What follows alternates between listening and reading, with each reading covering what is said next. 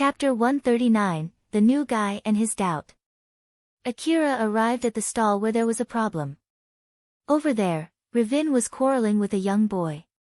And that young boy was trying to get Ravin to leave. As I said, I can't take you to the main shop. So just give up, will you? It's not like I can do anything about it no matter how much you ask me. It's the decision from the boss. Ravin raised his voice as he said to that boy. I told you that I've gone there once before. I'm someone who has permission to go there. So just take me there. No means no. It would be really bad for me if I go against the boss' wish. Can you at least understand that for me? That young boy was given the duty to filter customers to be brought to the secret shop by Cheryl. But the current hunter in front of him now was someone that he should not bring back to the base no matter how you look at it. His desperation, temperament and behavior were obviously telling that boy not to bring that hunter to the secret shop. Not to mention, he did not even try to buy the relics in the stand nor to pay the entrance fee, so he did not seem to have much money either.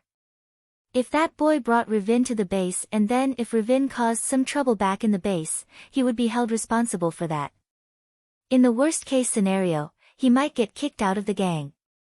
So when that boy thought of that possibility, he knew that he could not bring Ravin back to the base no matter what. But on the other hand, Ravin would not back down. If he got violent there, he could beat the crap out of that young boy. That boy panicked. He knew that he was stuck between two hard places, the intimidation of the hunter in front of him and the order from his boss. Akira seemed to have remembered seeing that hunter somewhere as he mumbled. What the heck is he doing? When that young boy noticed Akira, his face immediately turned teary. He was so happy to the point that he was about to cry. He then waved at Akira. Oh, over here. Please help me. Ravin immediately noticed Akira and inadvertently said. Gay. Why are you here? Ravin remembered Akira very well. He met Akira back in Yanazuka Station Ruin and Akira was the exact reason why he was in the current situation. Akira was also the one that Katsuragi would ask for to collect his debt when the time came. Ravin's face puckered as Akira walked toward him. Is he here to collect the debt? No, that can't be, right? I'm sure he's not here to collect the debt. Akira then asked Ravin. I was told that there was a problem here, so, here I am, what's going on? At least Ravin knew for sure now that Akira was not here to collect the debt. He was so relieved as he replied. Ah, it's nothing. Really? If it's really nothing, can you just leave then? Even if Akira said that, it was not like Ravin could just give up and leave. After all, if he got lucky, this might be his chance to pay all of his debts in one go. What's your connection with these guys, by the way? The young boy immediately answered. Isn't it obvious, already? He's one of us. No, that's not exactly true though. But Akira immediately denied what that boy said. Ravin saw how that young boy and Ario were so surprised by what Akira just said. So then he tried to put more pressure on Akira. If you're not one of them, then this is none of your business, don't butt in. Or are you here trying to be a good Samaritan helping them? I'm not one of them, but I have a relationship with their boss. So basically I'm here because their boss asked me to. Ravin had a bad feeling when he heard Akira's reply. He sounded scared as he asked Akira another question. Don't tell me that their boss is Katsuragi. Nope, it's Cheryl. Phew, don't scare me like that. Does Katsuragi have something to do with this? I heard that Cheryl used Katsuragi's connection to open the bank account for the shop. Or what was it again? Akira was trying to remember what Cheryl had said to him. While he was doing that, Ravin's face turned paler and paler. Akira suddenly seemed to remember something and said to Ravin. Ah, since you're asking me if their boss is Katsuragi, that means this problem has something to do with Katsuragi, right? Can you give me a sec? I'll check with Katsuragi. Ravin flusteredly tried to stop Akira. No. Stop. I get it. I'll leave. So don't do anything, okay? Just don't. I'm leaving. Alright. This problem here ends here, okay? Bye. After Ravin desperately pleaded Akira to stop, he immediately ran away. Akira saw that Ravin had left and tilted his head as he mumbled, "What the heck was that?" There was no one there who could answer Akira's question. After Ravin distanced himself away from Akira, he let out a big sigh. That was dangerous. If Katsuragi found out, this would definitely cause some problems later. It's a good thing that now I know Katsuragi might have something to do with that stand. Now that I can't get close to that place, what should I do? Ravin started to have a headache. In order to prevent his debt from growing any bigger, he could not just give up here. It was just a trump card in the end. So I should be able to find a similar thing in another stand or shop, right? After all, that Cheryl was selling that trump card without knowing its true value. If I try to look around, I'm sure I'll find something similar somewhere. And if that story is true, then it doesn't have to be a trump, anything that can be used for gambling should work fine, right? I feel like I should be able to find something good enough somewhere. Ravin picked himself up and planned to use the new information that he got from Kurajin to pay for his debt. Alright then. He decided to look around the shops and stands in the slum for another hidden gem. Not too long after that, a rumor was circulating about a certain man who was visiting stands and shops in the slum city, asking for peculiar things like a trump card set. It was a common happening when a rumor of an unexpectedly expensive relic was found, as just like usual, there were people who got lured by that rumor. Cheryl was playing the game on Akira's information terminal inside her private room. At the moment, she failed all of her trials. When she started to think that it was not because she was not good enough but more because the game was too difficult, Ario returned. Cheryl stopped playing the game and let them in. Ario and Tyal came in. Ario then gave Cheryl his report. The problem in the stand ended without any trouble. The guy who caused the problem seems to know Akira-san, although, I don't really understand the detail. Cheryl, who just heard that it seemed there was trouble with Akira's acquaintance, looked at Ario with a serious expression and asked. I see, so it was Akira's acquaintance, huh? Are you sure that there's no problem at all? Yeah. Although he knows Akira-san, it doesn't seem like they are friends. I'm pretty sure it was solved just fine. For some reason, he just left after talking to Akira-san for a bit. Well, that's fine then. It did not seem like Ario was lying at all. So Cheryl could feel safe, at least for now. She actually wanted to ask Akira directly, just to be safe, but she immediately noticed that Akira was not present. Where's Akira? Akira-san just went back home after that. That's why we closed the stand too. We can't do anything if something were to happen without Akira-san around after all. I see, so. Did Akira really return back home? He left his information terminal here though, did he forget about it? No, he did remember, he said that it's okay since he has other information terminals. I see, well then. Thanks for the report, you can go ahead and take a rest. Cheryl smiled and thanked Ario and Tyal. Tyal blushed and got flustered for a bit, but his face immediately regained its seriousness as he asked. Boss, there's something that I want to ask, is it okay? What is it? What is your relation with Akira? What do you mean by that? We're lovers. Didn't we tell you that too when you joined the gang? Cheryl answered back casually as if to say that it was weird for Tyal to ask something so obvious. Seeing that, Tyal hesitated from saying what he was about to say next. But his curiosity and a glimmer of hope inside him pushed him to speak up. Is that really true? Cheryl's mood suddenly worsened the moment she heard Tyal's question. Cheryl's smile for her friend from the same gang who had gone through thick and thin together with her completely vanished from her face. In exchange, her smile turned dark and ominous. It was obvious that she was looking at Tyal with hostility. She then asked with a cold and low voice. What do you mean by that question? Tyal was taken aback by her sudden change that he could not immediately reply back, but that only caused Cheryl's mood to get even worse. During that silence, Cheryl stared at Tyal with a gaze that the normal Cheryl would never give. She then gave a short order to Aeryo that was devoid of wish to resolve it peacefully. "Aeryo, your rifle." It was a short and incomplete order, but Aeryo understood perfectly what Cheryl was talking about. She was telling him to aim his rifle at Tyal. But even for Aeryo, he hesitated to do something like that to one of his friends who belonged to the same gang. Although it was true that Tyal's question could be interpreted as picking a fight against Cheryl, he thought that it would be an overkill to aim his rifle at Tyal just because of that reason. So Aeryo panicked and tried to think of a way to defuse the situation. Seeing that Aeryo did not immediately do what he was told to, Cheryl's glare shifted from Tyal to Aeryo. Aeryo got a goosebump from that, so he flusteredly tried to say something since he had a feeling that the situation would only get worse if he kept his mouth shut. "Cheryl, just calm down, okay? It's not like Tyal was suspicious if you're really Akira-san's lover or anything like that.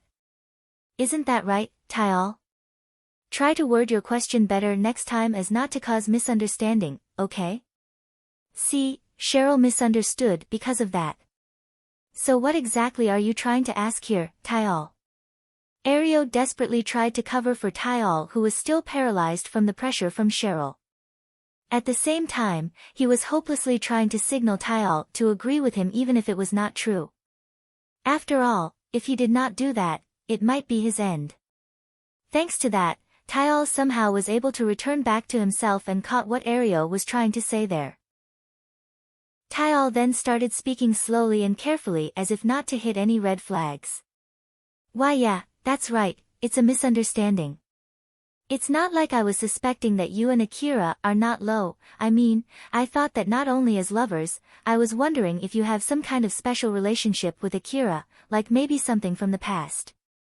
I swear that was all I actually wanted to ask." Cheryl still had a bad mood as she inquired Tyal with a suspecting tone. "It did not sound like that to me though." Tyal carefully checked Cheryl's reaction as he replied in a panic. I am really sorry for asking something that caused a misunderstanding like that.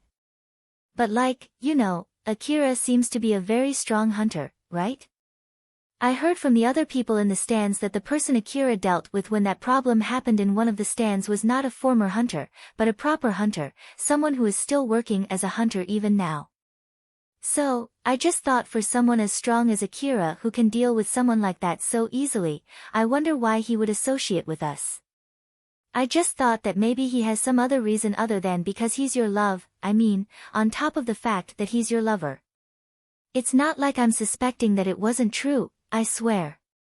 Tyal and Aeryo held their breaths, waiting for Cheryl's reaction. Cheryl did not say anything while still glaring at Aeryo and Tyal. After a few seconds, Cheryl seemed to have regained some of her calm as she said, "I see, it's fine then if that's the case. Aeryo, you should teach Tyal stuff since it seems that he's new here and doesn't know much yet." "Oh okay. If that's all, you can leave now." Aeryo and Tyal flusteredly exited the room. After Cheryl heard a clicking sound from closing the door, she then let out a big sigh. Cheryl looked rather dejected as if she was lamenting her mistake and mumbled, "To think that I would lose my cool from something like that, I wonder what's wrong with me. I could have just smiled and cut it short. What I've done now might cause them to get even more suspicious. Just calm down, it's alright, I'm doing well. I can do this." Cheryl repeatedly took a deep breath while reflecting on her reaction. She felt that she did not give the best reaction there and resolved herself to do better next time. She then thought about what could have caused her to react that extremely. She reminded herself to stay calm as she kept thinking about it. She removed any reason that she made simply out of anger at Tyal as she was evaluating her guesses. After she arrived at a conclusion, she then said as if to tell herself, "I thought I had resolved myself, but it seems that it wasn't enough, huh? I guess it's a good thing that I was able to confirm it." Cheryl put a stop to her thought there and nodded deeply. Although there were many rooms in Cheryl's base, she was the only one with a private room. Those with high positions in the gang like the officers were sharing a room with the other officers that they were close with. The ones with the highest position in that gang after Cheryl was Ario and Alicia. Both of them were officers and a couple. Because of that, they were sharing the same room, albeit it was a small room. While the other gang members were living in the shared spaces inside the gang like in a big hall or in the hallways. It could be inferred how high their position in the gang was from where they slept when it got dark outside. From that point of view, Ario and Alicia's position in the gang was pretty high. As Cheryl's gang continued to grow, there were more people than expected who wanted to join the gang. Or at least, it was more than Cheryl had anticipated. While on the other hand, it also served as proof that her gang was doing well as an organization inside the slum. It also showed how much influence her gang had in the slum. Thanks to that, the children in the slum started to gather around Cheryl's base. They got extra protection just from joining, since those who wished to attack would think twice before crossing Cheryl's gang. The slum children even had to pay if they wanted to stay in certain places where people were more likely to misidentify them as Cheryl's gang members. Tyal was a new member of the gang. He used his hard-earned money to buy his way into the gang. The only reason why he got special treatment compared to the other new members was simply because he brought in extra money and equipment for the gang. Ario, Alicia, and Tyal were inside Ario and Alicia's room. Ario brought Tyal there. Although Alicia was not exactly happy when she saw Ario bringing someone else into their room, she seemed to be okay with it after a short explanation from Ario. Alicia said to Ario with a rather serious expression. "Alright, I'll check on Cheryl later." But still. Alicia looked at Tyal. Her gaze was saying that she was blaming him as she said in a slightly annoyed tone. "Did you really think that it would not anger Cheryl when you asked that question? Good grief. Give me a break." Tyal looked really uncomfortable as he apologized.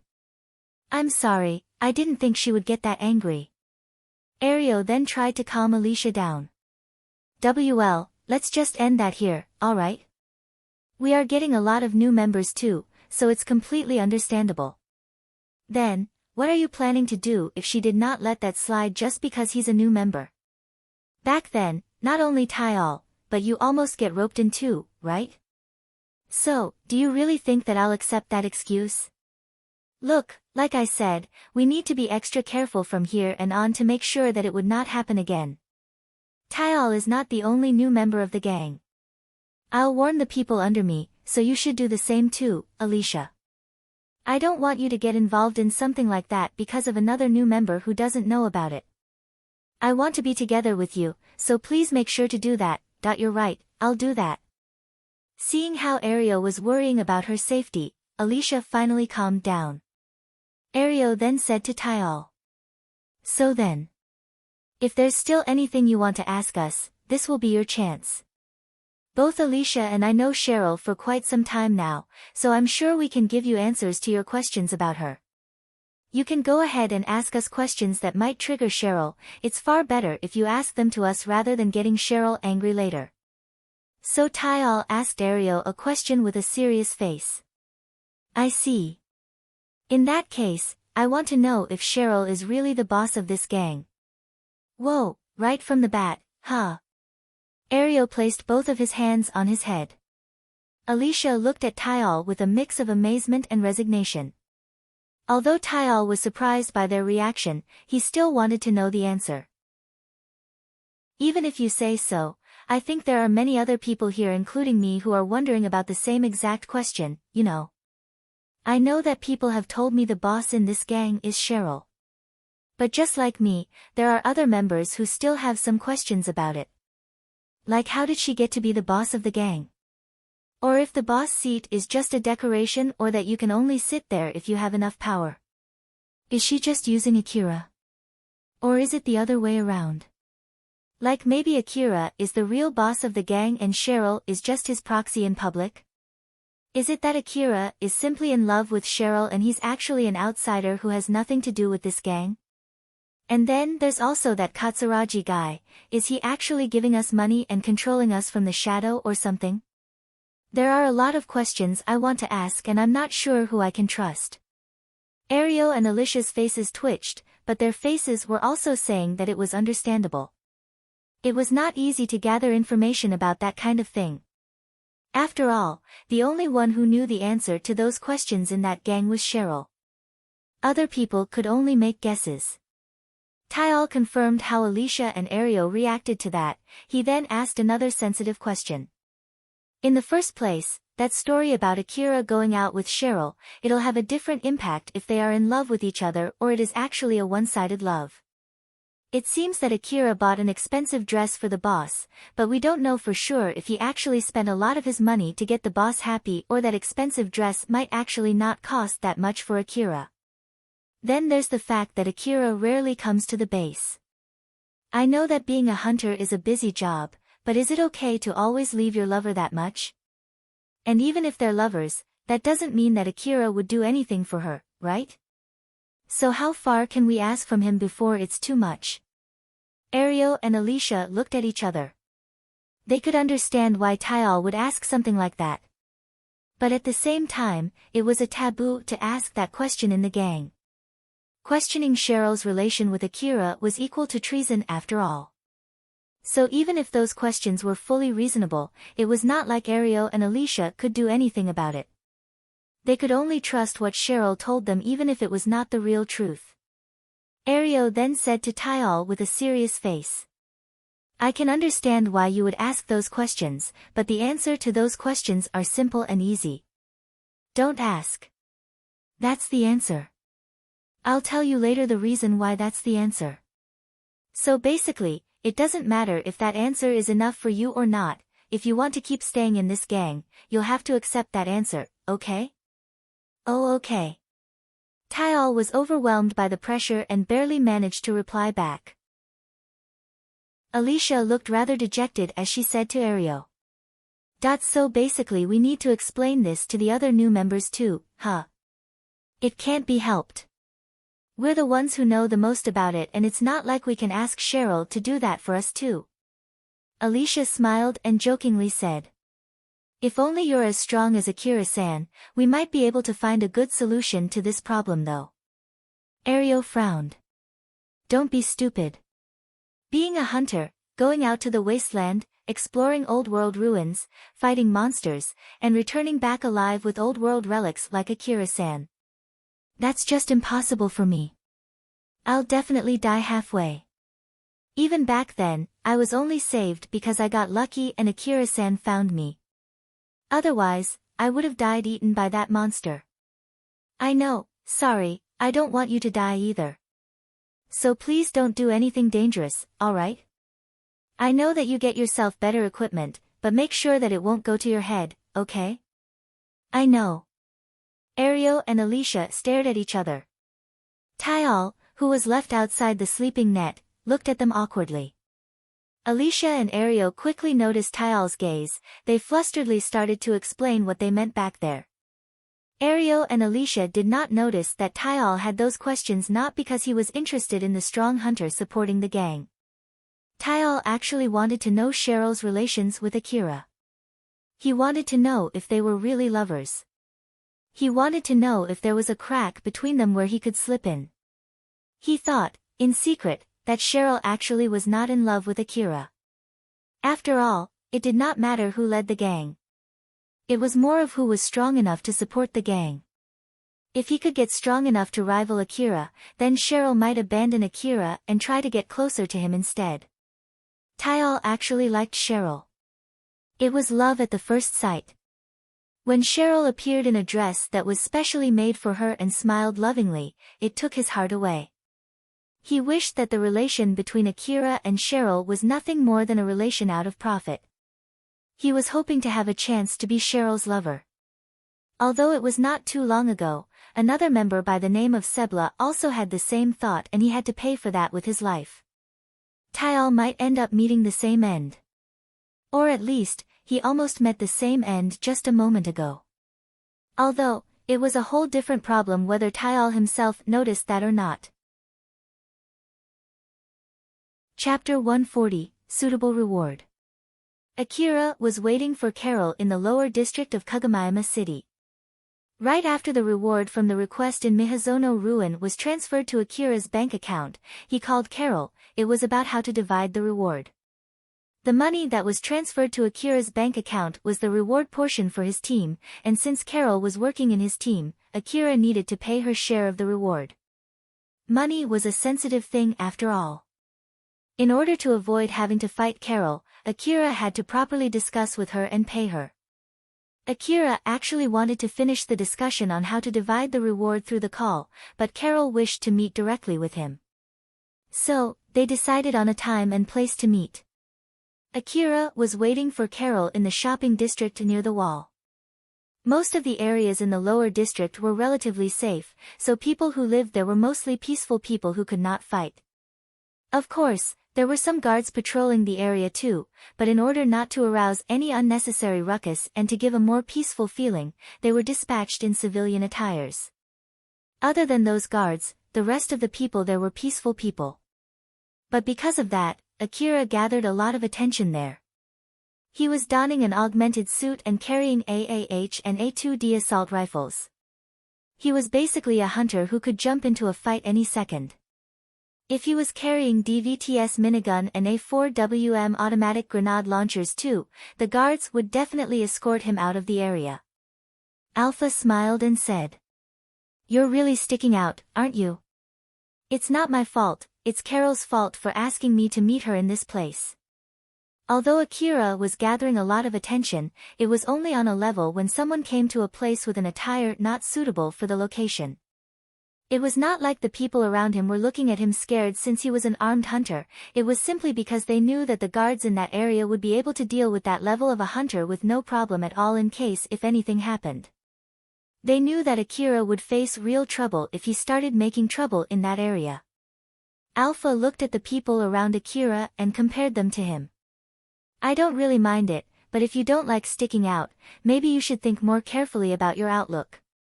It might be a good idea to buy some casual clothes that you won't use when you have hunter work.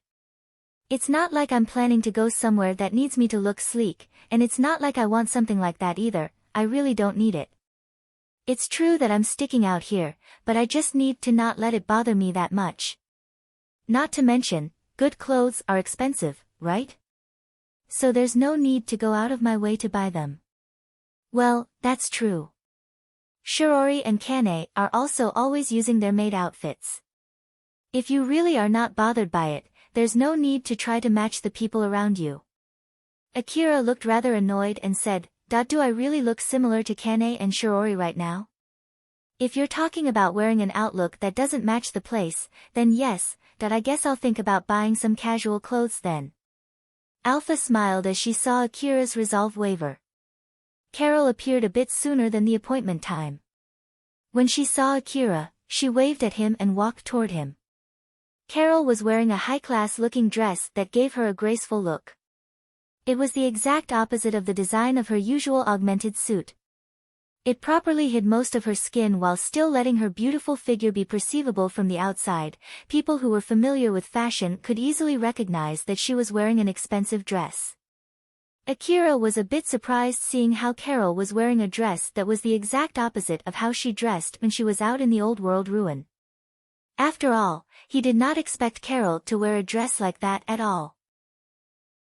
While at the same time, Carol was also surprised when she saw Akira's attire. Although she was smiling, there was a trace of displeasure in her smile. She sighed a bit and said, "I really didn't expect you to come in that attire when you're about to have lunch with a girl, you know?" Akira decided to just shelve his thoughts for now and casually replied, "I'm a hunter, who is here as a hunter, and we're about to talk about hunter stuff. So I don't think I'm doing anything weird here." Carol watched Akira's reaction closely. It did not seem like he was trying to hide his embarrassment. "Ah, right, if I'm not mistaken, you're still in the middle of learning how to properly escort a girl, right? It seems that you still have a lot to learn." "Did I really say that?" "You did. I remember it very well even though it was just a silly talk. Now then, shall we go?" Carol was actually planning to take Akira to a high-class restaurant not too far from where they met up. But it was not a suitable place to eat when you were using an augmented suit. Although it was not like the restaurant would not accept them, it did not change the fact that Akira would look strange there. As Carol thought so, she also thought that she was glad she did not put in an early reservation. She smiled bitterly while hiding that smile from Akira. They entered another restaurant together, sat on a table for four facing each other, and scanned the menu for what to order. Carol looked at Akira, who was looking at the menu with a serious face, and thought that it was cute. She then thought about how to start the discussion there, or more like, how to use this chance to get Akira fixated on her. After they placed their orders, they chatted for a bit before the meals arrived. That was when Carol started talking about the reward. Well, the foods are here, so let's start talking about the main reason why we're here. About the reward, right? Yep. Let's just omit the bargaining part and go to the main problem. Akira, how much are you planning to pay me? Carol smiled confidently and waited for Akira's reply. Akira seemed troubled. He instead asked Carol a question. How much do you think I should pay you? Carol replied confidently with her smile. Oh my, you do know that I omitted the bargaining part for your sake, right? Or is it that you prefer it the other way? I don't mind accepting your challenge, but just so you know, I'm not an easy opponent. Akira hesitated as he said. That's not the problem here, to be honest. It's more like I don't know the right reward for hunters, you see. That's why I'm asking you. You're familiar with this kind of thing, right? Even for Akira, he knew that it was a bad thing to reveal that he was bad with negotiation. While on the other hand, Akira understood that he did not have the knowledge to even pretend that he knew. So he was sure that Carol, who was familiar with that kind of thing, would see through him in no time even if he tried. But from the other point of view, it could be said that Akira took his chance for something bigger. He knew what he did not know, so he was prepared to lose money in order to gain that knowledge. Carol looked at Akira for a while. She then thought for a bit before starting to talk while carefully observing his reaction. As someone who is more experienced in negotiation about rewards, I'll at least say this to you: your move now was a bad move. Even if you don't know the right number, as long as both of us did not agree on a certain number beforehand, you ought to firmly state the number that you have in mind. It doesn't matter even if it was a bad bluff or even if you ask for an unreasonable huge amount of money. Since you're the one with the money here, you should have used that position to come out stronger against your opponent. After all, if the negotiation breaks down, the one who will not get paid is me. And if you do that to me, I would be really troubled. So if you do that, I might decide to make a compromise to avoid any trouble later. Of course, with the less money you pay me, you will get a bigger portion of the reward. Akira listened to Carol's explanation closely. He agreed with what Carol said. You're right about that. So then, how much do you want me to pay you? Although that reply did not make Carol's smile waver from the outside, she actually felt troubled inside. It did not seem that Akira would try to bargain at all, no matter how much Carol might ask. Even after she told him that he had the upper hand there, Akira did not seem trying to use it at all. To be honest, I'm not really interested in my portion of reward though. I was actually planning to accept a small amount of reward and get him indebted to me instead. Carol thought for a bit. She then decided to just say something to check Akira's reaction. The amount of reward that I want, huh? To be honest, I don't want to sell my skill cheaply, and I have the confidence that I can convince other people to pay me a big reward. That's why I usually start the negotiation with relatively high reward money. Hypothetically speaking, if I tell you to give me all the reward, will you do that? You did tell me that you have no knowledge about how to negotiate for your reward, so what will you do if I'm using my skill to convince you to give me all the reward? To be honest, I'm pretty sure that I can do that. Carol smiled confidently. But then Akira just casually replied. Well, in that case, it can't be helped, I'll just give you all the reward. Carol's smile finally wavered. It was not like Akira was willing to give all the reward because he was in a situation where he had no other choice but to do that. He was willing to do that simply because he had listened to Carol's explanation with his distorted sense of money. Akira went to Mihazono Ruin while bringing Carol with him in order to help Elena and Sarah. Right from the start, his goal was not money. Moreover, Akira was the one who hired Carol, so as the one who hired her, he unconsciously wanted to pay Carol the right amount of reward. Akira thought that Carol was a stronger hunter than him and he roped her to a dangerous place for his own reason, so it was understandable that he had to pay a big amount of reward for her. In the slum city, a one-sided negotiation where someone pointing his rifle at other people demanding everything that person had was a normal occurrence. Akira really did not want to be the one robbed, but he also did not want to be the one who did the robbing. Back then when he was the one on the other side, he wanted to at least be given a chance to negotiate, so he just wanted to remind himself that he was no longer in that situation any longer and there was no need for him to join the other side. But with that being said, Akira did not know the right amount of money to pay Carol. Of course, the suitable amount of money would differ from one person to another. Hunters risked their lives when they went out to the wasteland. And of course, they did not think that their own life was equal to the life of the other. That was why when it came to negotiation about reward, it tended to end up with a fight. It was not rare for hunters to fight and kill each other right after they finished a job together. Akira himself understood that very well. That was why he decided to ask someone who was knowledgeable about that thing. Which in this case, that would be Carol. Carol realized that she had stopped smiling, but she immediately returned her face back to a smile. She was pretending as if it did not surprise her at all while checking on Akira. It did not seem that Akira said that because he had some kind of ulterior motive. He was only being honest. He got me good there. I was actually planning to start with a high price and then lowering it bit by bit during the negotiation while making sure that he would feel indebted to me, and then I should be able to use that to get closer to him, but in this case, if I ask for a big portion and he accepts it, he might use that as an excuse to cut his ties with me. This is not easy. One thing that Carol got wrong there was that Akira would not just give all the reward without fighting back if she really asked for all the reward. What he meant back then was that he was willing to give all the reward if she could give him a good reason to do so. To be more precise, Akira was planning to fight back until the end. And if Carol was able to convince him after that, if she could make him agree that it was a suitable reward for her, then he would properly pay her that much. After all, that was the right thing to do if he agreed with that. And to add one more detail to that, Akira actually underestimated his words because Alpha did not say anything. Alpha was always so noisy reminding Akira of anything, that was why he was sure Alpha would say something if he did something bad. But the reason why Alpha did not say anything was because in case if Akira lost a lot of money there, she would use that as an excuse to encourage him to stop associating with other people.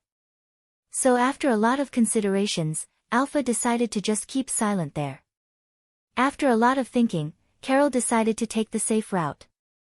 She at least needed to make sure that she did not leave any bad impression on Akira. To be honest, I don't want to do this, but I guess I'll have to imitate what Elena and Sarah would do in this situation. Carol had decided on her plan and restarted the negotiation. It seems that you've worked with Elena and Sarah multiple times before, right? When you did that, how did you distribute the reward?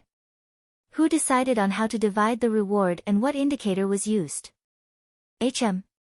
Elena-san would be the one deciding and I guess we just divided the reward normally just like usual. To be honest, Carol wanted to know what was just like usual for Akira. But since he only gave her that much information, she decided to make a suggestion based on how Elena divided the reward with Akira in the last request.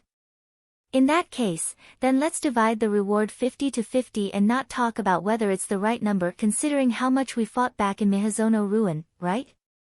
After all, it's not like we have a prior agreement on how to divide the reward anyway. This way, we can divide the reward without causing more trouble or leaving any side displeased. When it comes to a suitable amount of reward, nothing is better than the amount of reward that both parties agree to. And since I want to get along with you in the future, let's just divide it 50 to 50 between us, what do you think? Sure. Akira stopped eating, took out his information terminal, and finalized the transfer to Carol's bank account. There, I've transferred it, can you check it? Okay. Carol also took out her information terminal and checked her bank account. Yep, I've received it. With this, the request from you is officially finished without any hitch. Thank you. Did I satisfy your expectation? I do want to hear the opinion of my employer, you know. Carol was smiling mischievously at Akira when she said that. Akira was a bit bothered by that, but he decided to reply back honestly. Yeah, you did well. I do feel glad that I brought you with me. Thank you. Akira lightly bowed. Carol then replied in a good mood. You're welcome. I'll be looking forward to working with you again. Looking at how Akira reacted, Carol thought that at least she did not fail, it might even be okay to say that she succeeded. And then when she saw him enjoying his delicious-looking meal, she was able to confirm that it was the right choice picking a restaurant as a place to discuss with Akira. If we do the negotiation in a restaurant, he would not leave until he finishes his meal. But if we've done this in a cafe, I bet he would have left the moment we finished the negotiation. Carol's guess was most probably correct. As long as she did not have anything interesting to talk about, Akira would just leave when his business with her was done. Unlike all the other customers that she had met up until now, Akira had no romantic feeling toward her at all.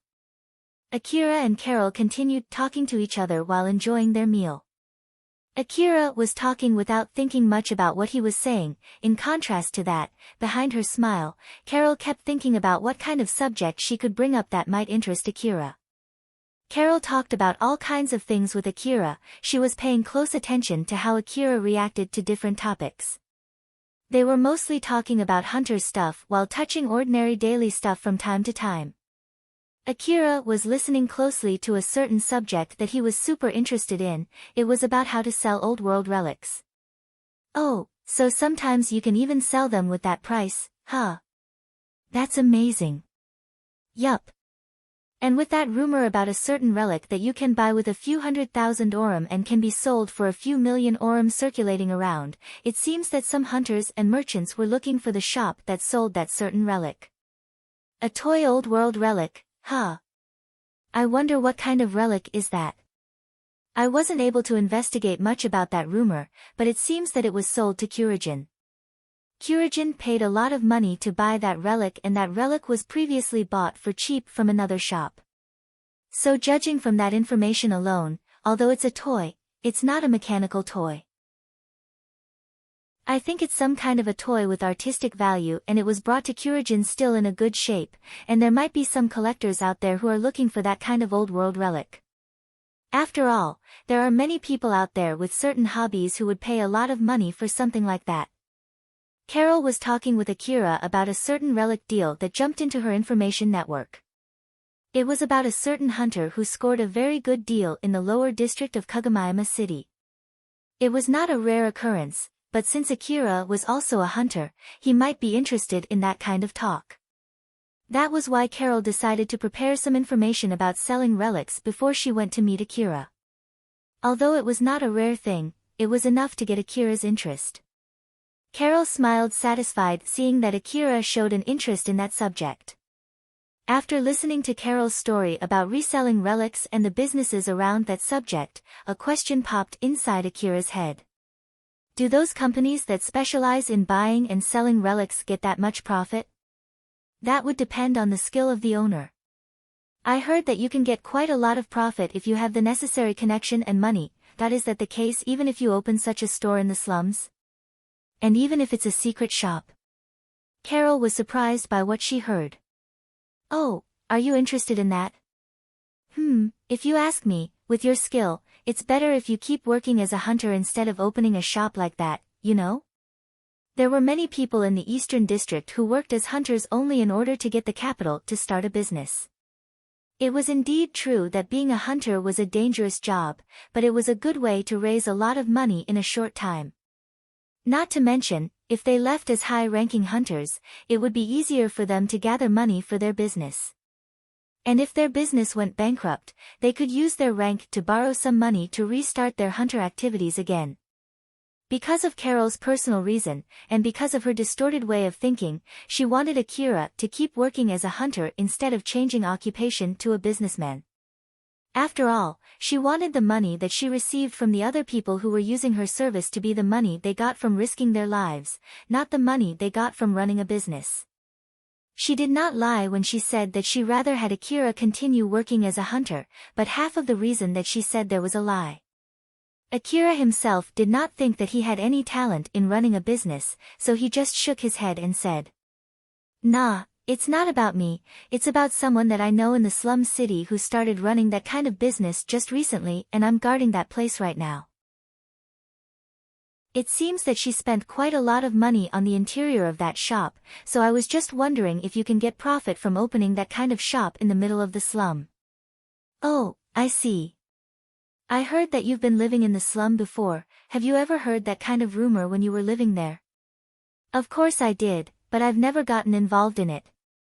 I see. In that case, I can teach you a lot of things. After all, I'm pretty knowledgeable about that kind of thing, you know? Carol smiled confidently and started talking in a good mood. There were multiple shops inside Kagomayama City that handled buying and selling relics. Their scales and their specialization also varied greatly. There were many kinds of shops even in the slum city, and most of those shops in the slum were doing secret business. Opening a shop in the slum was not exactly an illegal thing. But it was also true that a lot of shops that were doing questionable business from the hunter office's point of view often had under-the-table deals to make sure they did not get rousted out. To be honest, the hunter office did not like the shops that sold relics since they allowed hunters to gather relics with money instead of from the old world ruin. Hunters could buy relics from such shops and then sell those relics to the hunter office's exchange center. This fact would definitely raise a question in the trustability of the hunter ranking. The hunter ranking was an indicator of the strength of a hunter, and that strength was basically based on hunters' ability to gather relics from dangerous ruin. The reason why the hunter office gave special treatment for the high-ranking hunters was to support the hunters who had the skill to reach that ranking. Hunter office gave special treatment to high-ranking hunters. Many cities in the Eastern District only allowed hunters of a certain ranking or higher to get permission to go inside the inner wall. Moreover, there were several secret information about old world ruins available for high-ranking hunters only. The companies also tended to offer their new equipment cheaply for high-ranking hunters, which doubled as a promotion for those companies. Because of that, some hunters chose to buy relics with their money and took them to the hunter office in order to get a higher ranking than their actual skills. There were hunters who gathered money from trading relics and then used that money to buy relics to bring to the hunter office in order to raise their hunter ranks. Although it was a rather rare thing, sometimes there were also hunters who did not want to raise their hunter rank for a certain reason. These hunters would sell their relics to the exchange center and shops that did not have any connections with the hunter office. This practice could be interpreted as buying and selling hunter rank. Thus, those shops with good reputations tend to limit the relic trading with the hunters or do a full identity check in order to prevent the hunter office from blacklisting their businesses.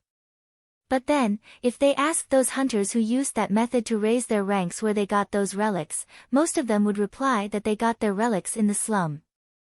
While on the other hand, some companies that were running their business in a relatively unsafe area tend to hire former hunters to bolster their fighting power. The higher the ranking of the hunters they hired, the better their fighting power were and the more protection they offered. Those companies sometimes paid those hunters not with money, but with relics. As for the hunters' side, some of them decided that it was better to get paid with relics rather than with money, so sometimes they made being paid with relics as one of the requirements to employ them. But in the end, the relics that the companies used to pay those hunters were mostly bought from the slum. Merchants in the slum were able to gain an unthinkable amount of money considering where they were conducting their business because of those under-the-table dealings. Akira was listening closely to Carol's explanation. Carol was smiling happily seeing that Akira was interested in her explanation. At the same time, she also thought about the reason behind that interest. Akira hailed from the slum. If I have to make a guess, I bet he got lucky, found an expensive relic, and used the money that he got from there to become a hunter. And then he grew so fast as a hunter, which would explain his lack of knowledge. So basically, Akira grew as a hunter so fast that he did not have the chance to learn basic knowledge as a hunter. Which means that he's a very talented person. No wonder Shikarabi got cautious of him. I bet the reason why he's showing so much interest in my explanation is simply because he's hungry for knowledge. I wonder if it's a backlash from living so long in the slum where he couldn't get much information. As for the reason why he shows almost no interest in the opposite sex, I guess he was so desperate just to survive that his mental development is not at that stage yet, huh? Although it was not exactly wrong, her guess was not exactly right either. From her experience seducing a lot of people, Carol was able to see through a small part of Akira's personality. Carol tried to look casual as she asked Akira a question. By the way, Akira, do you have any worry at the moment? Worry? Yep. I'm more experienced than you in all kinds of things. So if you have any worries, I might be able to give you some advice. Carol was smiling at Akira as if she was hiding something behind her smile. By the way, I have a particular worry lately. It's about a certain hunter who prefers food over women. He hardly shows any reaction no matter what I do to seduce him. Do you have any idea what I should do? Akira understood that Carol was teasing him, so he smiled back mischievously and said, "Nah, I don't have any good idea at all. I guess your only choice is to wait until he grows a little older. Either that, or just give up on him and aim for someone else. That's no solution at all, you know." So then, what about you, Akira?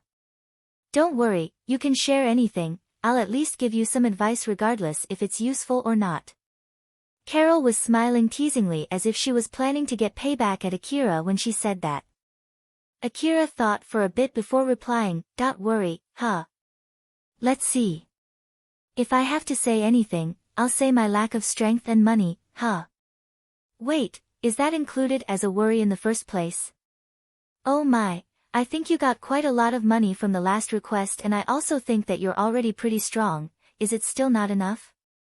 Even if you say so, I need to buy ammo, I want to get better equipment, and I want to eat good food.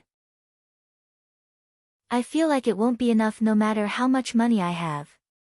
While for my strength, since I had trouble fighting the monsters back in the Miyazono ruin, that alone means that I'm not strong enough yet. Well, I have no other choice but to work hard as a hunter and there's no easy solution to that, I at least know that much." To be more precise, Akira was relying too much on the easy and effective solution called Alpha's support. As long as Akira knew that, the rest was for him to work hard. Carol smiled confidently and said, "In that case, I did invite you to work together with me back then in the Miyazono ruin, right? If you work with me, I'm sure you can get a better look at my fighting skill and negotiation skill, so, what do you think? If you work with me, I think I can teach you many things, you know. I think it's faster than gathering the experience by yourself, yes?" Unlike last time, Akira did not reply instantly this time, but in the end, he gave the same answer as last time. "I'm sorry, but I'll have to refuse." Carol was a bit surprised by that, she sounded so disappointed as she said, "Oh my, I thought I've done well trying to get you to recognize my skill, but I guess it wasn't good enough, huh?" Akira hesitated as he replied, "No, that's not the problem here. Like I said back then, I don't plan much and can be pretty random. I don't think I have the suitable personality to work together with someone else. I'm the one who's asking you to work with me, you know. So I at least will adapt to your schedule. And if we can't work well together even after that, we can just stop working together. So, is it still a no? Even if you say so, it's still a no, sorry." Akira thought that he made the mood bad there, but unexpectedly, Carol smiled and said, "I see. Well, it can't be helped then. It's true that working together with the other hunter whom you can't really work together with often ends up with trouble. Not to mention, you might come to hate me too, so I'll stop bugging you about that. But if you ever want to work together with me even if it's only for a short time, I'm open anytime, okay? I know that you sometimes go to the ruin with Elena and Sarah, right? You can invite me too the next time you do that and I'll be more than happy to come along. Akira thought for a bit before replying. You're right, well, I'll call you again if the chance comes up. Carol smiled happily. I see, I'll be looking forward to it then. Yeah. Akira smiled back and gave that short reply. Akira and Carol were talking about a lot of things even after they finished their meals and had ordered refills for their after-meal coffee multiple times. When Akira realized that he had spent way more time than he originally planned, he said his goodbye to Carol and left the restaurant. After Akira left, Carol was still inside the restaurant for some time. She was smiling wryly and mumbled. Akira's reaction there was not bad, but I wasn't able to make any appointment when to meet next either. I guess I relied too much on my seduction skill lately that my speechcraft skill has gotten dull. Carol was not always using her body to seduce her customer, she sometimes used other skills too. One of them was to get friendly with her customer, which included bringing subjects about some common interests, talking about each other's worries, asking about each other's opinions, listening closely to what her talking partner was asking and giving an answer that the other was expecting, and eventually getting so close to the point that the other person became reliant on her. Seducing was just one of the methods that she could use to reach that goal. Carol sometimes also used that to lead her partner to a better state. She encouraged them to be more positive about their lives, to be more confident, to cheer them up, to get them to enjoy their lives more and support them. It could be said that those were the services that they got from paying the money they earned from risking their lives to Carol. At the same time, all of those encouragements sometimes caused them to get ahead of themselves and made them challenge dangerous old world ruins that were out of their league, but Carol was okay about that. There were many different ways for people to use their lives. So Carol had no wish to stop them from doing so. Although, she might try to stop them if she knew that it would be counter-effective. Seeing how he reacted, I don't think Akira would accept my invitation if I invite him to go to the wasteland randomly, and it's unlikely for him to invite me. What should I do? Carol was thinking about what she could do next to seduce Akira. That was when a call reached her information terminal. Carol checked the caller and accepted the call. Viola, I'm outside right now. If it's something sensitive, call me again later. Don't worry, it's just that I have a small question for you. It's nothing serious. Carol could feel that Viola was planning something bad behind her uppity voice. Chapter 141, Reignition. After he left Carol, Akira headed to Cheryl's base. Akira seemed to be in a good mood, noticing which, Alpha asked him a question. You seem to be pretty happy, was it really that fun talking with Carol? But Akira reacted in a surprised manner. It seemed that he did not notice it himself, or he just simply did not feel that way. Do I look really that happy right now? Yup, I always kept my eyes on you, so I can easily tell. I see, well, it's true that it was fun. After all, I got to hear a lot of things about being a hunter. Alpha smiled gently after hearing Akira's honest answer. I see, that's good to hear. In that case, it might be a good idea for me to gather information around that subject to talk with you too. Alpha said gently. On the surface, it was as if she was saying it was for Akira's sake, but behind it, she was only doing that for the sake of keeping him away from Carol. Akira thought for a bit before replying. Well, to be honest, I learned more about common sense in the Eastern District instead of knowledge about being a hunter from you after all. I guess I want you to teach me about common sense first. After all, I don't even know where the Kagomayama city is located in the Eastern District, so, you can teach me about being a hunter later after that. Sure, got it. Suddenly Akira extended his hand and grabbed the man next to him. That man had Akira's wallet in his hand. In one fluid move, Akira drove a kick with his enhanced strength to that man who was not using an augmented suit nor an armor. Although Akira held himself back, his kick still hurt. Enough so as to force the man to roll on the ground and writhe in pain.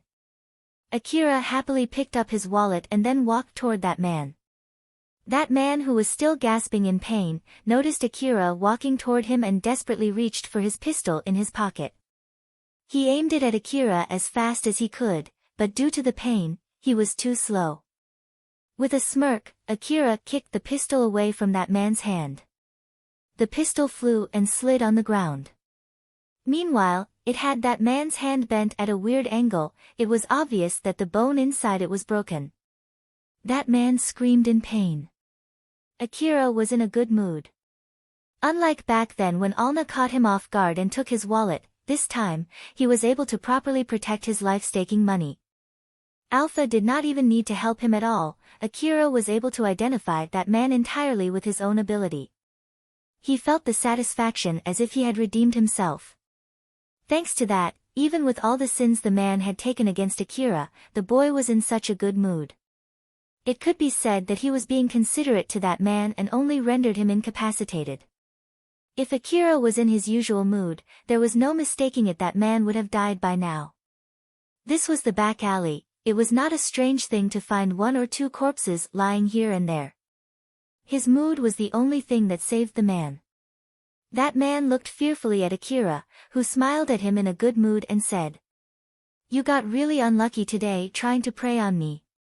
Akira still sounded like he was in a good mood when he said that, but he immediately delivered another kick after he said that. That man shrieked, slammed to the ground, and rolled over. For Akira, that was the end of the incident. It was done, it was finished. He got stronger, he was no longer careless anymore. After he could confirm that, he just turned around and walked back toward the main street. But the voice behind him told Akira that it was not the end of the incident. That man, who was writhing on the ground in pain, suddenly shouted a curse. God damn it, I didn't hear anything about this. Akira stopped, his smiling face turned cold in a snap. Viola had an office hidden among the countless buildings in the Kagomiyama city's lower district. Colbert was there with Viola that day. She was sitting on a sofa and said to Colbert in a good mood, "Geez, you're so cold, how about you come over here?" Colbert was sitting not too far away from Viola and was able to clearly hear her invitation. "No thanks. Geez, you're no fun." Colbert's swift reply was more out of wariness rather than coldness toward Viola, but that did not ruin Viola's mood at all. She was still smiling like usual. Colbert looked at Viola, who seemed to be in an excellent mood, and told himself to be careful not to get involved in any troublesome stuff that she had in mind as he said to her, "So then, why did you call me today? Is there anything you don't like in the report that I gave you? Just so you know, I'm not going to return the reward." "Nope, it's nothing about that at all. The report that you gave me was not bad. I just wanted to ask some stuff directly, like what's your impression of that shop? I'm sure I wrote it in my report already. You didn't read it?" "I did. But even if it's about the same subject, people usually give a different opinion when they're asked directly compared to what they wrote in a simple report, you know. Even when you do negotiation, you would rather meet the other party directly, even if it was something that you could have taken care of with text messages, right? That's just how important the information that you can get just by talking directly. Or at least, for me, it's that important. You do know that, right?" Whatever the case, Viola was the one who hired him. Colbert made that as an excuse to give up there. All right, so then, what do you want me to tell you this time? "A lot of things. For the starter, what kind of girl is this Cheryl?" Viola smiled bewitchingly at Colbert as they started going deeper into that subject. That day, Colbert did not go to Cheryl's shop out of pure coincidence. He was hired by Viola to investigate Cheryl's shop. Although he hesitated at first to accept that request, since the reward offer was pretty generous, he eventually decided to accept it. The only reason why Colbert tried to help out Levin was because he could do so while completing Viola's request, and in case if it got exposed that he got that request from Viola, he could use it as an excuse to evade. It might also help him to avoid getting roped into troublesome stuff later on. After all, either for better or for worse, Viola was famous for causing trouble. A lot of people would raise their guard when they noticed that Viola had made some moves, and there was nothing bad with being extra careful. Viola asked Colbert about a lot of things and Colbert answered all of her questions. Most of them were about the same thing that he had already written in his report, while the rest were about some stuff that he thought to be unnecessary to be written in his report.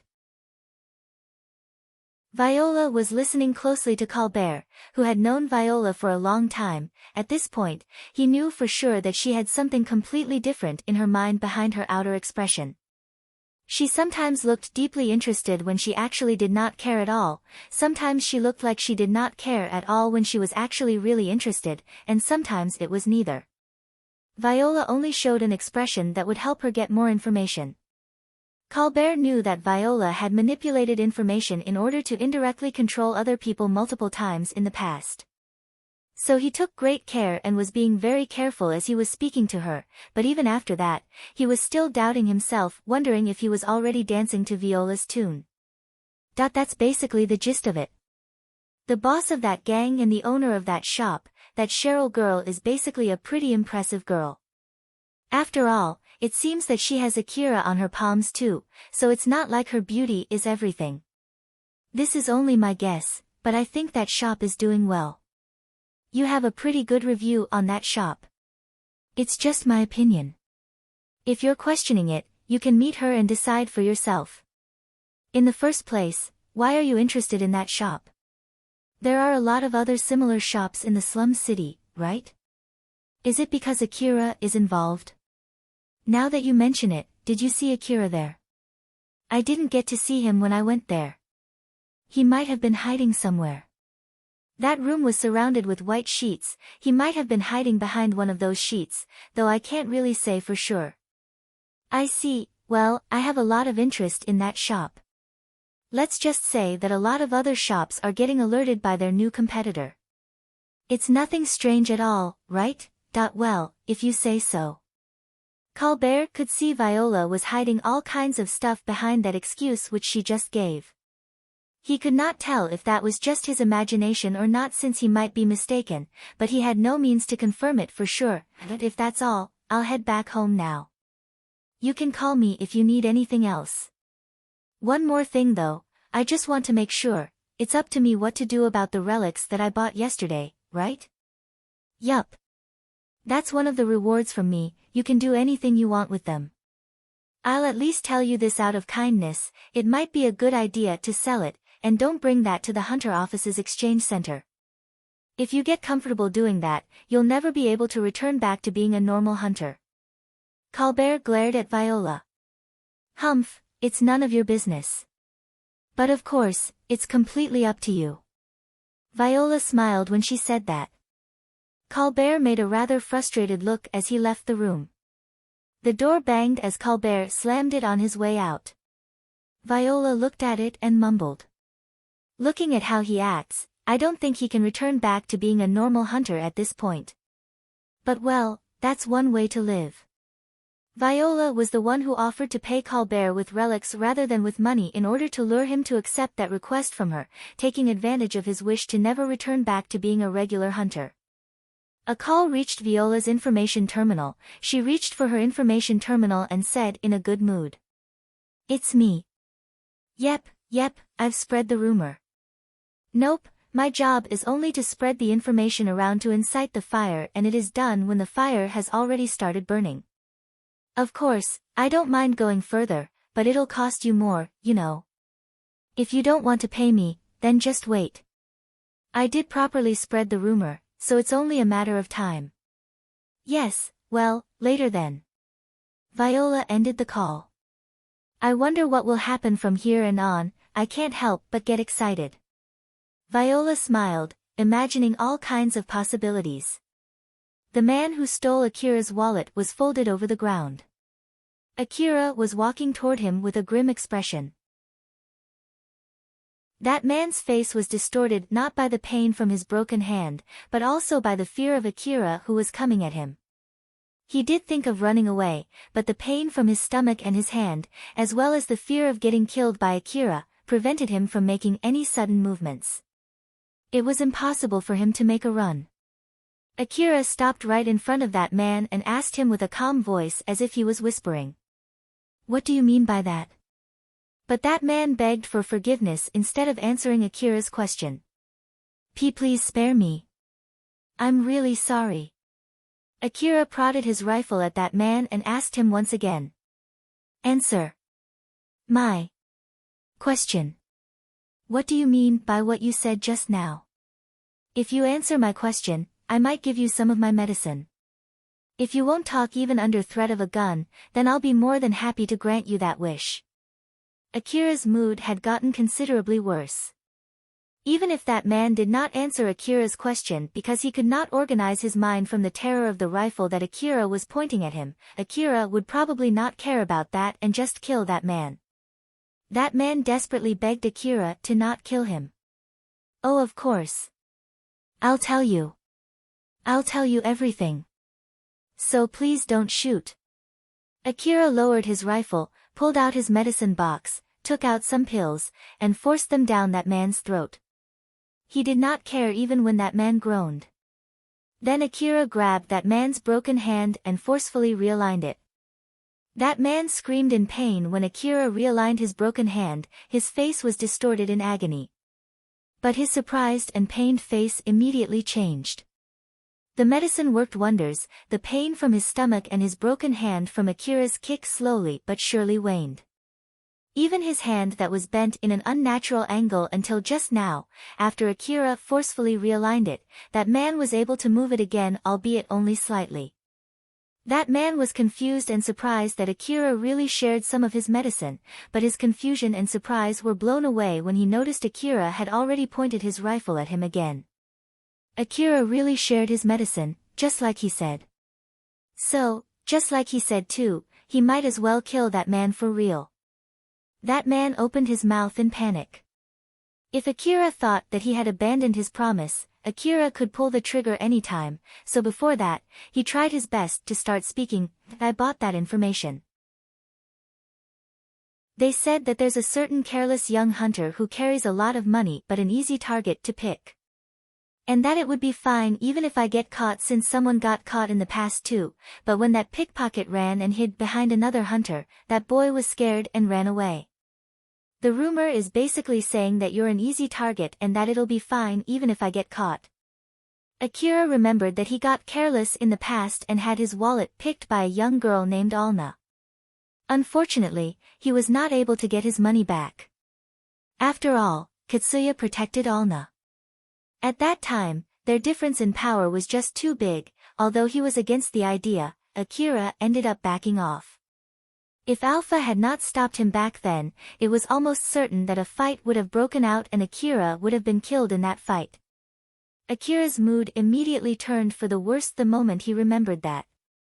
His expression turned cold, although he was emotionless, a wave of dark and gut-wrenching anger could be felt welling out from him. Looking at that man got super scared as he begged Akira to spare him. It's not me. It's the information from the information broker. Akira replied with a calm voice. How did you find me? Did you see a photo of my face or something? That they told me some descriptions like the hairstyle and body build. And also they showed me a blurry picture too. You were able to find me only with that? Like I said, I got the wrong person. I mistook you with that boy hunter. Didn't you say back there that you didn't hear anything about this? You didn't say that you mistook me for that easy prey, right? That is. That man was lost for words. Akira fixed his gaze at that man without saying anything. That man could not bear the pressure and started to tremble as he begged Akira. I am really sorry, I was tricked by that information broker, they gave me the wrong information. It's my fault, I'm so stupid for getting tricked by that information broker. So please, have mercy on me. Akira stared down at that man with his rifle still pointing at him, and that man looked back at Akira with a puckered face. Akira suddenly lowered his rifle. That man looked so relieved, but that was immediately proved to be premature. Akira grabbed that man by his neck and pulled him up, he then smashed that man on the wall of the back alley. That man groaned in pain, but Akira did not stop there, he then said to that man with a cold and heartless tone without even looking at him. First of all, let me get this straight, you were not tricked by that information broker. I am indeed the fool who got my wallet easily stolen by a brat. I was that weakling who ran away when the hunter who was protecting that brat confronted me. The info broker did not lie to you, that information is correct. Then Akira looked straight into that man's eyes as if he was peering deep inside that man's soul. That man's face was filled with terror. But I have no plans to just end that incident there. I'm not done with her yet. I don't care where you got that information from, but make sure to tell that information broker that it's not the end of the story yet, got it? Although Akira grabbed hard on his neck, that man managed to nod. Akira then released his hand, that man coughed and fell over to the ground. Akira swiftly turned around and started walking away again. That man was coughing while trying to calm his breath. When he was dropped from Akira's grasp, he saw his pistol, which Akira kicked from his hand, lying there on the ground near him. That man slowly stood back up and reached for his pistol. The moment his hand reached his pistol, a gunshot echoed and his pistol was blasted off from his hand. That man could not help but turn at the source of that gunshot and saw Akira there with his AAH assault rifle aimed at him. Akira was the one who shot his pistol. That man screamed and ran as fast as he could into the depth of the back alley. Akira silently lowered his rifle. He was now in a terrible mood. He had the same grim expression that he had when he was about to fight Katsuya. Alpha flew and stood in front of Akira. She enlarged her image in Akira's vision. Akira, take a deep breath. Akira took a deep breath just like Alpha told him to. He did that multiple times. After a few repetitions, he slowly calmed down. Alpha smiled gently at Akira to calm him down and said, "Are you good now?" Yeah. "Sorry. Don't mention it." Alpha smiled as if it did not bother her at all. Akira seemed slightly dispirited as he let out a big sigh. "To be honest, I thought I've already completely moved on from that, you know." For Akira, it was something that was already over. Or at least, that was what he thought. If nothing had happened, he would only have chuckled when he remembered about that. It was really something that was already over in his mind. But it seemed that someone did not want to let him end it there, so in Akira's mind, it changed from already over to a short pause, and now it was back on play again. Alpha then worriedly said to Akira, "I think it's a good idea if you just head back home without visiting Cheryl's base today. It would be bad if something were to happen when you're in such a bad mood. You won't be able to try to defuse the situation, right? No, I'll at least visit her briefly. After all, I did promise her that I'll come even if it'll be rather late than usual. Moreover, there's something I want to ask Cheryl." Akira's face turned tense again as he thought of what to do to solve this situation. Cheryl was working in her private room when someone suddenly knocked on the door. "Come in." Alicia opened the door and said to Cheryl, "Boss, Akira-san is here." Cheryl glanced at Alicia, who was alone. She then tilted her head and asked, "Where is he?" "He's talking with Ario right now, he'll be here in a minute. And also, there's actually something that I need to tell you." Alicia hesitated and looked rather worried, that I'm not really sure what happened, but it seemed that Akira-san is in a very bad mood right now. So, be careful. Alicia asked Ario to hold Akira back for a bit so she could warn Cheryl about Akira's mood. Cheryl noticed that as she frowned. As Alicia left the room, Akira came in. When Cheryl saw Akira's expression, she was barely able to maintain her expression from shrinking. Even Cheryl could see clearly that Akira was obviously in a terrible mood. Akira knew his expression was leaking his emotions, so he tried his best to mend that. He tried his best to act casual but he completely failed in doing so. Cheryl was extremely nervous, but she still smiled at Akira, trying her best to hide her nervousness.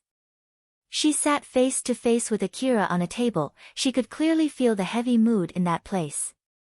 She was wringing all her brainpower to think what was the right thing to do there. Both for the sake of her position in the gang and her own feelings, Cheryl did not want Akira to hate her. Akira was the main supporter of the gang as well as the reason why she could keep her position as the boss in the gang. If Akira came to hate her, her position would crumble. Akira was also Cheryl's psychological anchor. He was the place where she would lean to when she was mentally or spiritually exhausted. If Akira abandoned her, there was no doubt that she would break. If it was the normal Akira, even if Cheryl made some slip-ups and said something that she should not, Akira would just let that slide. If Cheryl said something that caused a misunderstanding, she could explain everything until the misunderstanding was cleared up. If she said something that offended Akira, she could apologize for it. That way, it would not deal a fatal blow on her relationship with Akira, or at least, that was what she thought. But the current Akira was not how he usually was. Cheryl could not afford to behave normally. She felt that if she made a slight mistake or if she said something that caused even a slight misunderstanding, it would deliver a fatal blow to her relationship with Akira. Cheryl proceeded extra carefully as not to trigger any landmines. Should I just keep my mouth shut like this? Is it a good idea to keep silent until Akira calms down a little? But, what if that angers him instead? Should I take the initiative and put my bet on the chance of cheering him up? While of course, being extra careful as not to make his mood even worse. But I have no idea what made him angry in the first place at all, so. But no. As Cheryl put all of her focus on thinking about what to do there, she started to forget about other smaller things. Her face also slowly turned tense. Although Akira was normally a dense boy, he was able to easily notice that change in Cheryl's expression. It showed just how desperate she was. Looking at Cheryl, who was getting more and more desperate, it somehow calmed Akira a little. He then said to her, "Cheryl." "Why yes." Cheryl flusteredly replied back. She did not expect Akira to talk to her so suddenly like that. Akira tried his best to sound like his usual self. "Well, something happened today and I'm not in a good mood right now. I know that myself, but it's not like I'm angry at you at all. And also, I'm trying my best here, but I'm sure that I might vent my anger on you, so I'll apologize in advance. I'm sorry, if I really end up venting at you, please just forget about it and don't let it bother you too much." After he said that, Akira lightly lowered his head. Cheryl was a bit surprised by that, but she immediately regained her composure and smiled gently at Akira. She was somehow able to calm down and regain her clarity. She thought that it would be less likely for Akira to get angry at her if she was the one who was on the listening side, so she encouraged Akira to continue. "I understand. I won't force you, but if it helps you if you share it with someone, I can listen to you as much as you want. Sorry, thanks for the offer, but no." Cheryl looked at Akira and tried to make some guesses. "It seems that it's something serious. I might be able to win some points if I can help him solve his problem. But looking at it, it's more likely that I'll be biting more than I can chew." Cheryl acted casually as if it did not bother her at all and said, "Please don't be, it's my fault for saying something that I should not. I know that it's not like I can help much, but if there's anything that I can do, please do tell me." When Cheryl said that, Akira looked at her as if he just remembered something. That's right, there's something that I wanted to ask you." Akira took out his information terminal, clicked some buttons, and then placed it on the table so that Cheryl could see it too. Alna's picture was on that information panel. She was the pickpocket who stole his wallet. "If you ever see this girl, I want you to inform me." Cheryl peeked at the picture. Judging from her attire, that girl seemed to be someone from the slum city, but her figure was not that bad. She would be beautiful with a little bit of effort, or at least, that was what Cheryl thought when she saw that picture. Akira did not show any interest even after he saw Cheryl naked, but now he was asking her to help him find another girl. Cheryl felt a bit dissatisfied by that. But she decided to put that for later and asked Akira. "I just need to look for this girl, right? If you would tell us her name and her connection with you, we should be able to find her more easily. I don't know her name, and also, I don't want you guys to look for her. It's just that if any of you spot her, I want you guys to tell me. But you're looking for this girl, right? What do you plan to do to her after you find her?" Since Akira did not say anything about his relationship with Alna, Cheryl got a little suspicious there. If it was nothing bad, then she needed to be careful not to do anything rude when she brought Alna to Akira. On the other hand, if it was the opposite, she could use force to capture that girl and that might help her win some points from Akira. But Cheryl needed to be extra careful on how she would deal with Alna. If Akira was looking for her since she helped Akira before, then it would only cause Akira's mood to get worse if they treated Alna badly. But Akira's answer to Cheryl's question was short and clear. I'll kill her. Akira's voice was so cold and heartless that it even surprised Cheryl. Cheryl's smile froze in an instant. Akira sighed to calm himself. He then said, That girl stole my wallet, you see. So, since she stole the money that I gathered by risking my life, I'm planning to kill her if I find her again. I see. And also, there's no need to kidnap her or use force. Although I'm not sure if they're just her friends or if they were just backing her up, she basically has some hunters protecting her. And those hunters are more or less as strong as me, or might be even stronger than me.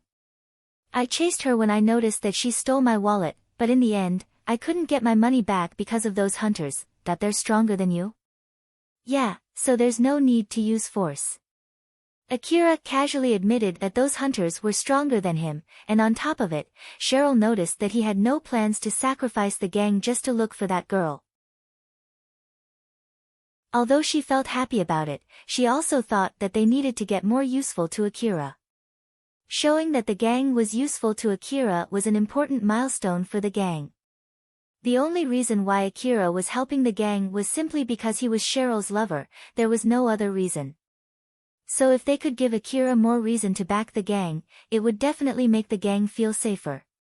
After all, everyone in the gang was actually worried that they might be abandoned by Akira.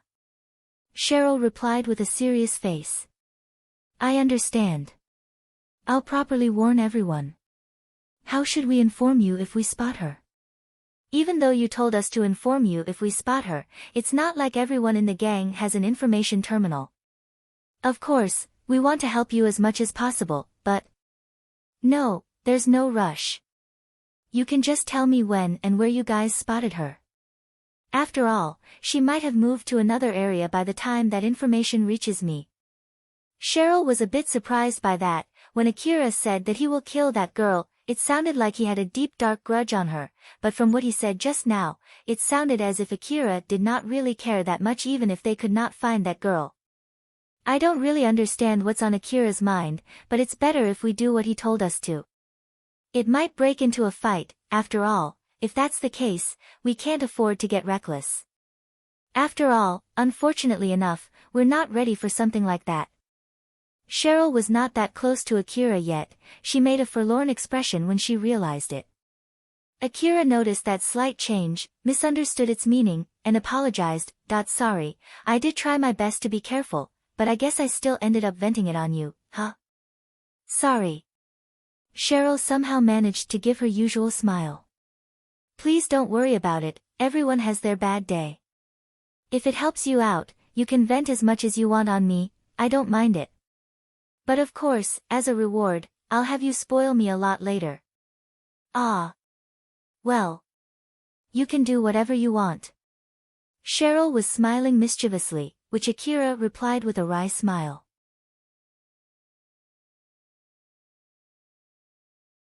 Chapter 142, Shizuka's Worry.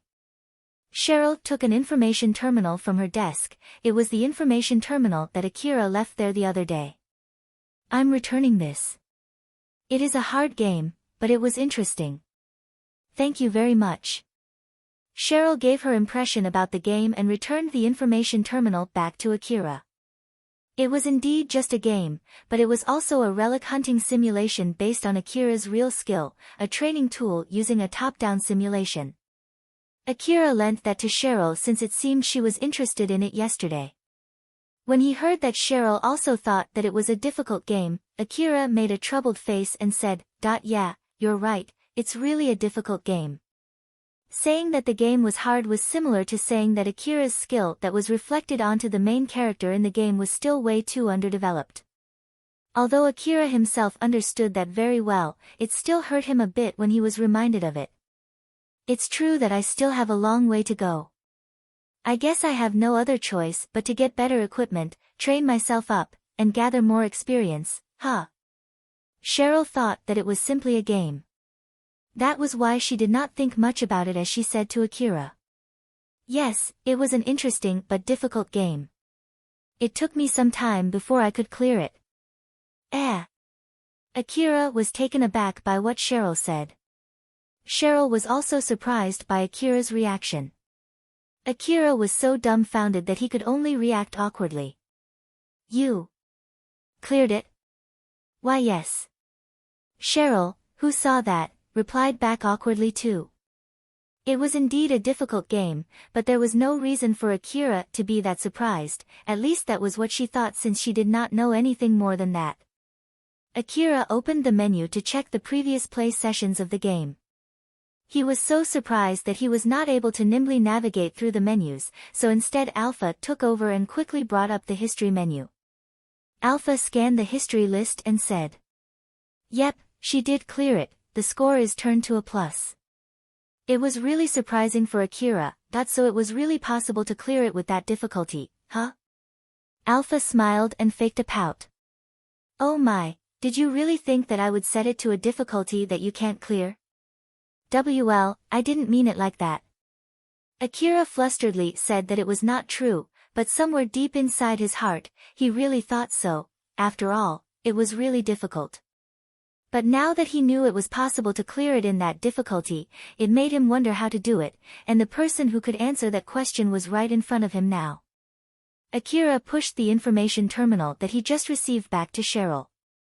Cheryl, can you try to clear it again? Sure. Cheryl found Akira's sudden mood change to a more serious one rather weird, but then, she replied with a smile. Cheryl sat on the sofa and played the game to clear it one more time. Akira sat next to her, he had his eyes fixed on the information terminal on Cheryl's hand. Cheryl had once sat on Akira's lap while facing in his direction, so Akira thought that she would not mind him getting that close and prioritized more on a position where he could comfortably look at the information terminal. But Akira's guess was wrong, Cheryl actually was a bit bothered by that. She continued playing the game while holding back her embarrassment and delight. For Cheryl, who thought that she overdid it the other day, Akira was too close this time.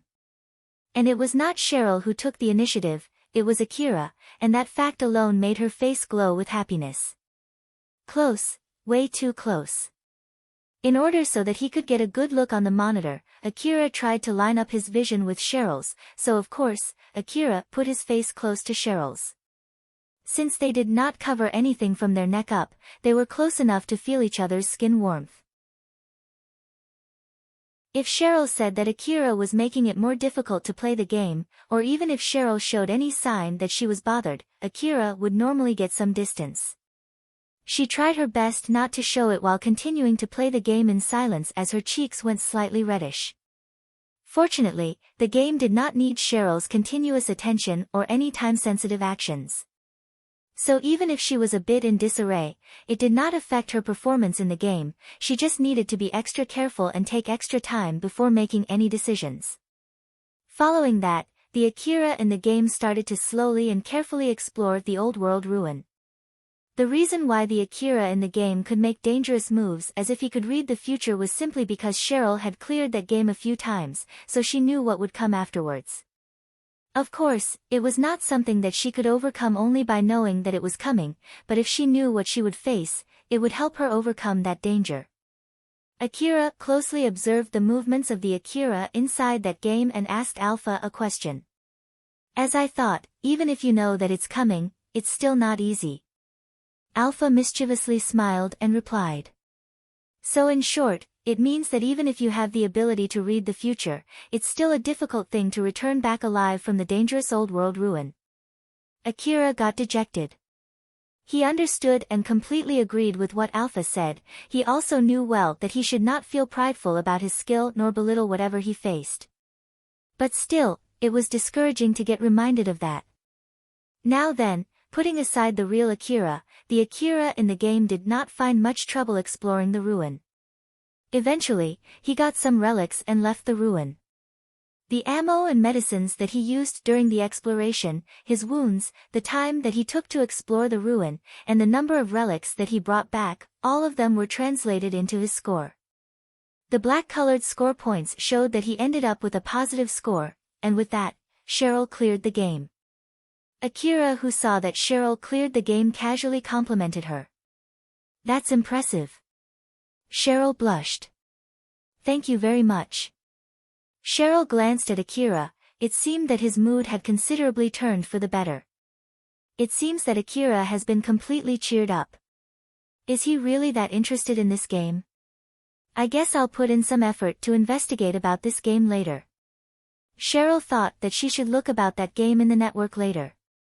But sadly enough, that game was made by Alpha, so there was no information about that game that she could find in the network. Cheryl was about to return back the information terminal to Akira, but Akira stopped her. "I'm lending that to you, so you can use it for the time being." "Are you sure?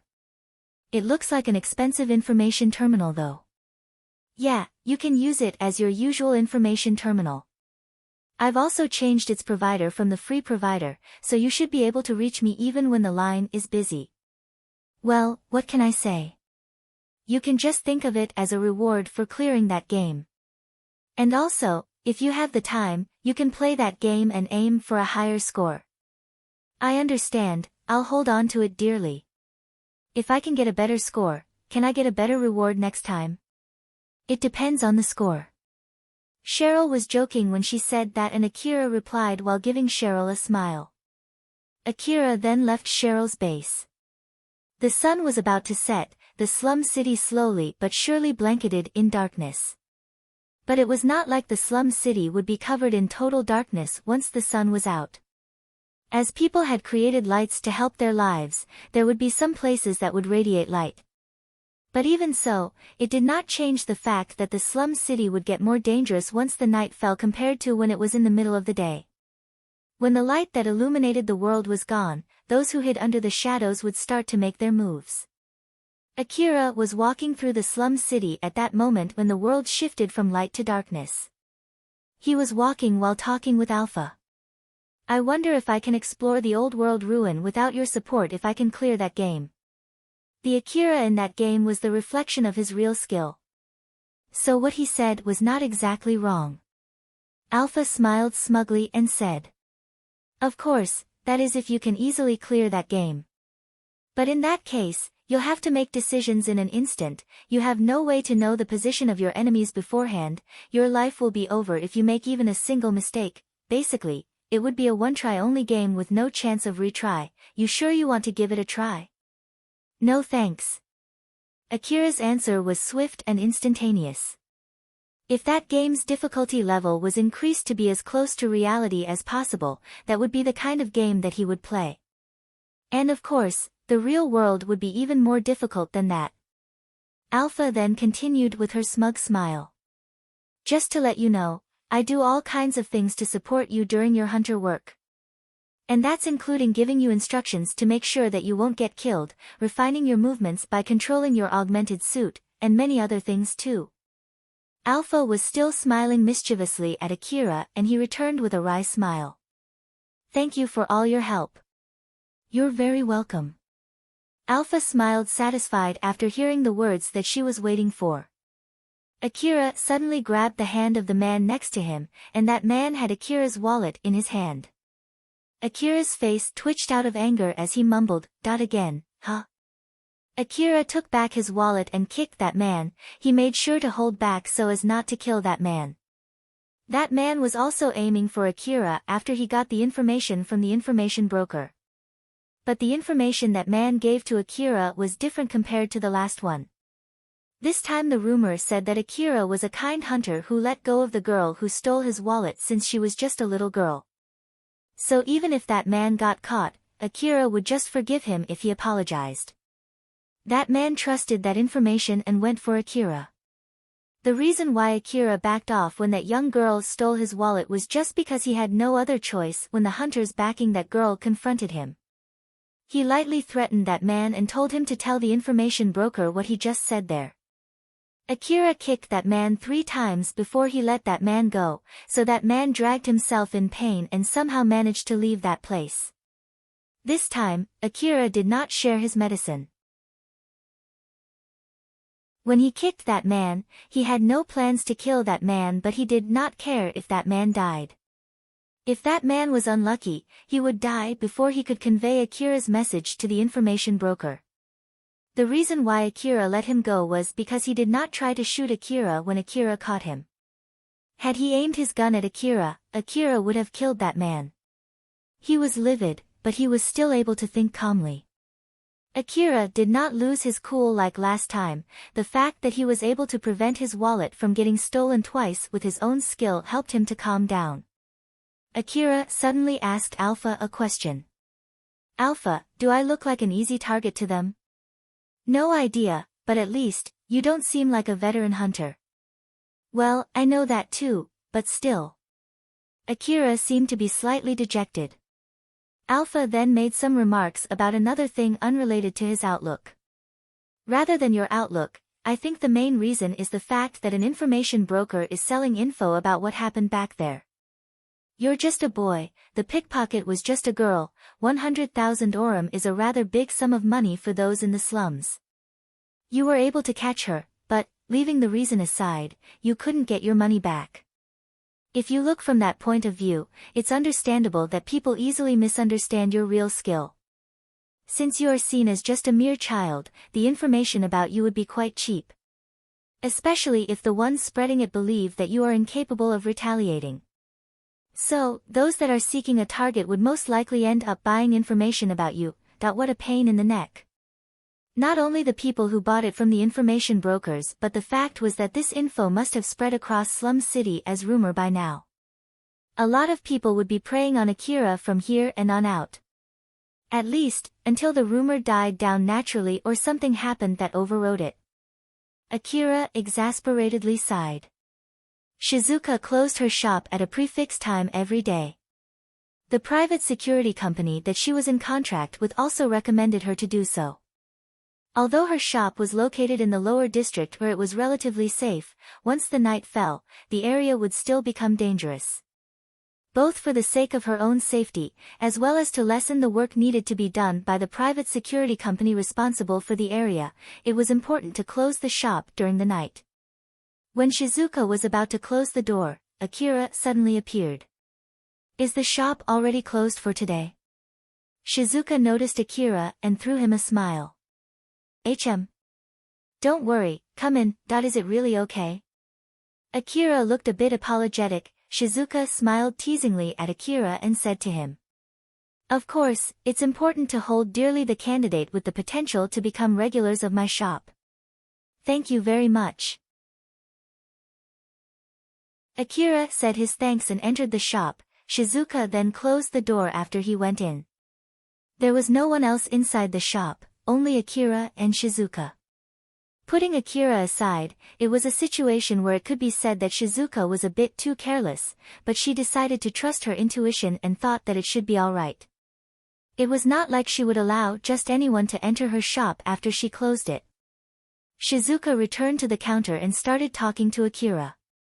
"Are you here for ammo again? Or are you planning to buy rifles today? Is it okay if I get my hopes up? I actually have something I want to ask." "Shizuka-san." Akira noticed that Shizuka was staring at him. Shizuka fixed her gaze at Akira. She looked straight into his eyes as if she was trying to see through him. Akira was not that bothered by it, but he still found that a bit weird. He could not understand why she was doing that, so he awkwardly tried to say something. Akira, did something happen?" Before Akira could say anything, Shizuka suddenly asked Akira a question while still staring at him.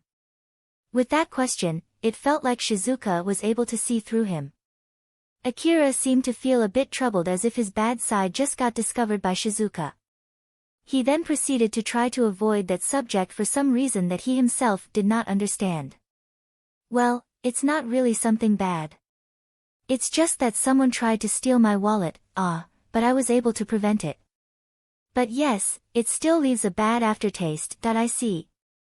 Shizuka approached Akira and gently hugged him. Akira's head was pressed against Shizuka's chest and was buried in her bosom. Shizuka-san? Just let me do this. Akira was troubled by it, but once Shizuka told him so, he stopped fighting back and just let her hug him. Shizuka seemed to be thinking about what to say to Akira while still hugging him. Her expression was saying that she found some words to say to Akira, then decided they were not the right words, and tried to look for something else to say. After she gathered all of her experience until now and combined it with her intuition, she then proceeded to convey those words to Akira, who was still hugged tightly. I'm sorry if I get this wrong. You've grown to be pretty strong as a hunter, you now can do things that you couldn't before, so I'm sure that you have things you're worried about related to that, and I'm sure that you have a lot in your mind too about that matter. I'm sure you don't need to worry about it if you decide to stop caring about it, but before you do that, you should at least share it with someone. You can share your worry with me, it might lighten your burden if you do so, you know? Shizuka then put her hand on Akira's head and lightly patted him. Akira did not say anything as he let Shizuka hug him.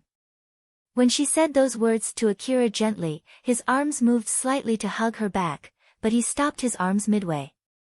Right after that, Shizuka released Akira from her hug.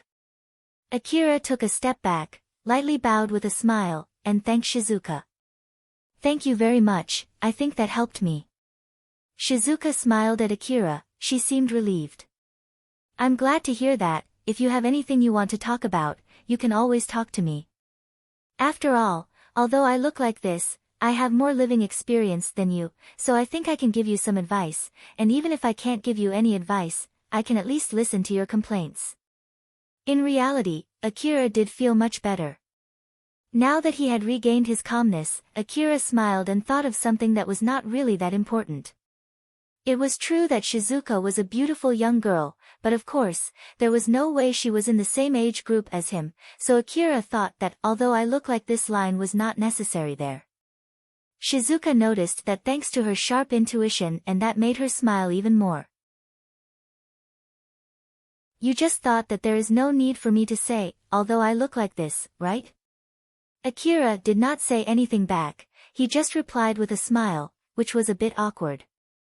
Shizuka could somehow sense that the dark emotion that was welling deep from inside Akira had mostly vanished. Shizuka felt relieved after confirming that. But she did not show that in her face when she said to Akira. So then, you want to ask me something, right? What is it? Akira hesitated and sounded rather unsure. Yes, right, I actually want to ask some questions about equipment, so I just thought if I can get your opinions. It would be a great help if you can give me an estimation of what is the best equipment that I can get with my current budget. Like an augmented suit, or rifle, or information terminal. It would be great if you can give me some recommendations, but this time, I'm not thinking of getting new vehicles. Sure, I don't mind, so then, how much is your budget this time?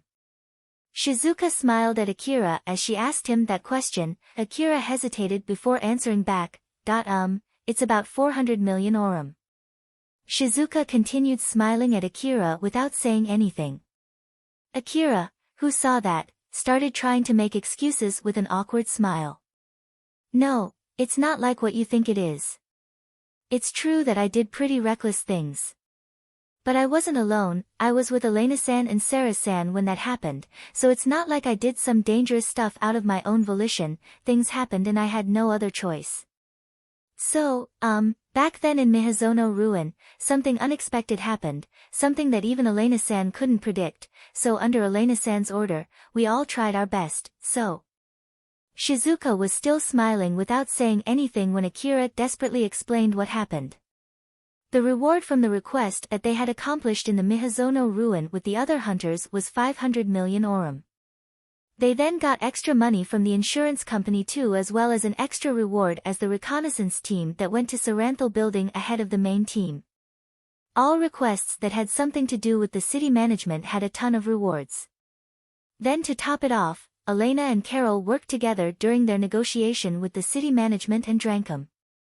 The information about the interior of the Saranthal building was also highly valued, and their success in rescuing Reina's group added a big plus to their evaluation as well as to the amount of rewards they received.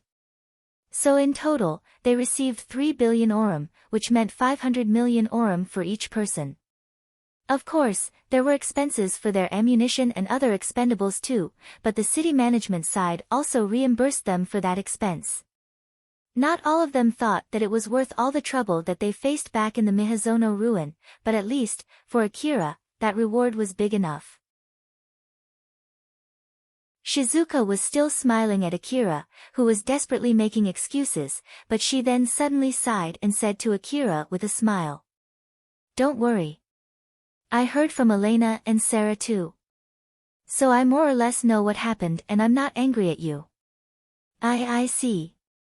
Akira sighed in relief. Even for him, it was not an easy thing to try to explain to someone, whom he had promised not to do anything reckless, as to why he broke his promise and did something reckless. Shizuka looked slightly apologetic as she gently smiled at Akira. "I'm sorry for doing something weird there. But if you've done something that you actually don't want me to know, then at least keep in mind that it was something substantial that you did. It's good to be proud of some extraordinary feat that you've done, you know. But that doesn't mean that it would be okay for you to do that again, okay? There's a small line that divides between getting used to dangers and belittling dangers, alright?" Akira gave a firm nod. "I understand." Looking at that, Shizuka smiled satisfied. She then changed the mood and asked Akira a question. "Putting that aside, I'm really happy that you came here to ask for my opinion, but are you sure you're okay with spending that much money?" Akira found that question a bit weird. Is there something bad about spending that much money? I got quite a lot of money from that request in Miyazono ruin, so I thought that I should spend that much money for my equipment while I still have the chance." That line of thinking is really good. It's true that investing in your equipment is really important. But you can use it for something else too, like maybe to get better living quality, for example. Like a better house or better clothing, or maybe use it for your own hobby. Since you got quite a lot of money this time, I think it's a good idea to take a rest for a while, you know. There's no need for you to rush yourself to get stronger, right? Akira thought for a bit. Getting better living quality, huh?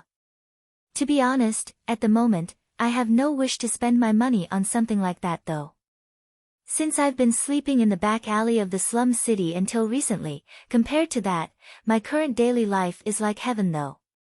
So I have no complaints about my current living condition. I guess I won't spend any of my money on that kind of thing until I find something lacking in my daily life." When Akira said that, Shizuka had a sad expression, although only for a split second. She immediately hid that expression and replaced it with her usual smile. "In that case, then there's no problem. But still, 400 million for equipment, huh? It seems that you've grown so much. It's 400 million aurum, you know. Even I am surprised when you say that. Does it not make you feel anything?" Akira smiled bitterly and replied. "To be honest, that number is so big that it still doesn't feel real to me yet.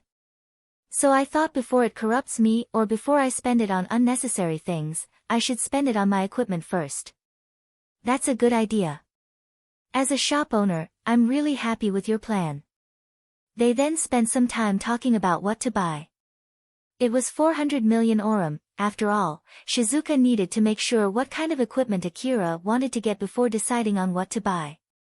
The reason why Akira did not use his last 100 million aurum was because he was planning to use it to get a checkup in the hospital as well as for emergency saving. He did a lot of dangerous things this time, so it was just to be safe in case his medical bill cost him 60 million again. After Akira finished his consultation with Shizuka, she asked him a question. "As I thought, it's important to carefully think about it when you're about to spend 400 million aurum. Not to mention that it'll take some time before the ordered articles arrive. So, are you okay with that?" "Of course. I'm also planning to stay inside the city until I get my new equipment." "Alright then. I'll give my best to help you since you're a prime candidate as a regular. Akira pouted for a bit. It was rather rare for him to make that face. Candidate, huh? I'm pretty sure I've contributed quite a lot to this shop's sale though. Is it still not enough? Shizuka smiled and replied with a serious expression. That's not the problem.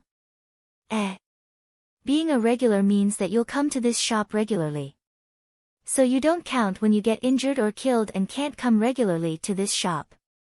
Akira's expression changed. Shizuka was basically telling him to always come back alive, to make sure not to get injured too much that he could not continue his work as a hunter, and to put extra effort in doing so. Akira finally understood that. It was true that he always did dangerous stuff when he went out to the wasteland. If he could not make sure to come back alive any time he went out, then there was no way he could be a regular to Shizuka's shop. Shizuka smiled at Akira and said to him, "So please make sure to properly be a regular to my shop, okay?" Akira made his resolve and firmly replied, "Yes." Shizuka smiled satisfied seeing Akira had made his resolve. After Shizuka closed the shop and finished tidying up, she sat on the counter and sighed. Akira had already gone back home and there were no customers left inside the shop. The shop was dead silent, so her sighing echoed and could be heard clearly. Shizuka was deep in thought about Akira. To be honest, it's a not good thing to get too invested on a particular customer though. Shizuka already knew that well, but she still mumbled there as if to confirm it. She then remembered about Akira and made a troubled look.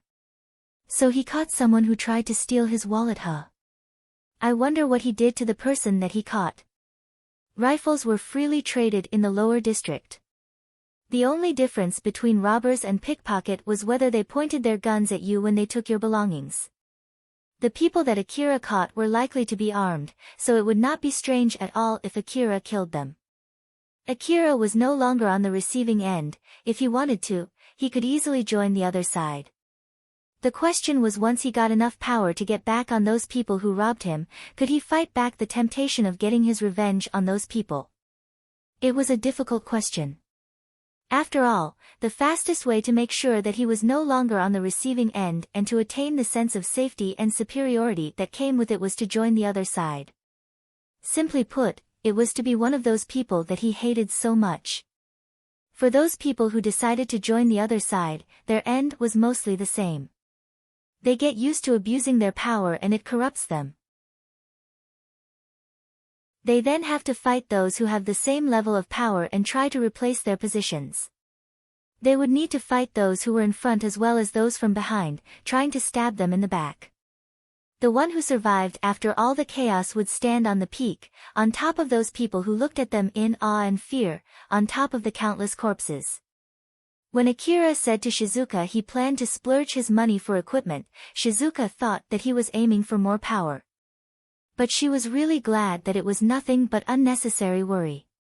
Shizuka actually wanted Akira to have other options and for him not to unnecessarily make enemies. After all, in this world where there were already plenty of enemies, it was the secret to long survival. But the one to decide was Akira, not her. She can hope but she cannot force Akira. After all, she has no right to do so. But even so, it should be fine for her to have hope. As Shizuka thought so, she then mumbled. If it's possible, I wish Akira can properly be a regular at my shop. As the owner of a shop and a hunter who is properly earning money, I really wish we can get along for a long time. Even if he's not earning that much. Shizuka once again noticed that she was too invested in Akira as she sighed.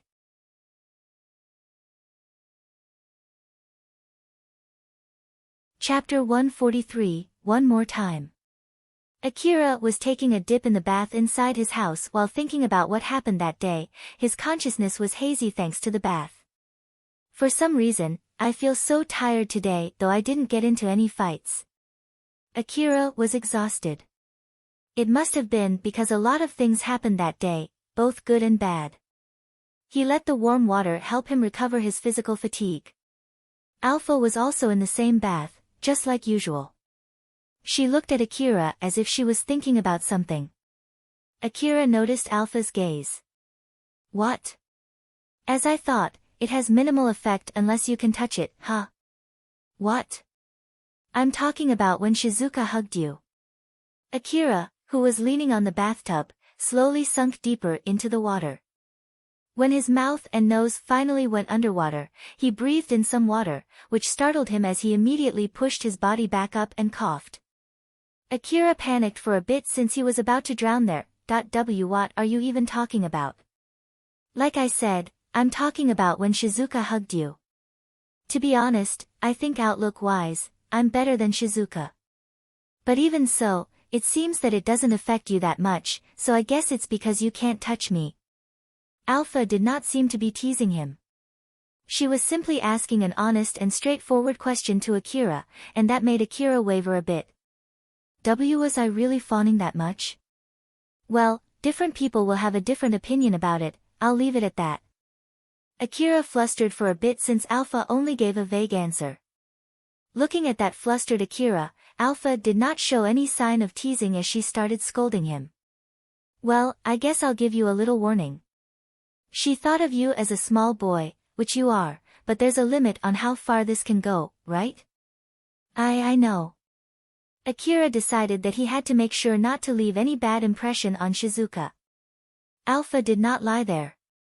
It was true that each person would have a different opinion on that matter. And even if Shizuka saw Akira's expression at that time, it was unlikely for her to think that Akira was fawning over her, she would only think that Akira only felt relieved and nothing more. But the actual reason why Alpha warned Akira was to check how he would react to that. She was checking how far people could manipulate Akira's course of action, which could affect her own objective. In turn, she might need to come up with a special plan in such a scenario. At least for now, Alpha was able to confirm from Akira's reaction when he was hugged that she needed to be careful about that. Alna was walking through the Kagamayama lower district in the middle of the day. She looked terrified. She kept looking around her surroundings as if someone was hunting her. But in reality, no one was actually hunting her. But even so, Alna kept walking while keeping check of what was behind her, what laid on the next corner, what was hiding in the dark alley around her. A sound suddenly came from behind her. Alna flinched, she looked back while trembling. A signboard just fell over behind her. It was not because someone was hiding behind it, it was simply because of the wind. Once she realized that, she sighed in relief and her expression softened. But her expression immediately tensed up again. She still looked terrified as she mumbled, "Why is this happening to me?" Alna kept on running without knowing if anyone was chasing her and without knowing where she could run to. Last night, Nasha came to Alna's hideout, that was where it started. Alna, who was already sleeping, immediately woke up when she heard someone knocking on her door. It was already deep into the night, it was not the time where people would usually visit others. So, she carefully checked outside the door and she saw Nasha standing there with a grim face. Alna let Nasha come into her hideout. Nasha scanned her surroundings first before she stepped in. She looked around the room with a grim expression. She felt slightly relieved after she confirmed that there was no one else there, but the grim expression on her face did not change. It was obvious that there was something big going on. Alna tried to calm Nasha down as she asked Nasha what was wrong. "Nasha, what happened?" "Alna, are you alone? Why yes. Is there anyone else other than me and you who knows about this hideout?" "I don't think so. I didn't tell anyone about this place except you." Nasha looked at Alna with a serious expression and said to her, "Calm down and listen closely. Once we're done here, get away from this place as soon as possible. This time, hide somewhere where even I don't know about, okay? Whoa there, what's going on?" Alna started to feel scared. Nasha placed both of her hands on Alna's shoulders, her voice was trembling as she was about to tell a painful truth to her best friend. "Akira is going to kill you, he told the gang to look for you." Alna froze. Alna had heard from Nasha that Akira was the hunter supporting Cheryl's gang. But it did not seem like Akira was looking for her, at least until now. Akira would eventually forget about her with time. So after talking with Nasha, Alna was planning to join Cheryl's gang later once it grew bigger and got more members. And just to be safe, she was planning to fake her name too, that way, she might be able to sneak into the gang without getting noticed by Akira. Akira was not someone who would leech off from the gang, while the boss of the gang, Cheryl, even put some effort to teach the members of the gang how to write and read. Compared to the other gangs in the slum city, Cheryl's gang was a significantly better place for children from the slums. A lot of small children wished to join that gang, and if it grew so big to the point that it had a branch, it would be even safer for Alna to sneak in. Alna had her hopes up when she heard that plan from Nasha. But now, here, her hope was crushed. Alna asked Nasha while trembling. What? Why? Since when? Everything was calm until now, right? I have no idea, they suddenly told us to keep our eyes for you. They gave us a picture of you and told us to report back if we spot the person in that picture. And it seems that they distributed that photo to everyone in the gang. Nasha showed the picture that she received from the gang to Alna. Alna's face turned pale as if she just saw something that she could not believe. The person in that picture was really her. He even has my photo. But how? How did he get that? When did he take this photo? In reality, no one took a picture of her. That photo was produced straight from Akira's memory when he saw Alna. Its quality was not bad. As a matter of fact, the person in that picture could easily be identified as Alna. Nasha tried to calm Alna down since it seemed that Alna was about to scream. Alna, calm down, alright? Just calm down. Alna looked at Nasha with teary eyes, she was about to break. Nasha then slowly and calmly said to Alna in order to calm her further.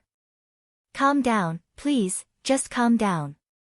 There's something important that I need to tell you and I want you to listen to me closely.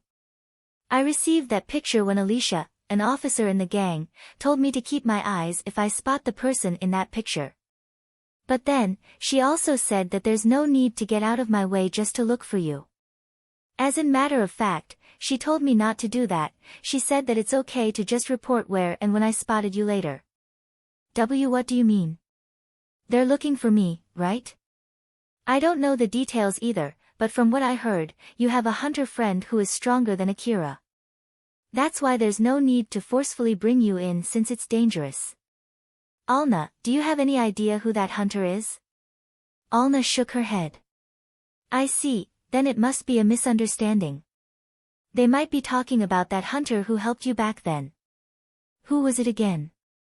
Katsuya, was it again? That's right, Katsuya-san. When Alna said Katsuya's name, it sounded as if she placed her hopes on him. Nasha then continued. I think you have two choices here. First of all, you can try to run away as far as possible from here.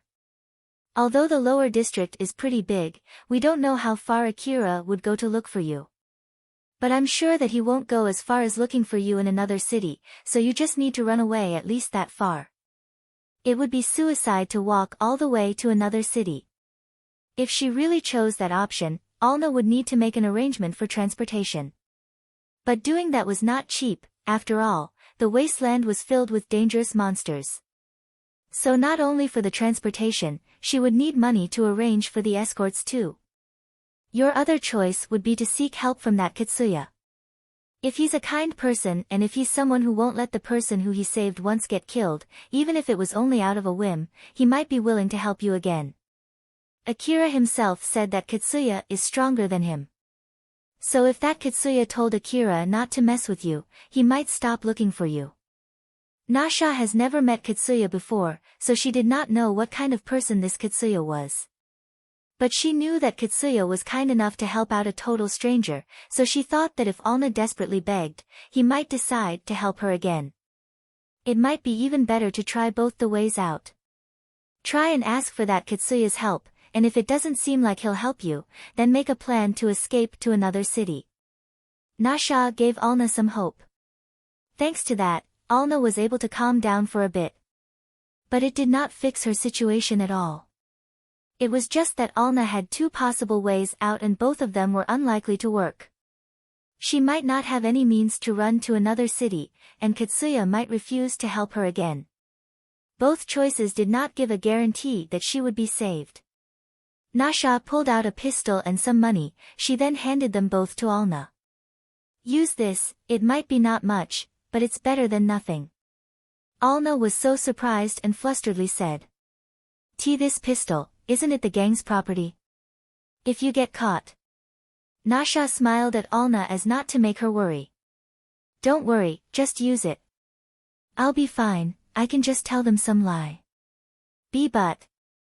It'll be fine. Nasha hugged Alna and stopped her words midway, she then looked lonely at Alna and said, I'm sorry. Although I call myself your best friend, this is all I can do for you. I did think of telling Cheryl about it and ask for her help, but it seems that won't work too. She is scared of getting on Akira's bad side, so I don't think she'll help out someone who Akira is planning to kill. As in matter of fact, I'm sure that if she knows I'm your close friend, she would do anything to make me leak your location. Then, you should come with me too. Nasha was still hugging Alna when she shook her head. No, I'm sure it won't be much trouble if the gang lose one person worth of money and Katsuya might help you if you're alone. So both the choices you have might not work if I'm with you, that's why I can't come with you, Nasha. Moreover, things might change later and you might not need to run away, like Akira might get killed somewhere soon. He's a hunter after all, so it won't be strange if he's suddenly dead. Although, when that happens, it might be the end of the gang too. Whichever the case, if something like that were to happen, only people in the gang would know about it, so I'll need to stay in the gang. And if that happens, I'll try to let you know, but don't get your hope too high. Nasha lightly smiled and hugged Alna tightly. This might be our last goodbye, I'm sorry but I have nothing else to say other than I hope you'll be well. After she said that, Nasha released Alna from her hug, she then said to Alna with a serious face. Now then, I'll head back now. After this, leave this place and hide somewhere that even I don't know. Make sure to act carefully, always assume that they have interrogated me and I've told them everything that I know about you. I'll do my best to resist, but I can't promise you that I won't leak anything. Nasha confirmed that Alna nodded with her teary eyes, she smiled at Alna to encourage her for one last time before she left. After that, Alna packed her stuff with teary eyes and left her hideout just like what Nasha told her to. She had no plans where to go, she had no hideout that she never told Nasha about. Alna walked in the middle of the night and picked a random back alley to catch some sleep. When she woke up, the sun was already high up. She then remembered everything that happened last night, stood up and continued walking in fear. Why is this happening? There was no one there who would answer her mumble. Alna was wandering aimlessly in the lower district of Kagamayama City. Although she was not aiming for any place in particular, she unconsciously headed to a certain place. It was the place where she met Katsuya, she unconsciously headed there while hoping for a miracle to happen so that she could meet Katsuya one more time. As she walked through the alleyway, her expression was a mix of terror and resignation. She then eventually got out of the alley and stepped into the main road, that was when she spotted Katsuya. Alna was dumbfounded as if she could not believe what she saw. Katsuya noticed Alna, smiled at her and said, "Ah, well, we meet again." Alna saw his smile and realized that it was not a dream. Right at the next moment, Alna started to cry, she was holding herself from crying from yesterday, and now the dam broke open. Katsuya was flustered when Alna suddenly started crying, she clung to Katsuya while still crying. Please help me." The miracle from the last time had happened once more. Her wish had come true. This meant that she had decided to abandon her other choice. There was an abandoned warehouse near the slum city. Armed people gathered inside that abandoned warehouse. All of them looked to be already experienced in handling their weapons and they looked like thugs. Looking at their equipment, they seemed to be your common hunters. But the air around them was more like that of robbers. They were exuding an ominous aura, saying that they had lost their sense of logic to the point that they were willing to not only hunt the monsters in the old world ruin but also normal humans. They were talking about their next plan inside that nameless warehouse. So what's the plan here? This will be it, everyone. We'll do it tomorrow. I have no one else that I can ask to come, nor do I have the plan to take more people in. After all, the more people we bring, the less our individual share would be. I've secured the route to sell the relics that we'll rob. I also have contact with a fencer too. After all, we can get relics with unknown origin, as many as we can, but it would be bad if they started asking where we got them, right? A man suddenly complained about their prey this time. Are you sure it's worth robbing? If we only get cheap relics, it won't even be enough to pay for the drinks, you know?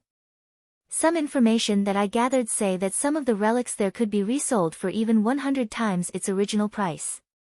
We should be able to find good relics there. 10,000 Aurum relics might fetch us 1 million Aurum, and 1 million Aurum relics might fetch us 10 million Aurum. That place is worth robbing. Another man who was still in doubt voiced his doubt. If you go even that far, it actually makes it sound a little bit fishy though. How's the enemy? They have about 10 armed children, and one of them is a hunter. Small children, huh? I heard that there have been many strong young hunters lately. Does it have anything to do with those children? Ah, it's about that guy from Drankum, right? I heard that Katsuya guy defeated a bounty monster only with young hunters. I've also heard that they did pretty good during that incident in Mihazono Ruin. The guy who was doubting the plan said with a hoarse voice. Whoa there, it's a bad idea trying to fight someone who can defeat the bounty monster, you know? Drankum is trying to be a proper hunter gang. They even have some connections with the hunter office. I'm sure they won't be protecting a back alley shop in the middle of the slum city. I'm sure the shop that we're aiming for has nothing to do with that gang. Another man intervened. I heard that the young hunter protecting that gang is not that strong. I heard that when a thief stole his wallet, he could not fight back and just ran away when the hunter protecting that thief intimidated him. So basically he's not that great of a hunter, huh? If that's really the case, then that shop might be not worth that much, no? Are you sure we can get any money from robbing that place?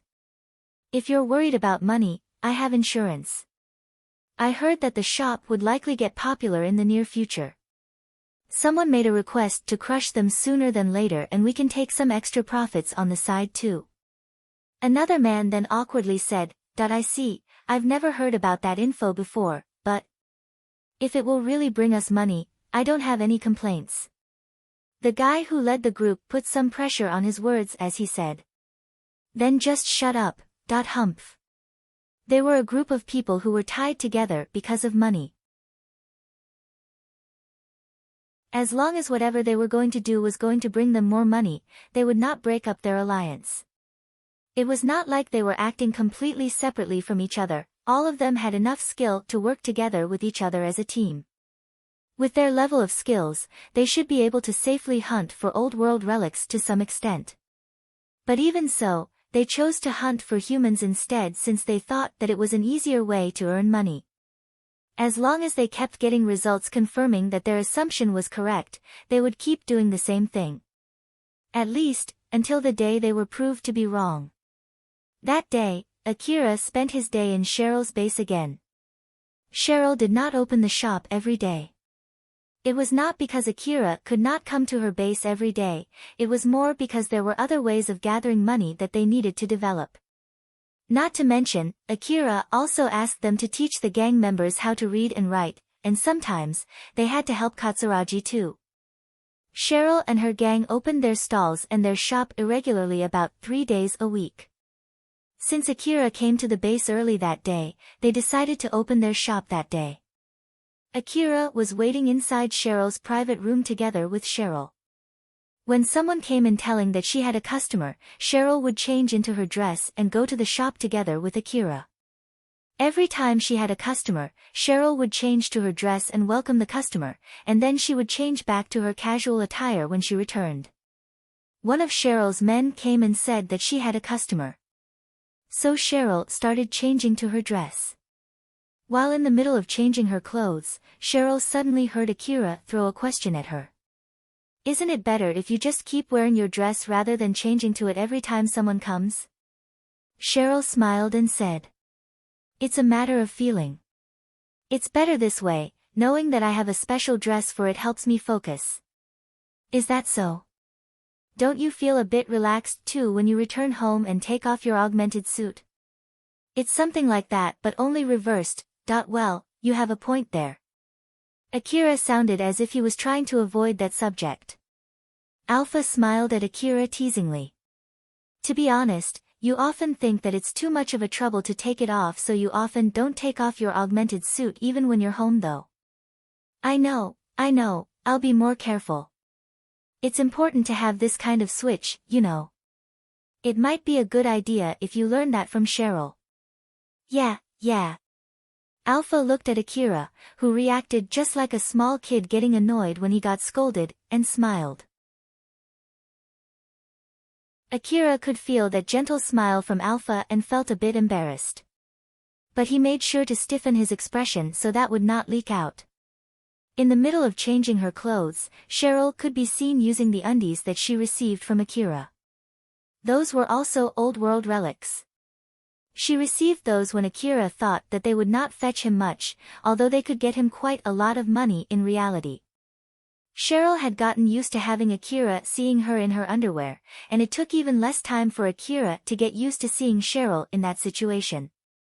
Cheryl put on her dress and thought. I wonder if I should at least act more bashful to make Akira interested in me. But considering everything that happened until now, I don't think that would have much effect though, not to mention that it seems I'm already gotten used to it too. I'm pretty sure Akira would see right through me even if I act bashful, good grief. Cheryl glanced at Akira. Although someone as beautiful as Cheryl was changing cloth next to him, Akira did not show any interest at all, and it was highly unlikely that he was acting indifferent. So basically, there's no need to fake anything, right? But I wonder what kind of situation he would show his embarrassed side. Now that I think about it, even back then when I straddled him, even though I think he's happy with that, I don't think he's embarrassed at all. Was it because I was the one who took the initiative? If Akira was the one who took the initiative, I wonder if he would react differently. That's right, for example, when I change my dress, what if Akira is the one undressing me one by one? I'm sure he'll have a different reaction. Cheryl imagined all kinds of scenes in her mind. She imagined Akira undressing her layer by layer while slightly blushing. Akira's hand was trembling as he gently took off her dress. As her dress fell to the ground one by one, she blushed and sent an embarrassed gaze to Akira, who was undressing her while trying to hold back her smile. Cheryl unconsciously added more spice to her imagination. As her movements in the real world slowed down, her imagination grew wilder and wilder. As Cheryl started to drown in her imagination, Akira suddenly called her. Cheryl. Yes. Cheryl was so flustered when Akira's voice pulled her back to reality. Akira found it a bit weird. You're taking your time changing to your dress there, isn't it better if you hurry up for a bit? It would be bad if the customer arrives in the shop before you, right? Why, you're right, I'm sorry, I'll hurry up. Cheryl started to hurriedly change to her dress while still being flustered. Akira looked at her and tilted his head in confusion.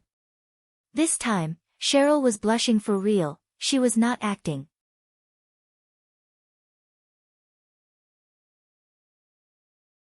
Chapter 144, Uninvited Visitors. Cheryl stood in the middle of the main room where she was selling relics with a puzzled face. Akira had already positioned himself by hiding behind the white sheet hanging from the ceiling. They were ready for the customer, and it did not take long for those customers to arrive there. The problem was the report that Tyal, who brought the customers there, gave. Cheryl frowned and said to Tyal. 8 people. Wasn't it supposed to be only 4? Tyal flinched from Cheryl's gaze alone, but he managed to give her an explanation. There were only 4 people when they visited the stand. But when I was guiding them here, they met up with another 4 people. They said that those people were their friends. They then seemed to get rather excited and the other four asked to come along too. It was hard to refuse them and they seemed to carry quite a lot of money, so I ended up bringing them all the way to the back alley. If you want to send them home, please ask Akira to do so. All of them are armed so I'm sure they won't listen to me. Cheryl made a grim face while thinking of her available choices. Tyal was bedazzled by Cheryl. The dress that Cheryl was wearing to welcome the customer was beautiful enough to bedazzle him. There was not that many occasions where Cheryl put on that dress. So being able to see her in that form was one of the special perks that Tyal received from his duty. But Tyal killed his desire to strike a conversation with Cheryl. The reason she was able to have that wonderful high-class dress as well as the reason she maintained her beautiful hair and skin was none other than his love rival, Akira. To be honest, even if I can become Cheryl's lover, I don't think I can give her that level of luxury. After all, she got that dress from Akira, and even if she breaks up with him, I'm pretty sure the whole gang will be disbanded. Since she's this beautiful, I'm sure there are a lot of people out there aiming for her too. I bet one day, a leader from a big gang would get his eyes on her and force her to be his lover or something. Once that happens, I bet I won't get that many chances to meet her anymore. At the moment, Tyal had zero chance to win Cheryl's heart. But that might not be the case in the future. If the gang grew bigger and bigger to the point that it was big enough to maintain itself without any support, then, the power relationship between Akira and Cheryl might get reversed. Then, if something happened at that point, for example, let's say Akira fell in love with another girl which caused his relationship with Cheryl to sour, they might break up and Tyal thought Cheryl might start getting interested in another man.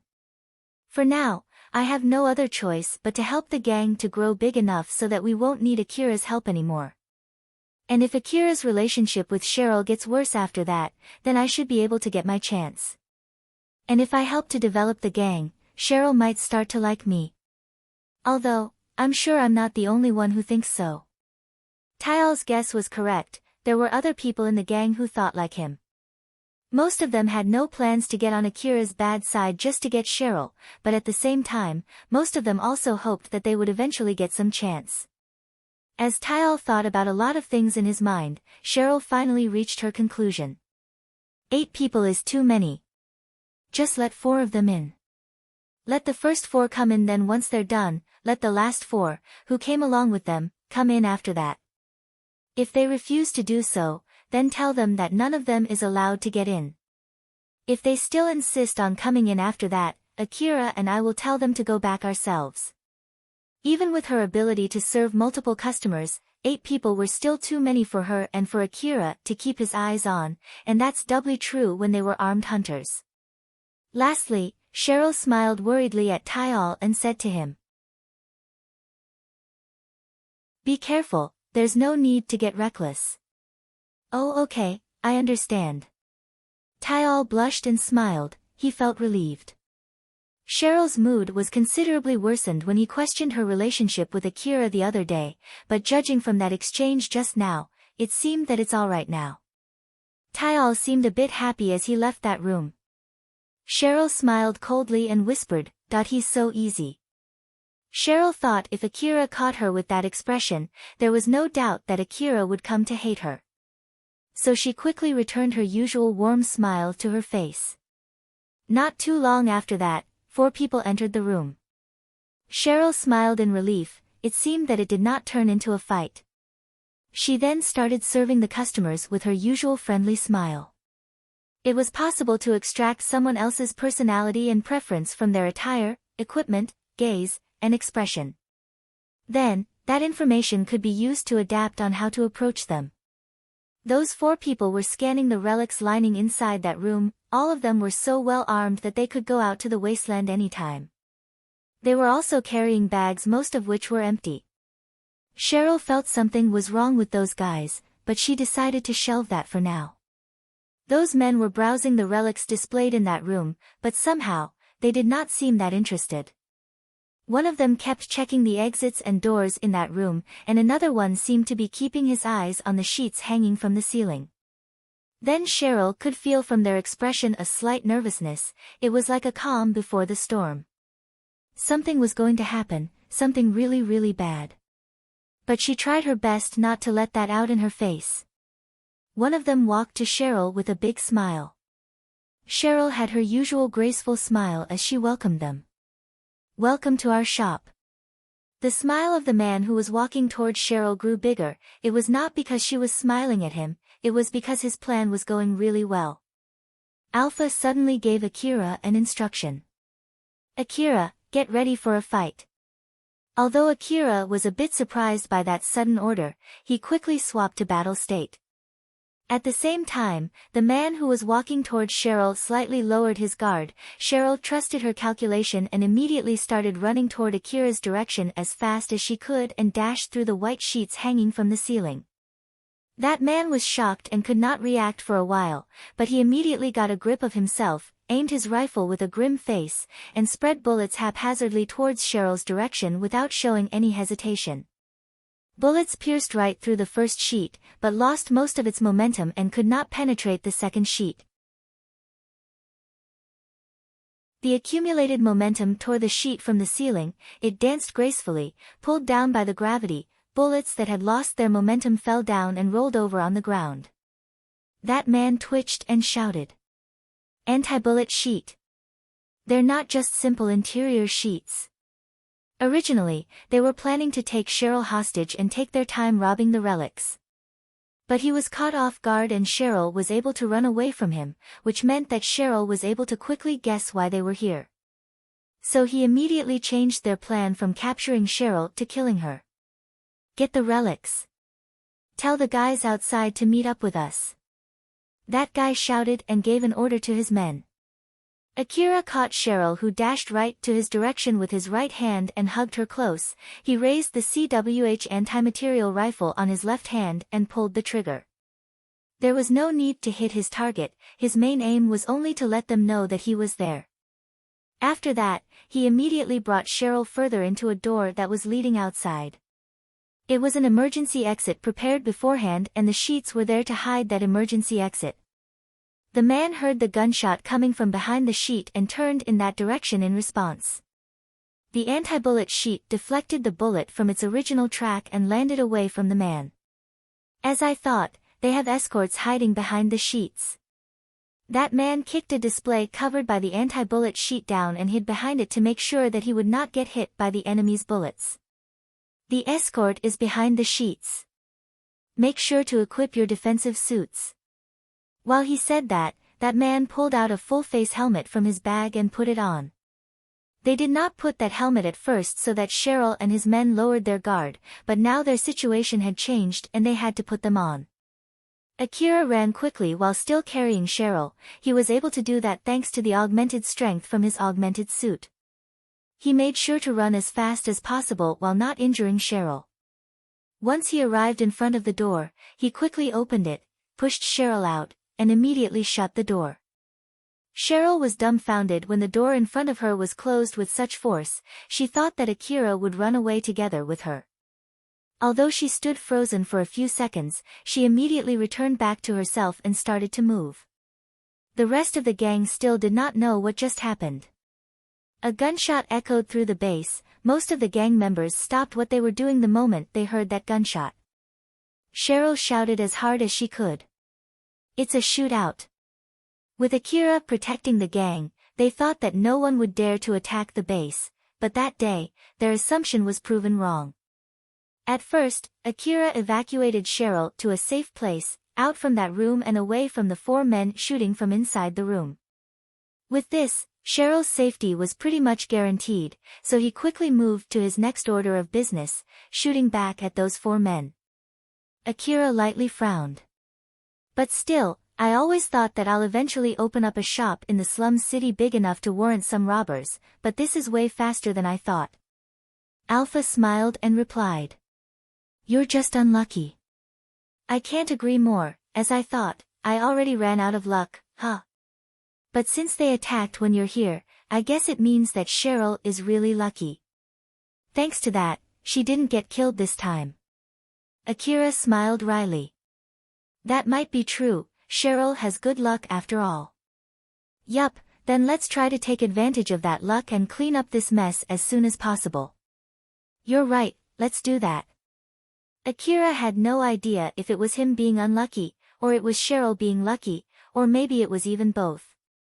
In order to make sure that the people who attacked the base that day were unlucky, to push his bad luck to those people, Akira fired himself up to shoot back. Alpha then asked Akira what he wanted to do with those people. So then, Akira, what's your plan with them? The fastest solution would be to kill them. That way, there's no need for you to hold back. Alpha was still smiling when she said such a heartless sentence. She did not show any hesitation in killing them, she had her usual smile while asking for Akira's confirmation to end the life of those people. Akira replied back with a calm expression. I don't mind killing all of them, but if it's possible, I want to paralyze them so I can ask them why they attacked us. You do know that you're being impossible, right? That's why I'm only saying that if it's possible. I don't want to die anyway, the longer we dilly-dally, the more dangerous this might become. We just need to try, but there's no need to be reckless. If it's impossible to hold back and not to kill them even with your support, then I'll just follow your instruction to kill them. Akira somehow sounded as if he was doubting the value of Alpha's support, but Alpha smiled smugly and replied. Don't be stupid. It'll be alright as long as you have my support.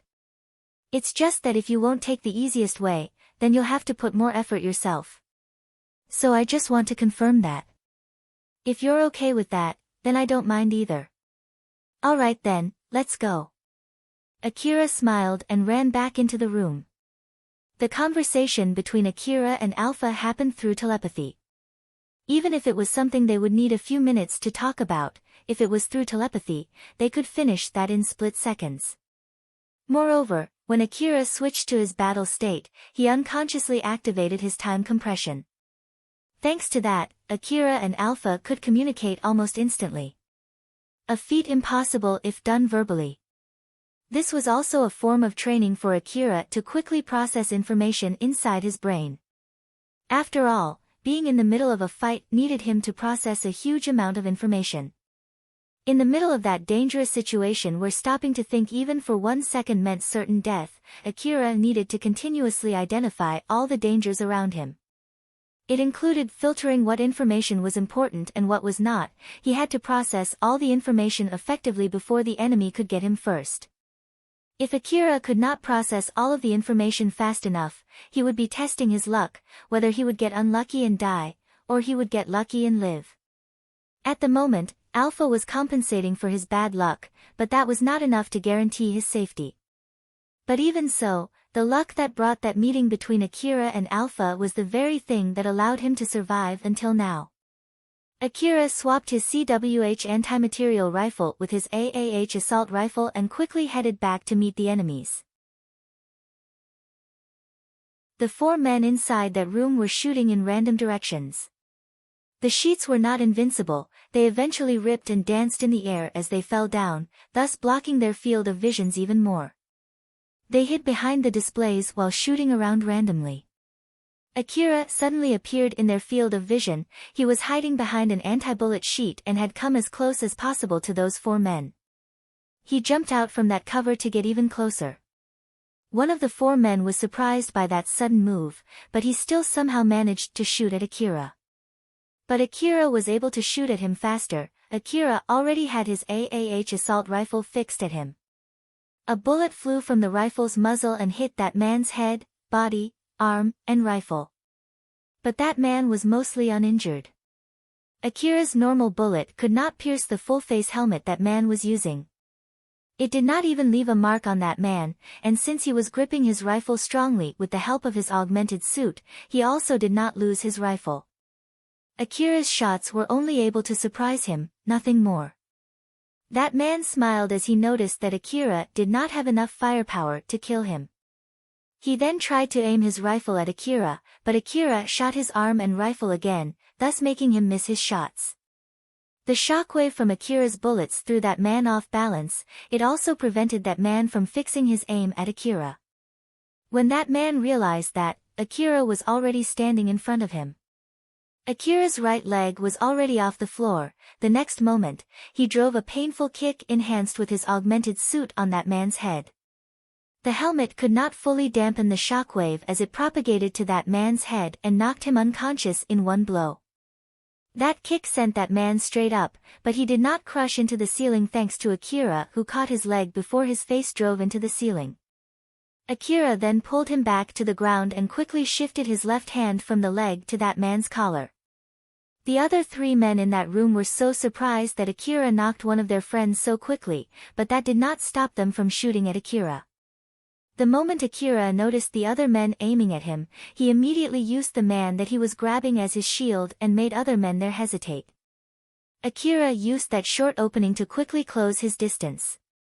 The other three men immediately dispersed to surround Akira from the front, left, and right. The men on Akira's left and right could not shoot at Akira since they might shoot their friends. But that was not the case for the man in front of Akira, either because he was in panic seeing Akira moving toward him, or because he had consciously made that decision. He ignored the man that Akira was using as a shield and started shooting at Akira's direction. Bullets riddled the augmented suit and the full helmet of the man that Akira was using as his shield. The momentum shocked that body hard and the shockwave was transmitted all the way to Akira. The only reason that did not blow Akira back was because he was bracing against it with his augmented suit. At the same time, Akira shot the man on his right. The man on Akira's right was not as well armed as the man that he was using as a shield. The close-range AAH bullet barrage knocked that man back before he fell down to the ground. Akira then shifted his aim to the man in front of him and pulled the trigger. The man in front of him fell down to the ground while still pulling the trigger on his rifle. Akira quickly shifted his focus toward the last man there. When Akira was about to pull the trigger, Akira saw what that man was doing and stopped. That man had both of his hands up with his rifle. Akira thought for a bit before curtly saying, "No." Akira let go of the man he was grabbing and delivered a kick to the last man there. It was a single kick that was enough to knock that man unconscious as he fell down like a puppet cut off from its threads. After confirming that all the enemies there were either unconscious or dead, Akira let out a sigh. "That's 4 down, how many more was it again?" Alpha smiled and calmly answered that question. "There's 4 more left. Don't drop your guard yet." "I know, should I take the initiative here?" "Don't worry, they're coming here themselves, so let's wait here to welcome them." Alpha suddenly stopped smiling. Akira, who noticed that, immediately heightened his senses. "Alpha? Akira, you need to swap your rifle." And with that, Akira changed his equipment. The other 4 men were left waiting outside since Cheryl did not want to have them all inside at the same time. They were waiting next to the back entrance of Cheryl's base. One of them, Zalmo, received a call from their friends and swiftly replied, "All right then, we'll head there now." Zalmo closed the call and sent a glance at the other 3 men. The other 3 men only replied with a nod and put on their helmet that they did not use from the beginning in order to lower Cheryl's men's guard. Of course, Cheryl could not afford to let her guest wait outside without anyone to accompany them. The young boy, whom Cheryl stationed there to accompany them as well as to stand guard there, noticed that change and was about to ask those men a question. Wadash. That young boy was about to ask what was wrong, but before he could finish it, Zalmo pulled out his rifle in one fluid move, aimed it at that young boy, and pulled the trigger. The bullet ripped through that boy's torso. The armor that boy was using was nothing more but fake armor. It had no defensive power against a real bullet. The bullet also destroyed the boy's important communication device. He then fell down and died. Zalmo did not show any feeling even after he killed someone. His expression did not change at all as he gave an order to the other 3 men. "Let's go." Zalmo kicked the door open and stormed into the base. Since they already knew beforehand the room that they were aiming for, they went through the base straight for that room. Just to be safe, they released some shots to the places where someone might be hiding on their way there. Bullets flew around inside the base, destroying walls and furniture. Bullets flew right at Zalmo and his men from deep inside the base. Although those bullets hit them, they did not have any effect on Zalmo and his men. The people who shot those bullets noticed that. Those men then aimed their rifles in the direction where those bullets came and released a barrage of shots. With that, the resistance from Cheryl's men stopped. The scream of Cheryl's men could be heard echoing inside the base. But for Zalmo and his men, it was nothing but meaningless noise. Zalmo and his men arrived in front of the door of the room that they were aiming for without much trouble. Zalmo sent a glance to his men, telling them to break in, but right before they did that, a barrage of bullets pierced the wall and the door and rained on them. On the other side of that door, Akira had A2D and AAH assault rifles on both of his hands aimed at the door. Thanks to his enhanced vision from Alpha's support, he was able to completely see what Zalmo and his men were doing. Akira used the power of his augmented suit to help him hold both of his rifles at the same time as he kept shooting at the door. Once the door was shredded to pieces, Akira finally stopped. He could see Zalmo and his on the other side of the door. It seemed that they took the barrage pretty much head-on. One of them was blown all the way to the other side of the wall. The bullets from Akira's barrage pierced through his augmented suit and created holes on that man's body. The blood splatter from those holes dyed the wall red.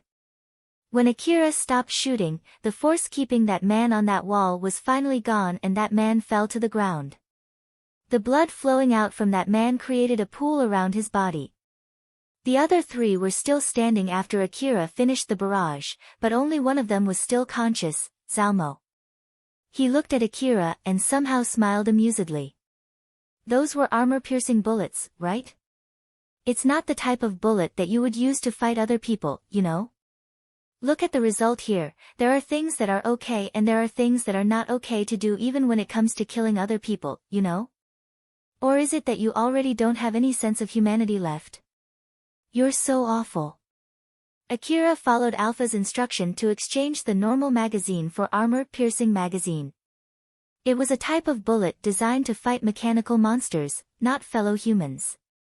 But Akira just looked back coldly at Zalmo and said, "I don't want to hear that from someone who used their friends as a shield." Among all the three people standing in front of Akira, Zalmo was the only one who was still alive. When Akira released that barrage, Zalmo grabbed the other two people next to him and pulled them to shield him. Their augmented suit and flesh were enough to protect him from Akira's bullets. The bullets shred the other two men beyond recognition, but in exchange for that, Zalmo was uninjured. Zalmo replied with a smirk. No, this is one of those important sacrifices thingy. If both of them did not shield me, all of us would have died by now. So it was an unavoidable sacrifice to escape the worst possibility. It's better to have one person alive rather than having 0 people alive, right? Do you get that now? The other two that Zalmo used as his shields were riddled with bullets. Their augmented suits, helmets, and bodies were shredded beyond recognition. Their limbs that were somehow still dangling by a few strands of muscles swayed left and right before eventually falling to the ground. Zalmo who noticed that just threw both of them to the ground. Their shredded bodies fell over and splashed the pool of blood below them. Zalmo spotted the other 4 men that went in ahead already lying on the ground. So you defeated the other 4 alone, huh? That's pretty amazing, not to mention that all of them seem to be still alive. That's pretty merciful of you. I really hope you would have been that merciful to us too, you know. So why wouldn't you be that kind to us? Akira replied with a grim face. It's because even what happened just now was not enough to kill all of you. I don't have any leeway to hold back against someone that strong. Oh, so it's basically my fault for being too strong and I got them roped in my situation, huh? That's really regrettable. I feel really bad for them. It was obvious that Zalmo was lying. He was trying to act unperturbed by what just happened as he assessed his situation. All the men that went in first are alive, they're not bleeding, there are some spots in their augmented suit indicating that they got shot, some of them have their helmets bent. CQC, huh? There's a good chance that they're knocked unconscious with gunshots too. So why did he use armor-piercing ammo instead of normal ammo against us? Is it because he noticed that normal bullet has almost no effect on the men that we sent in ahead, so he changed to ammo with better firepower? Zalmo tried to remember what Akira said to him and tried to match them with Akira's expression when he said that. No, that's not right. He noticed that he could defeat the men that we sent in ahead only with CQC and normal bullets, that's why he spared them. But our hard armor is too durable for his normal ammo, that's why he decided to change ammo. But why did he make that decision? Did he interrogate one of them before we came here? No, there was not much time gap between when they went in first until we arrived here, so that's just impossible. Did the info about our surprise attack somehow get leaked out? No, that's not right too. If that's really the case, they would have made more preparations to fight us back, and that doesn't seem to be the case here. I really have no idea, this boy is really strange. Zalmo still looked relaxed while carefully watching for Akira's movements. To Zalmo, Akira did not seem that strong, but it was true that he had already defeated 7 of his men, all alone by himself. But even so, that was not enough of a reason for Zalmo to get alerted. After all, it was not a hard thing to do. Akira noticed that Zalmo did not show any emotion at all even after seeing all of his men down. It made Akira be much more careful of Zalmo. Both of them faced each other, ready to fight.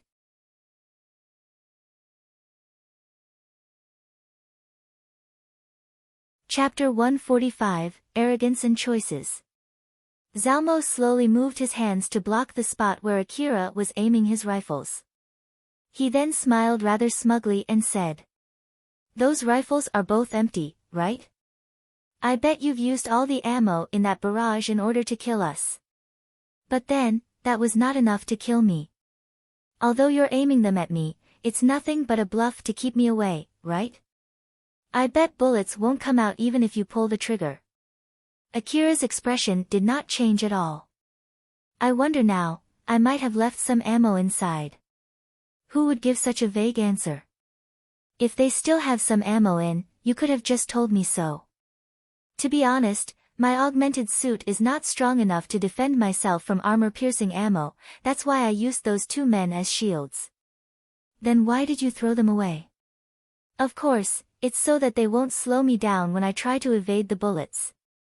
They're all already riddled with holes, there's no meaning in using them as shields anymore. That's why it's better to keep my feet light, no? Zalmo slowly but surely walked toward Akira, who walked backwards with Zalmo's every step. Zalmo smiled confidently. "What's wrong? You won't shoot. You still have some ammo left, right? Or is that you're afraid you won't be able to hit me from this distance?" Akira still had the same expression as he replied. "I'm still looking for an opening. If you can predict when I pull the trigger, you'll be able to evade. I don't have much ammo left, so I can't do indiscriminate shooting, I have to make sure to kill you with my shot." Zalmo was still approaching Akira slowly, and Akira was also walking backwards equally slowly. Both of them eventually reached the middle of the room. This time it was Akira who threw a question to Zalmo. "How about you? You're not going to use your rifle? You could have run away, hid somewhere, and readied your rifle when you still had your shields, no? Actually, you destroyed my rifle during that barrage just now. There was some leftover destroyed rifle back then, right? If I had tried to run away back then, you would have reloaded a new magazine in your rifle and used it to shoot at me. There's nowhere for me to hide in the middle of the hallway, so that would have been a very bad decision. Shouldn't you keep it a secret about your broken rifle? If I thought that you would shoot back, I wouldn't immediately choose to chase you, right? You could have noticed that only by looking at my destroyed rifle. It's easy to notice that on the ground after all. I know that you want to keep your distance from me, but just so that won't work." The tension between them heightened. Both of them kept their eyes on each other as not to miss even the slightest move. The critical point was close. Akira once again threw a question. "You look pretty strong, honestly, I don't want to die. If I tell you that I don't mind letting you go, what are you going to do? Well, I don't want to die either, so I'll thankfully take that offer. So, can you put down your rifle so I can feel safe leaving this place? No. They're just empty rifles anyway, right? There won't be much difference even if you put them down, like I said, they're not empty. Zalmo stopped pressing forward, so Akira also stopped walking backwards. Both of them understood that the fight would start soon. Zalmo suddenly dashed toward Akira. He decided not to run to his left nor right, but straight at Akira. Akira fixed his aim at Zalmo. If his rifles were really not empty, Zalmo would not be able to evade his shots. Akira pulled the trigger on both of his rifles. Bullets flew straight out from both barrels.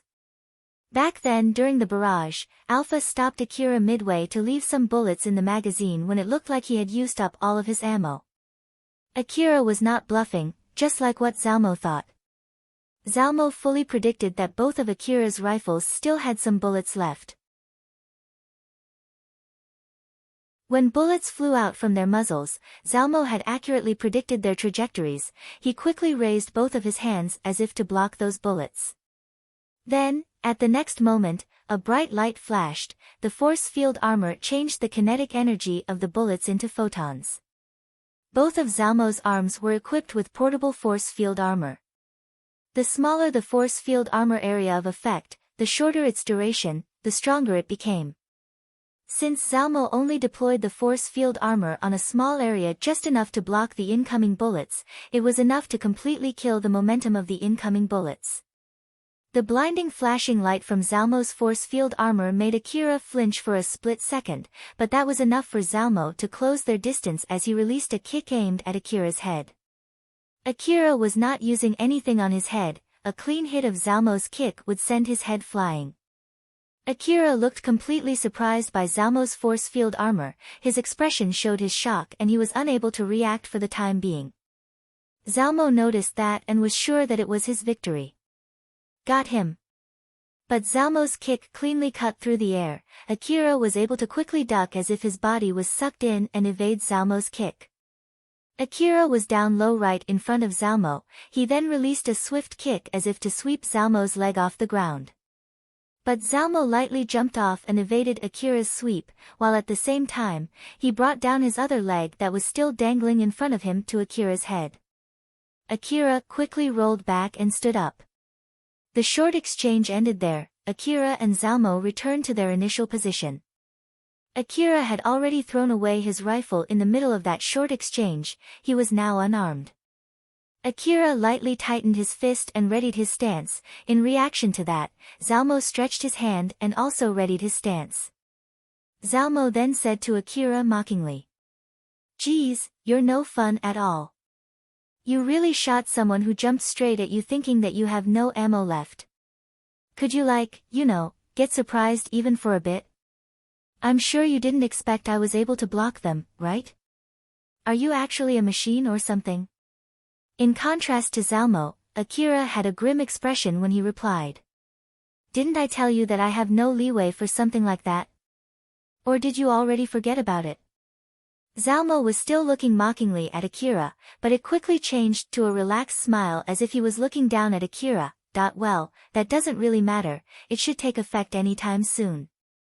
Zalmo had an accelerator drug ready inside his body. It was set so that he could use accelerator drug anytime only by sending the command using his mind. It was a slow-reacting accelerator drug that had a strong effect. Once it was in effect, the drug would significantly boost his focus and perception, thus slowing down the passage of time from his point of view while keeping his disposition calm. Zalmo already activated the accelerator drug. The silly talk with Akira was only to buy some time until the drug took effect. Zalmo could feel the drug had already taken effect for real. He lightly smirked and said, "Die." With that signal, Akira and Zalmo stopped talking and restarted the fight. Akira and Zalmo used the full force of their enhanced strength to fight each other, releasing a flurry of attacks with their arms and legs to the vital points of their respective opponent. Zalmo had superb reaction time thanks to the accelerator drug, while Akira had his time compression from his sheer willpower as well as Alpha's support to move his augmented suit. They were fighting at a speed that no normal human could follow. A single clean hit was all it needed to kill their opponent.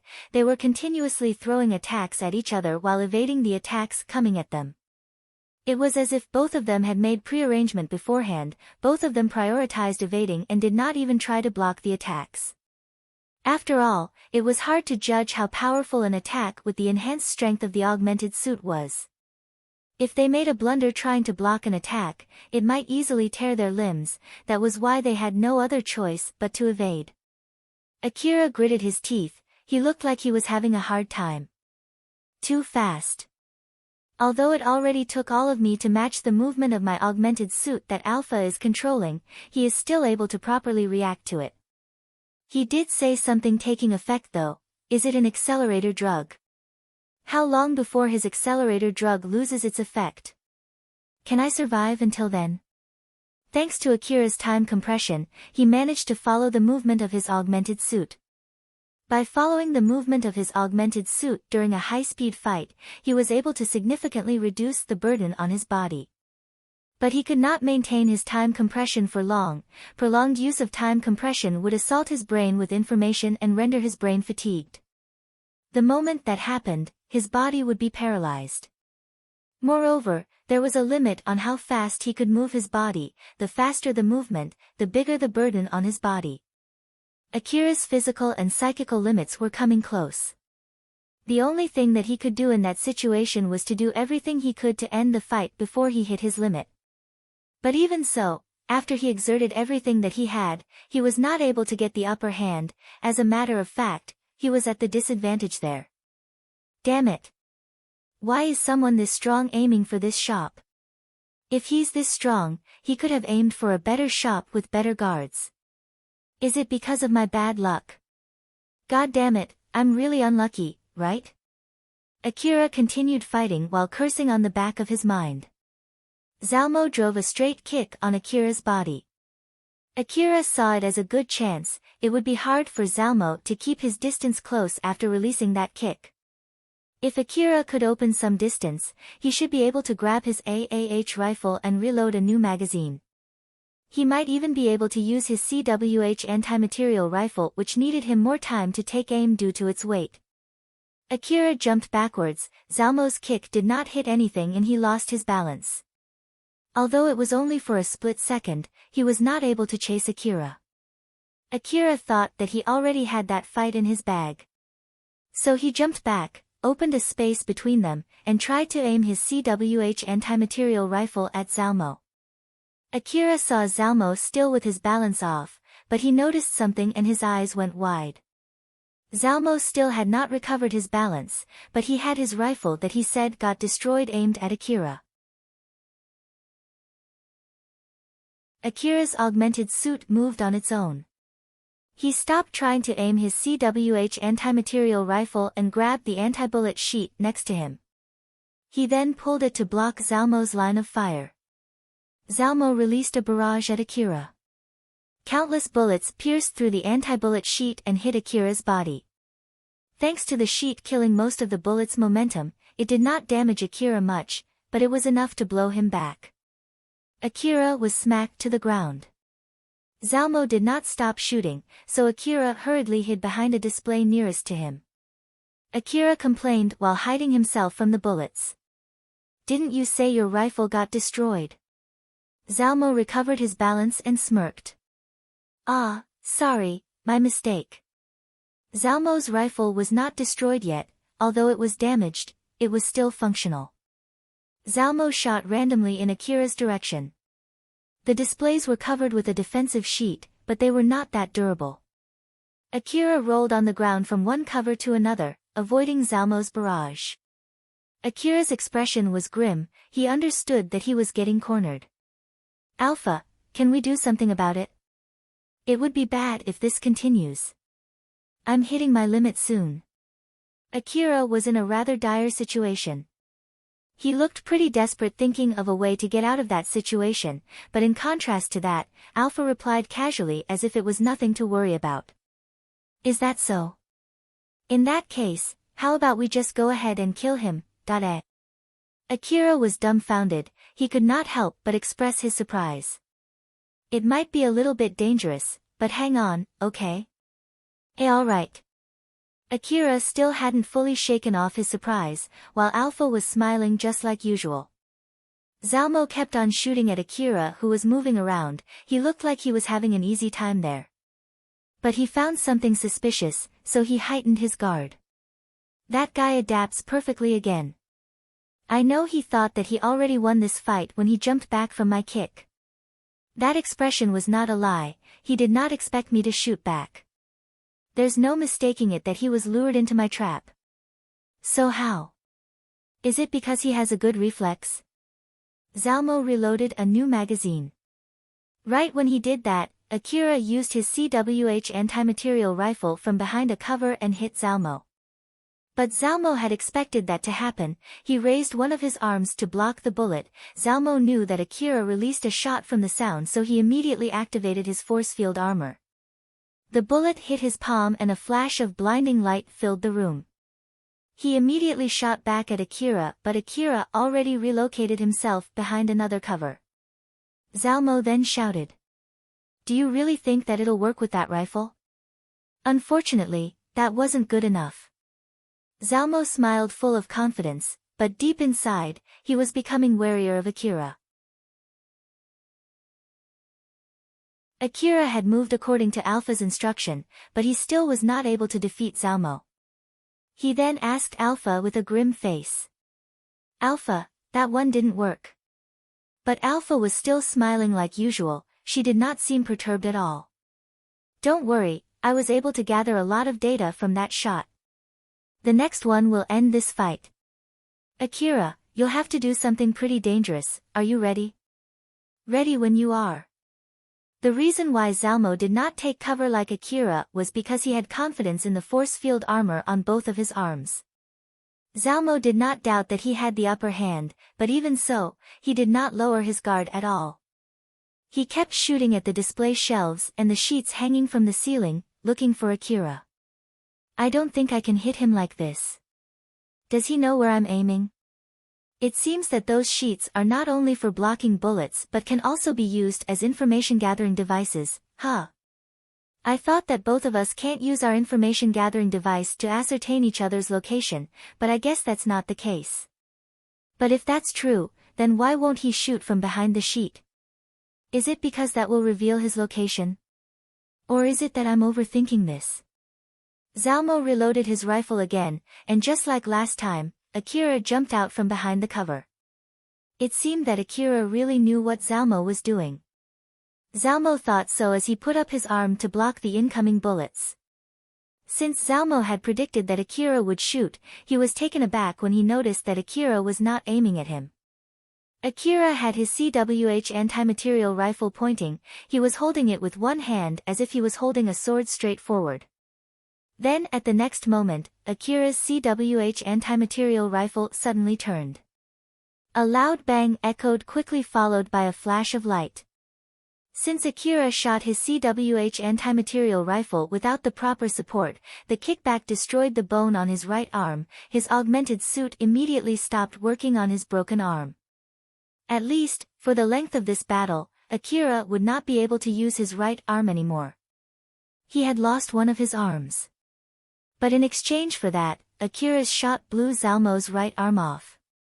The mechanical parts that were scattered on the ground were all the leftover from Zalmo's right arm. Both of them had lost one arm now. Akira and Zalmo stood facing each other. Akira had his CWH anti-material rifle on his left arm aimed at Zalmo. Zalmo extended his left hand to block Akira's line of fire. Both of them seemed to be desperate as they locked gazes. The first one to move was Zalmo. Zalmo laughed lightly and said, "I have no idea where you learnt that from, but just so you know, that's not how you use a rifle. You lost your arm from that shot, didn't you? Well, you took one of my arms too, so I guess it's even, huh? But still, I know that you did that to prevent me from predicting where you'll shoot, but it's pretty amazing for you to even think of trying to do that. Thanks to that, I had no other choice but to expand the area of my force field armor and reduce its power, but it's still better than losing my head or having a hole in my body." But again, I didn't expect you would hit your shot, you know? Not bad at all. That is, if that was your real skill. Zalmo smiled provokingly. Akira frowned and replied. What do you mean? Zalmo casually replied. You have someone else controlling your augmented suit, right? Akira's face froze. Seeing that, Zalmo knew that he was correct. He then mockingly said to Akira. Ha, I knew it. I had my suspicion since you can immediately adapt well to what happened even though you don't look that strong, now I know exactly why. There's no way a normal hunter can execute that shot, haha, you overdid it there. Akira had a stern face. He then said as if he was putting up a brave front. Even if that's true, does that help you win this fight? Once I know the trick, I can think of a way to fight back. For example, just like this. When he said that, Zalmo immediately jumped back.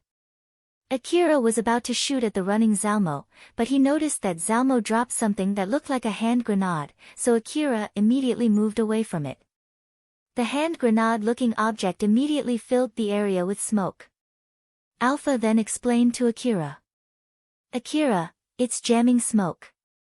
It looks thin but it's pretty strong. I see, leaving that aside, that shot was not enough to kill him though. Did you predict this too? Moreover, he discovered that I'm receiving your support and he said that he knows a way to cut it off. Are you sure we're going to be okay? It'll be fine.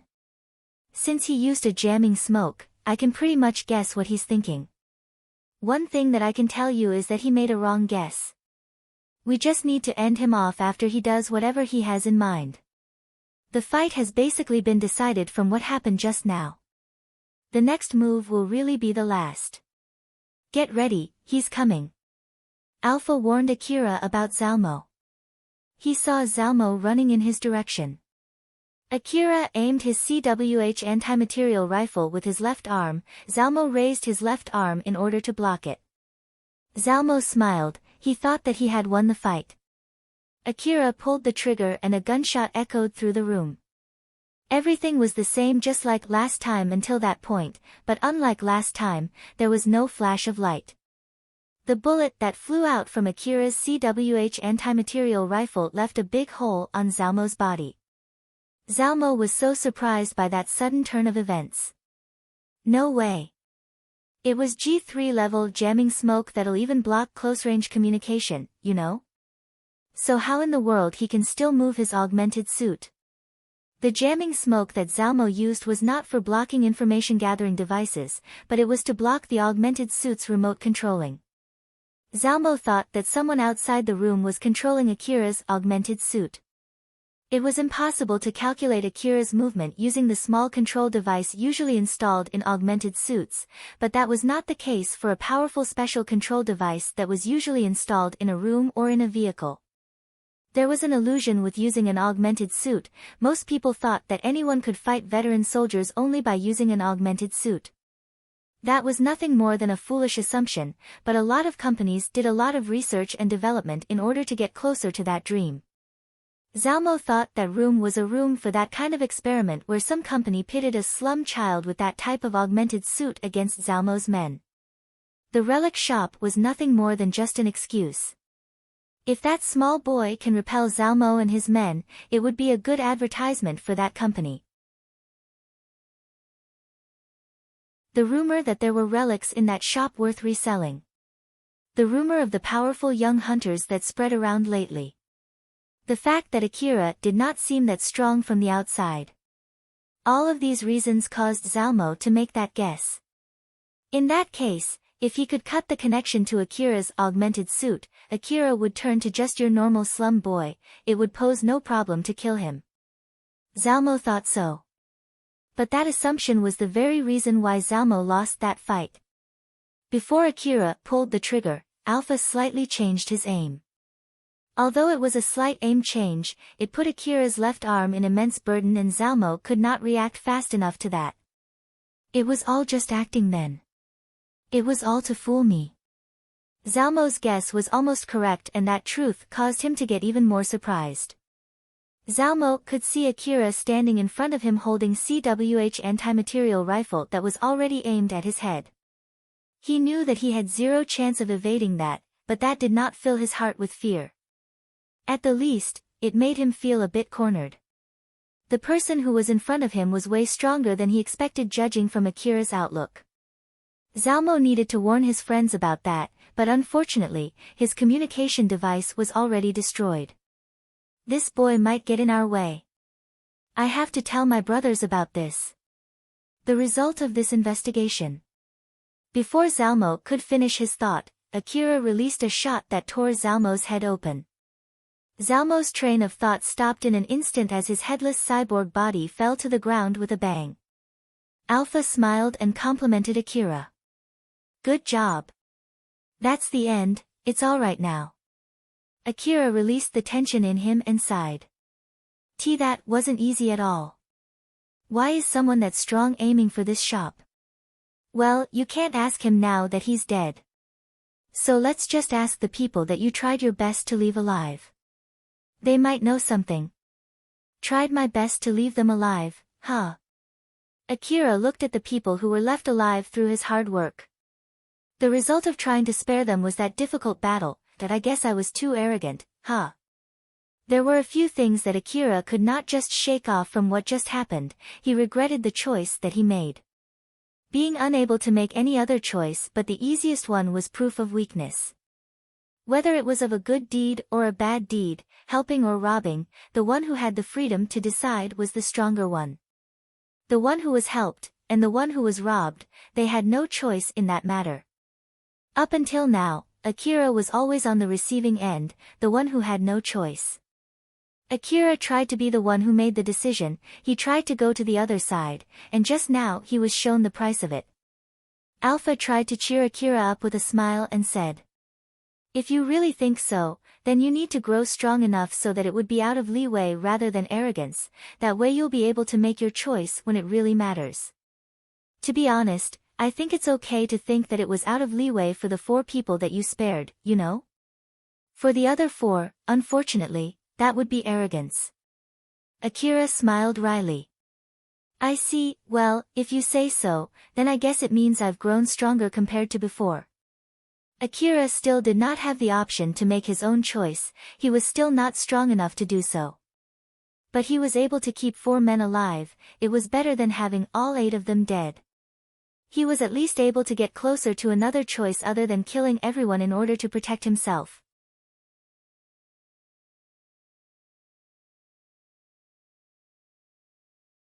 Chapter 146, Cleaning Up the Aftermath. Cheryl, Akira, and some of Cheryl's gang members gathered inside a room in the gang's base. There were leftovers of battles scattered all around the places inside the room. After Akira killed the attackers, the gang finally calmed down. Cheryl had a grave expression as she asked a question to her men. "How are the casualties?" Alicia also had the same grave expression, .5 people dead, many are injured. "I'm not even sure whether Ario can be saved or not, I see. Take the wounded to the clinic. If they ask you about the payment, just bring out mine and Katsuragi's name, they should give you decent care after that, okay." Akira was taking care of his own wounds while he overheard Cheryl's conversation. He checked his medicine reserve and called Alicia. He then lightly threw a box of medicine that was still pretty much full. Alicia looked at the medicine box in her hand and was surprised, she knew that it was one of those 2 million orum per box medicine. She also knew that Akira was telling her to use that for Cheryl's men, but when she thought about how much it cost, she could not help but hesitate. Akira thought for a bit while making a rather sad face before saying to Alicia, "I'll just put it on Cheryl's tab. No one could have seen this coming, so don't worry, I'll give a big discount." Cheryl smiled at Alicia as if to calm her down and said, "It's okay to use everything, so hurry up, before it's too late." Alicia looked at Akira and Cheryl and lightly bowed, then rushed out of the room. Cheryl then bowed to Akira and thanked him. "Thank you very much. It should be able to save a lot of souls. So, how much is it? Although I'm not sure when I can pay it, I will definitely pay for it eventually. Just pay me with anything. I said that to make them think that it isn't free. After all, although I know that you guys don't have money, it would be troublesome if you guys start leeching off me, that I understand. I'll take up on your generous offer then. Cheryl bowed deeply one more time to Akira. Akira then continued tending on his wound. He swallowed several pills of medicine and straightened up his broken bone while the painkiller was still active. He then took off his augmented suit and applied the paste-type medicine on his skin that got peeled off due to the friction with his augmented suit. Although the painkiller was still active, he could feel pain when he was applying the paste on his exposed flesh, but he just gritted his teeth and continued tending his wounds. He seemed to be already so used to it as he covered his wound with bandages before putting his augmented suit back on. Akira then lightly moved his arm to check his broken arm, but he felt something was not right. My arm doesn't feel right though. Is this because of that crazy thing that I did? But Alpha then said to Akira with a serious expression. I have bad news regarding that subject. Is there something wrong with my arm? I knew that it would be bad, so I took a rather large amount of medicine though. Wasn't it good enough? For your body, it will recover just fine after a short rest. I'm talking about the damage to your augmented suit. It was already in a bad shape before, but after that fight, its condition has considerably worsened. Some of its parts are broken, so to make sure that it's still functional, I've changed some of its parts from nerve transmitter type to movement sync type. But due to that, those particular parts can only move slower than usual. My augmented suit is in such a bad shape. Well, you got eaten by a monster, ran down a building's wall, got shot, used its full power back in Saranthal building, and so many other things. It's in a pretty rough shape right now. Akira thought and remembered everything that had happened. It was true that he had been using his augmented suit pretty crudely, so there was no surprise that it finally broke. He then asked Alpha. It's not like I lost your support, right? Yup, it's because of the damage on your augmented suit, so it's not like you lose my support. Akira seemed relieved, but Alpha then warned him. But it doesn't change the fact that its ability has been significantly lowered. So you can't do any crazy moves like that again until you get a new augmented suit. It's fine. I'm planning to stay inside the city until my new equipment arrives anyway, so I'll just take it easy for the time being. Akira finished tending his wounds, put back his augmented suit, and took his rifles back to his shoulder. Although he was still not in his tip-top shape, he was ready to fight again. As a matter of fact, he had returned to his usual state of mind where he was ready to fight anytime. So now he shifted his focus to the men that he had been ignoring until now, the attackers that he had knocked unconscious before.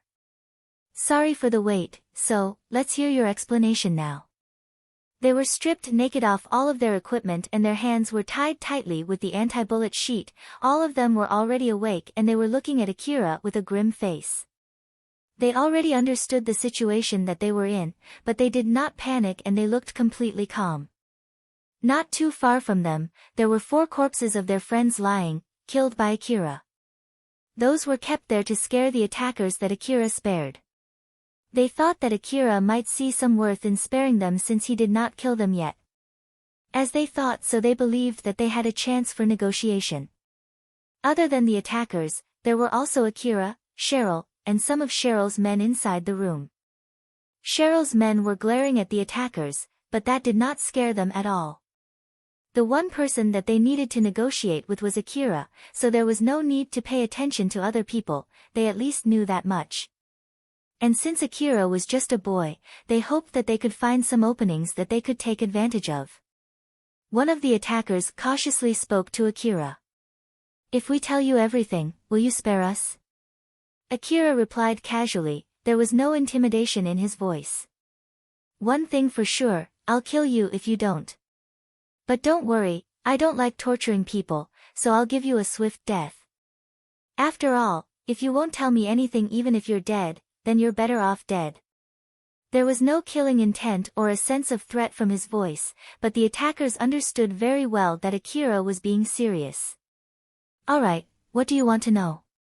Right, for the starter, why did you attack this place?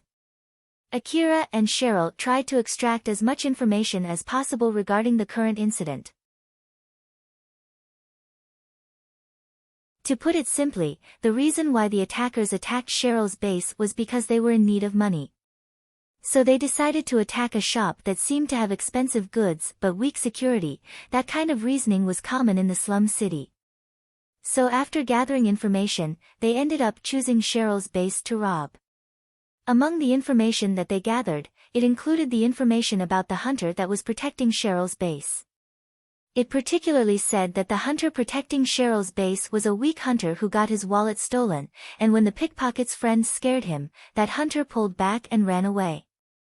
It must have been the information that those men received from the same information broker who gave the same information to some pickpocket that Akira had been encountering lately. The moment that subject surfaced, Akira's mood immediately worsened. But he was somehow able to keep his calm. The attackers were really frightened when that happened, but Akira did not give a shit about that. There was still one thing that Akira and Cheryl could not understand. It was how they knew that there were expensive articles in Cheryl's shop and who bought that article. Unfortunately, the one who told them that was already dead. To be more precise, Akira killed that guy. That person was Zalmo. According to them, Zalmo joined their group before they knew it and he brought all kinds of information to the group. He was also the one who prepared the fencer to sell the relics that they would rob. Among the attackers that Akira spared, it seemed that none of them knew Zalmo well. Akira found that weird, but since it was impossible for him to defeat Zalmo without killing him, Akira thought that it could not be helped and decided not to question the attackers that he spared further about that subject. He did not think that they were lying and Alpha agreed with him. After listening to their explanations, Akira looked at those men pitifully and mumbled. What can I say? It's really important to get the correct information, huh? Cheryl agreed with him as she said. That's right. As far as I can get from their explanation, it seems like they were tempted by rumor, or more like, tricked by fake information. I guess that's the gist of it. It's really troublesome. According to those men, after gathering all kinds of information, they concluded that there was a few million orum worth of articles in Cheryl's shop, and the owner of that shop did not know that and the shop was guarded by a weak hunter. If that was true, it was only to be expected for strong people like Zalmo to try to rob that place. Akira could understand that reasoning. Akira and Cheryl explained to them that they were mistaken, but they could not believe that because of Cheryl's dress. Cheryl's dress was an expensive old-world relic that even got refitted. It was enough as proof to cement those men's misunderstanding. It made them think that Cheryl must be earning a lot of profit enough to get her that dress. But when Akira and Cheryl told them that she only got that dress as a gift from Akira, her lover, rather than from the profit of running the shop, those men were so embarrassed that they hung their heads low.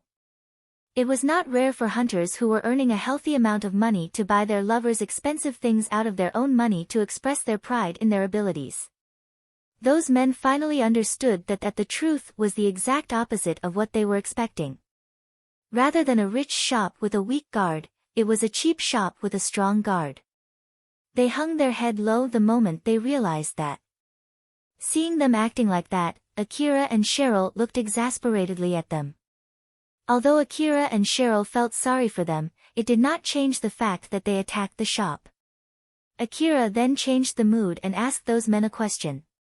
That's all I have to ask. So then, regarding what we are going to do with you next, you can either pay us money or die. Which one you want to pick? If you'd rather die, don't worry, I'll give you a quick death. As I said, I have no plans to torture any of you. Those men looked at each other. One of them then scaredly asked Akira. How much should we pay? Oh, you're going to let us decide? Well, how about 10 billion orum each? The moment Akira said that, those men were dumbfounded. One of them flared up and shouted at Akira. Are you fucking kidding me? There's no way we can pay that much money. Then how much can you pay us? Just to remind you, you guys did shoot at me fully intending to kill me, so I'm being nice to you to let you off the hook only with that much money. If you can't give me a good offer, I'll just kill you here and that will be the end of it." Those men shivered to Akira's declaration. There were already 4 unrecognizable dead bodies next to them, showing just how serious Akira was. If they could not give a good offer, he would not hesitate to add them to those dead bodies. Another one of them shifted his gaze to Cheryl and begged. "Hey, are you really okay with that? There's no good thing that you can get from being greedy, you know? And it's not like you can get any money if you kill us, right?" That man thought that it should be easier to talk with Cheryl rather than with Akira. But Cheryl just smiled and replied. "I don't really mind, you can go ahead and die." "Ha! If Akira decides so, I have no wish to stop him. Why, you're the boss in this gang, right? He's just your guard, isn't it?" "Yup, but this and that are 2 different things. Not to mention that you guys killed some of my men too, so I have no reason to stop him, but the guy who killed your men is already dead over there, isn't it? We didn't kill any of your men. That's exactly why we're willing to let you solve this incident with money." Cheryl told them to die with a smile on her face. She knew that Akira would not be satisfied with a small amount of money, and she knew well that those men could not pay the amount of money that Akira demanded of them. That was why she told them to die. Those men had run out of moves that they could make. One of them then said with a pale face. "Wait, you won't get anything if you kill us, right? And you already killed enough people to scare us. So just think about it, it might be a good idea to let us live and get some profit out of that." Akira swiftly replied.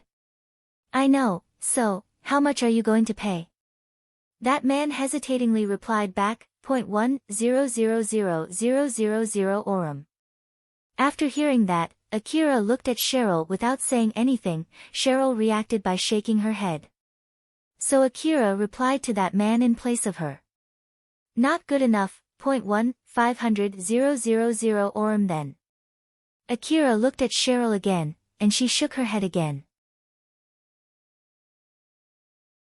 Cheryl thought that Akira was trying to bring that price as high as possible, so she had no plans to nod. Akira once again replied to that man. "Still not good enough. And also, I don't mind if you want to keep increasing your offer, but also tell me how you are going to pay for it. After all, it's not like we can accept it if you're planning to pay 10 million orum in a 100 years installment, right?" Those men immediately closed their mouths. If Akira demanded them to also tell him how they would pay for it, it really limited their options. Since no one said anything, Akira then continued. "Well, if you won't say anything, I'll assume that you chose death, okay? Or is it that you want to pay but you're still thinking of how to pay it?" We're still thinking. "But you'll pay, right?" "Oh, of course." Those men nodded, they knew that they would be dead otherwise. "I see. In that case, wait for a bit." Akira opened his information terminal and made a call. The person that Akira was calling picked up the call. "Akira, huh? What is it? Is it something profitable?" "It depends on your skill." "Oh, it's profitable then. So, what is it?" It was Katsuragi. After listening to Akira's explanation, Katsuragi exasperatedly said, "That I see, I understand what's going on, so basically those people need money, right? But why do I have to lend them money? It's not like there's any need for you to lend them money, you do have some connections with some companies that handle this kind of thing, right?" "Well, I do, but even if I introduce them to those companies, I don't see how that can give me any profit." "Are you telling me to get the referral bonus?" "My skill is in trading and not lending money. I specialize in trading hunter equipment, so this has nothing to do with my skill, right?" Katsuragi sounded a bit annoyed, but Akira casually replied. "All of that money might be used to pay for the equipment from you." After a short pause, Katsuragi had thought of all kinds of ways to get profit out of that transaction. So then he carefully asked, "All of it?" "Yeah, all of it." Akira's answer was enough to convince Katsuragi, who replied back happily. If that's the case, then this might be an interesting offer. It's indeed a profitable subject related to my skill as a merchant. Alright then, I'll handle the rest. So, what kind of equipment are you looking for? After all, I need to make sure what equipment you are going to buy from me. But still, you are finally interested in buying my goods, huh? No, it's not for me. It's for Cheryl and her gang. Cheryl's gang? Yeah. They need extra equipment. I want them to at least be able to defend themselves when I'm not around. As for the details, you can discuss it with Cheryl later. To be honest, Katsuragi wanted Akira to buy his stuff. A hunter like Akira who was earning a healthy amount of money would definitely contribute greatly to the shop's revenue. Judging by the fact that Akira bought a dozen of 2 million orum per box medicines only for his consumable item, it was to be expected for Akira to pay way more for his equipment. Katsuragi squeezed his brain every day to somehow find a way to make Akira his patron. But it did not change the fact that this deal would be big, so Katsuragi decided to prioritize the profit in front of him right now. Well, if it means that they'll buy some of my goods, then I guess that's fine too. I'll head there now, so wait for a bit, okay? Alright. Akira was about to close the call when one of the attackers who heard that conversation immediately spoke up. Wait there. Are you going to sell us? Akira still had not closed the call when he said to that man. You did say that you want to pay but you don't know how to pay, so I'm just helping you here. You just pay me with that money then do your best to settle your debt with them. Isn't that the same as selling us? Even I know how those hunters who get caught in their debts end up. Like hell I would accept that. I would rather choose death than take on that kind of debt. That man was shouting on top of his lungs. He knew well about the end that was waiting for hunters who had a huge amount of debt. When he imagined that end, he could not help but shout desperately. A gunshot echoed in the room. That man, who was shouting just now, fell limp on the ground and stopped moving. Akira shot that man, granting him his wish. Katsuragi's voice could be heard from Akira's information terminal. Whoa, Akira, what was that? He said that he would rather die than take on debt so I killed him. I have no plans to force them to take that debt after all. Katsuragi clicked his tongue and annoyedly asked Akira. How many left? 3 people. Don't kill them. It's more profitable to keep them alive. Killing them will only cut my profit, you know. Good grief. I'll convince them myself, so don't kill them, alright? Alright. Akira then closed the call. 1 down, 3 were still alive, and those 3 were looking at Akira while trembling in terror. When Katsuragi arrived at Cheryl's base, he quickly got on with his work. He came there bringing quite a lot of people. Katsuragi was talking with Cheryl.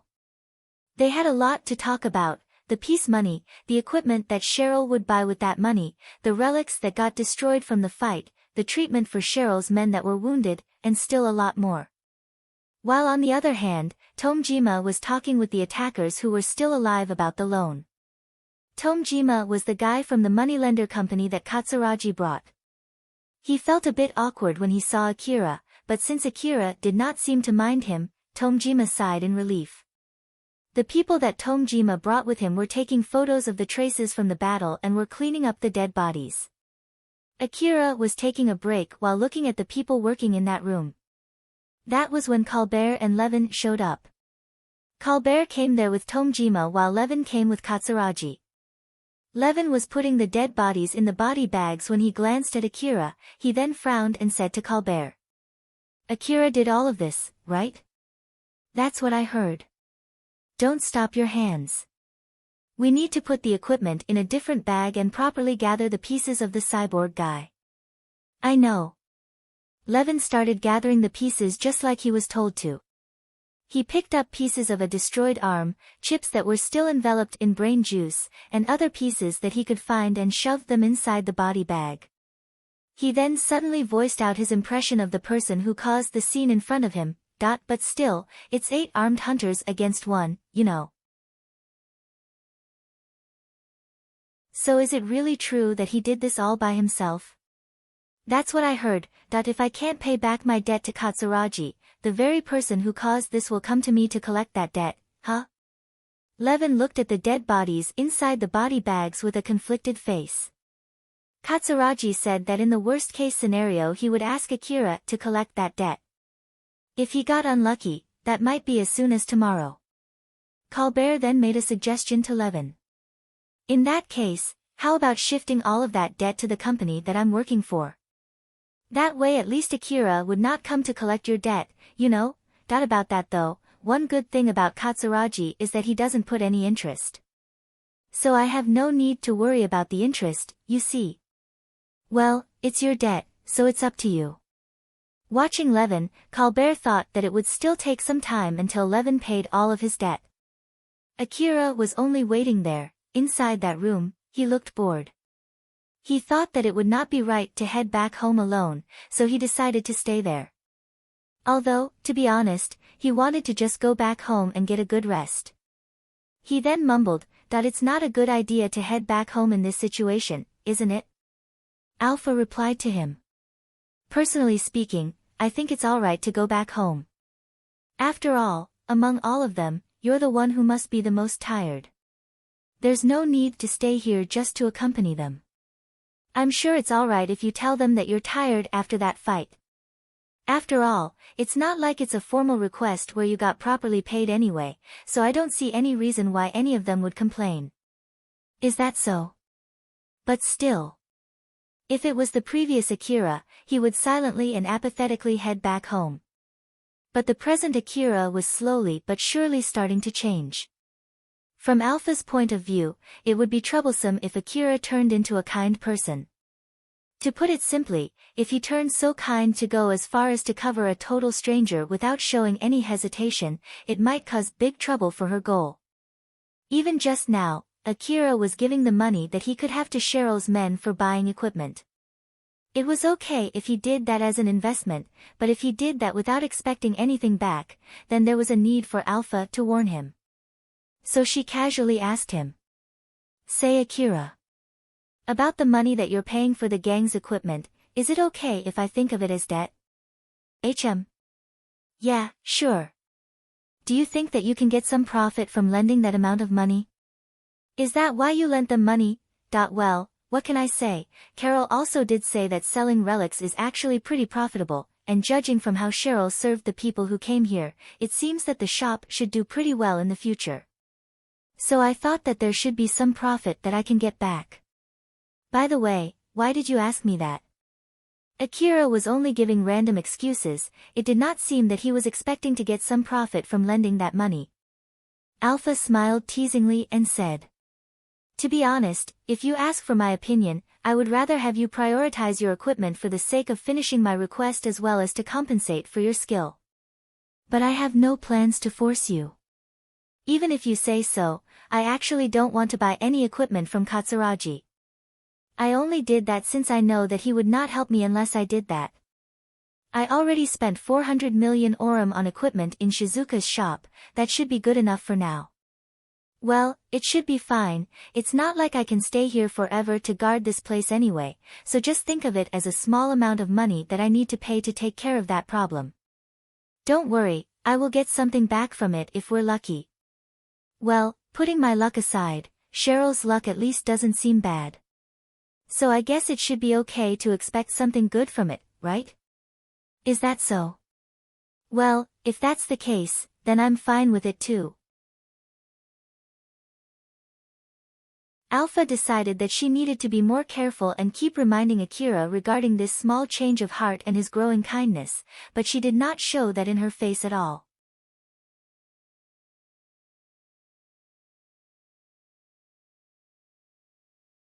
Chapter 147, Methods to Collect Debt. Alpha suddenly turned towards the direction of the door into the room. Akira noticed that and followed suit. There he saw Carol and Viola coming in. Other people also noticed Carol and Viola. Both of them scanned the room, talked to each other for a bit and separated off. Carol went to Akira while Viola went to Katsuragi. Carol walked all the way next to Akira and smiled at him.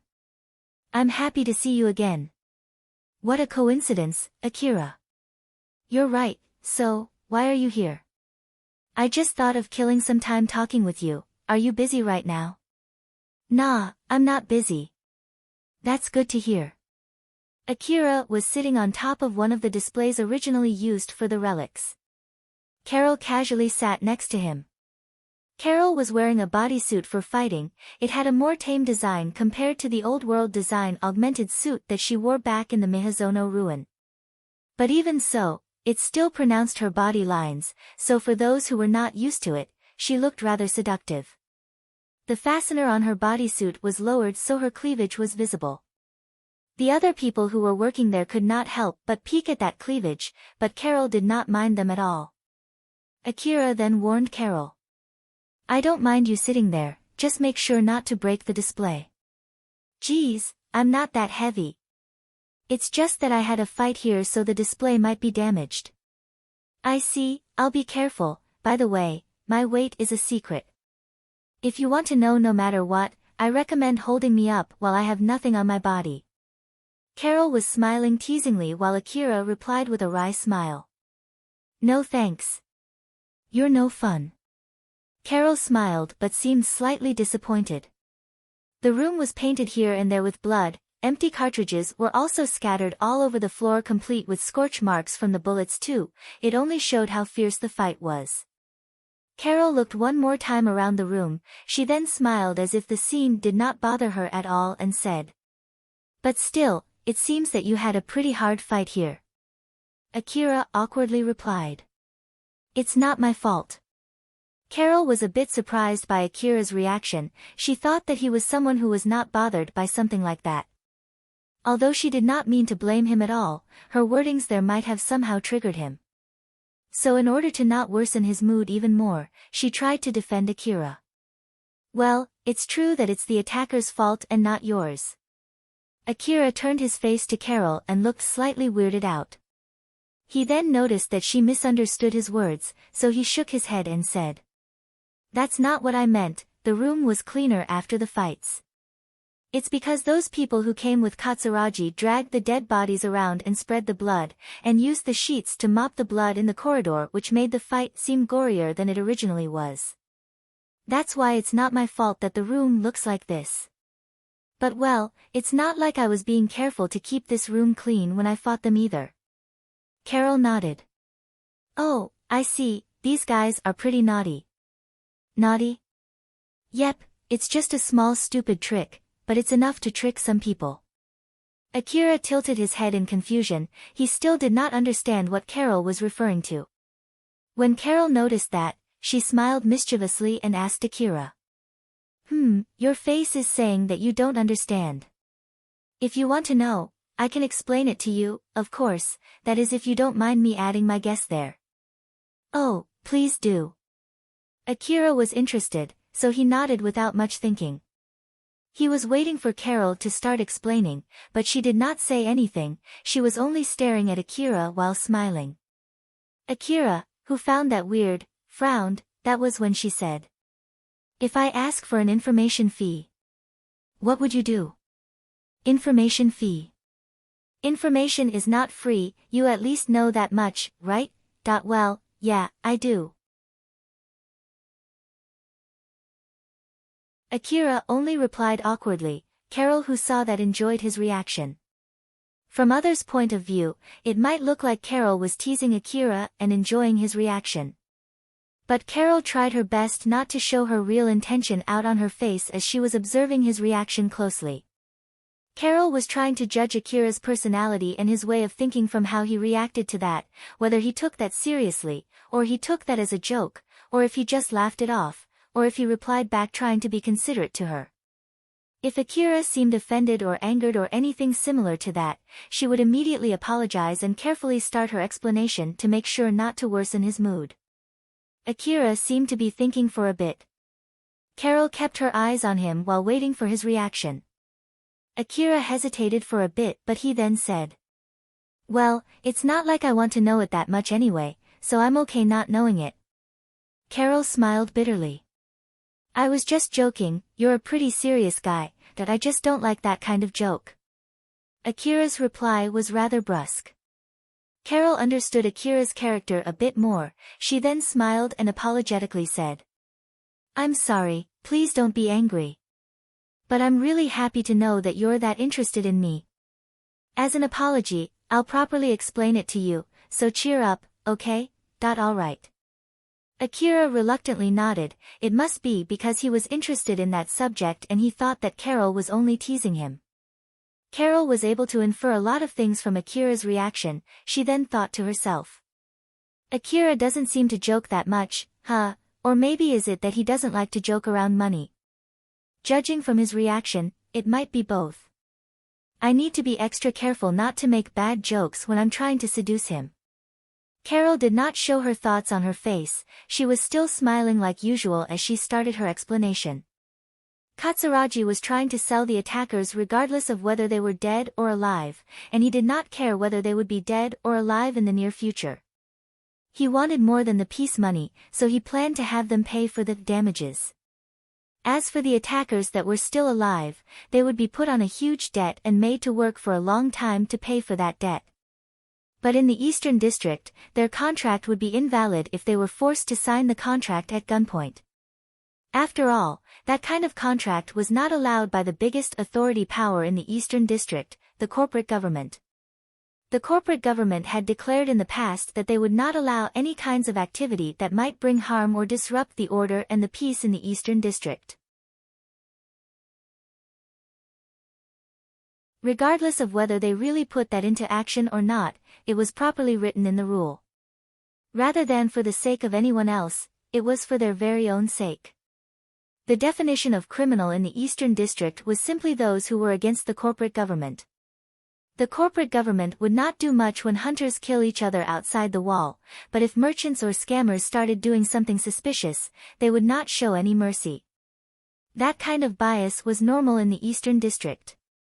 So, forcing someone into a debt without a good reason would disrupt the economy. Thus, such actions were seen as an act against the corporate government of the Eastern District. Because of that, Katsuragi and his men needed to show the attackers that they had enough reason to force the attackers into debt, which included the peace money. After all, they could not demand trillion orum peace money just because they tried to kill Akira and Cheryl's men. And if their reasoning was good enough, they could get help from the corporate government to seize the attackers' properties. They could also ask for help from the Hunter office that was handling their bank account. They could even sell the bond to the Hunter office if all of the above things were not enough to pay for the debt. The reason why Katsuragi and his men were making the room messier than before was simply to give a good reason to get the attackers on that debt contract. They were trying to pull up the debt nominal by taking a record of how bad the damages were. After listening closely to Carol's explanation, Akira looked around the room one more time. I see, so in that case, the worse it looks here, the better the profit that they could get, huh? The attempted robbery that caused the current situation, the criminals over there, the peace money, the reimbursement for the damages, and any other excuses that they could use to gain more money. I bet they are trying to squeeze as much money as they can from those attackers, both from the alive ones and the dead ones. But is that really going to work? Maybe. Some of them are really experienced in this kind of thing after all. When Carol said that, she pointed her finger at Viola, who was talking with Katsuragi and some other people. That girl is Viola, and she, well, what can I say? She's an expert in under-the-table deals like human trafficking and resolving disputes. I'm here because I was simply following Viola since I'm her bodyguard at the moment. I bet she got the news of this incident from her personal information web. I myself only know it since I heard about the incident from her. Oh, it's not like she's one of the people that Katsuragi called to come here? I'm pretty sure she came here uninvited, and they know well that Viola is powerful enough so that they could not just shoo her off. I don't know what they're talking about, but I'm pretty sure it's nothing good. I know it's strange for me to say this since I'm her bodyguard, but she's a bad girl. It might be better if you keep your distance from her, you know? And that's doubly true since you're bad with negotiation. Carol was talking while giggling as if she was joking with Akira. But Akira understood that she was being serious there. Well, if you say so, I'll be careful with her. Yup, you should do that. Carol smiled satisfied seeing Akira nod firmly. She was indeed being honest when she warned Akira. One of the reasons why she said that to him was to make sure that Viola would not mess with him. Carol was in the middle of trying to seduce Akira, so it would be troublesome for her if Viola tried to mess with him. The discussion was still going on between Katsuragi, Tomejima, Cheryl, and Viola. They had different expressions as they were talking to each other. Tomejima looked like he knew he was talking to a difficult opponent as he desperately refused to back down. No. You came so suddenly and now, you want to buy all the attackers? That's just too suspicious. Viola smiled at Tomejima. There was a trace of confidence and intimidation in her smile that was adorning her beautiful face. Oh my, I only said that I can increase the profit by 50%, you know. I'm just giving a better offer here. It's so rude of you to call me suspicious.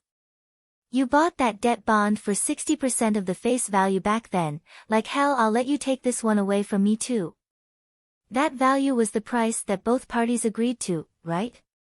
If you really want it that much, I don't mind selling it to you with a discount, you know, that is. Tomejima reeled back. He was talking about the debt bond for Kadal who tried to kill Akira.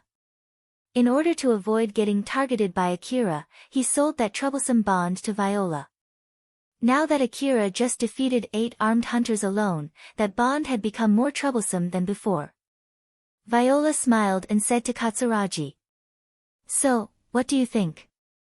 If you sell them to me, it'll bring you more profit, yes?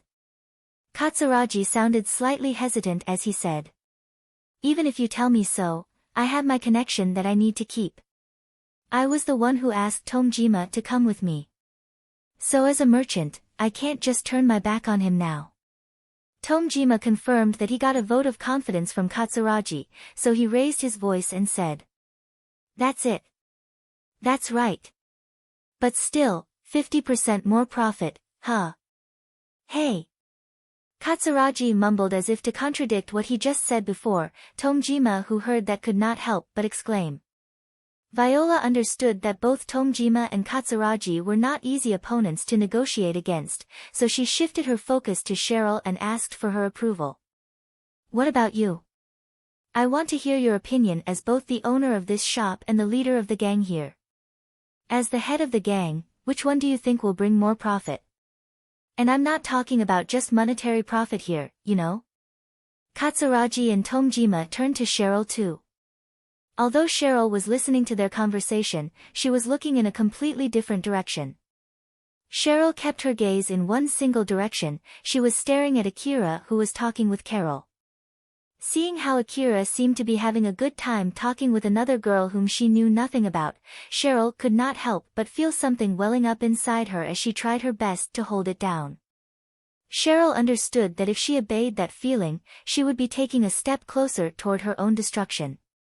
Insecurity, jealousy, displeasure, fear, sorrow, sadness, these kinds of things would disrupt her ability to make a sound decision.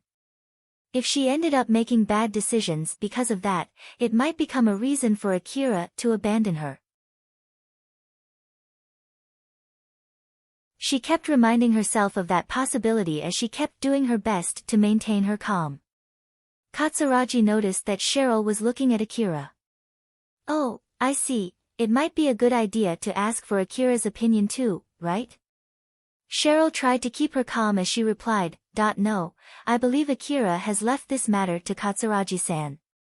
Even if we ask him, he will just annoyedly tell us to do whatever we want with them. I will also follow whatever Katsuragi-san decides.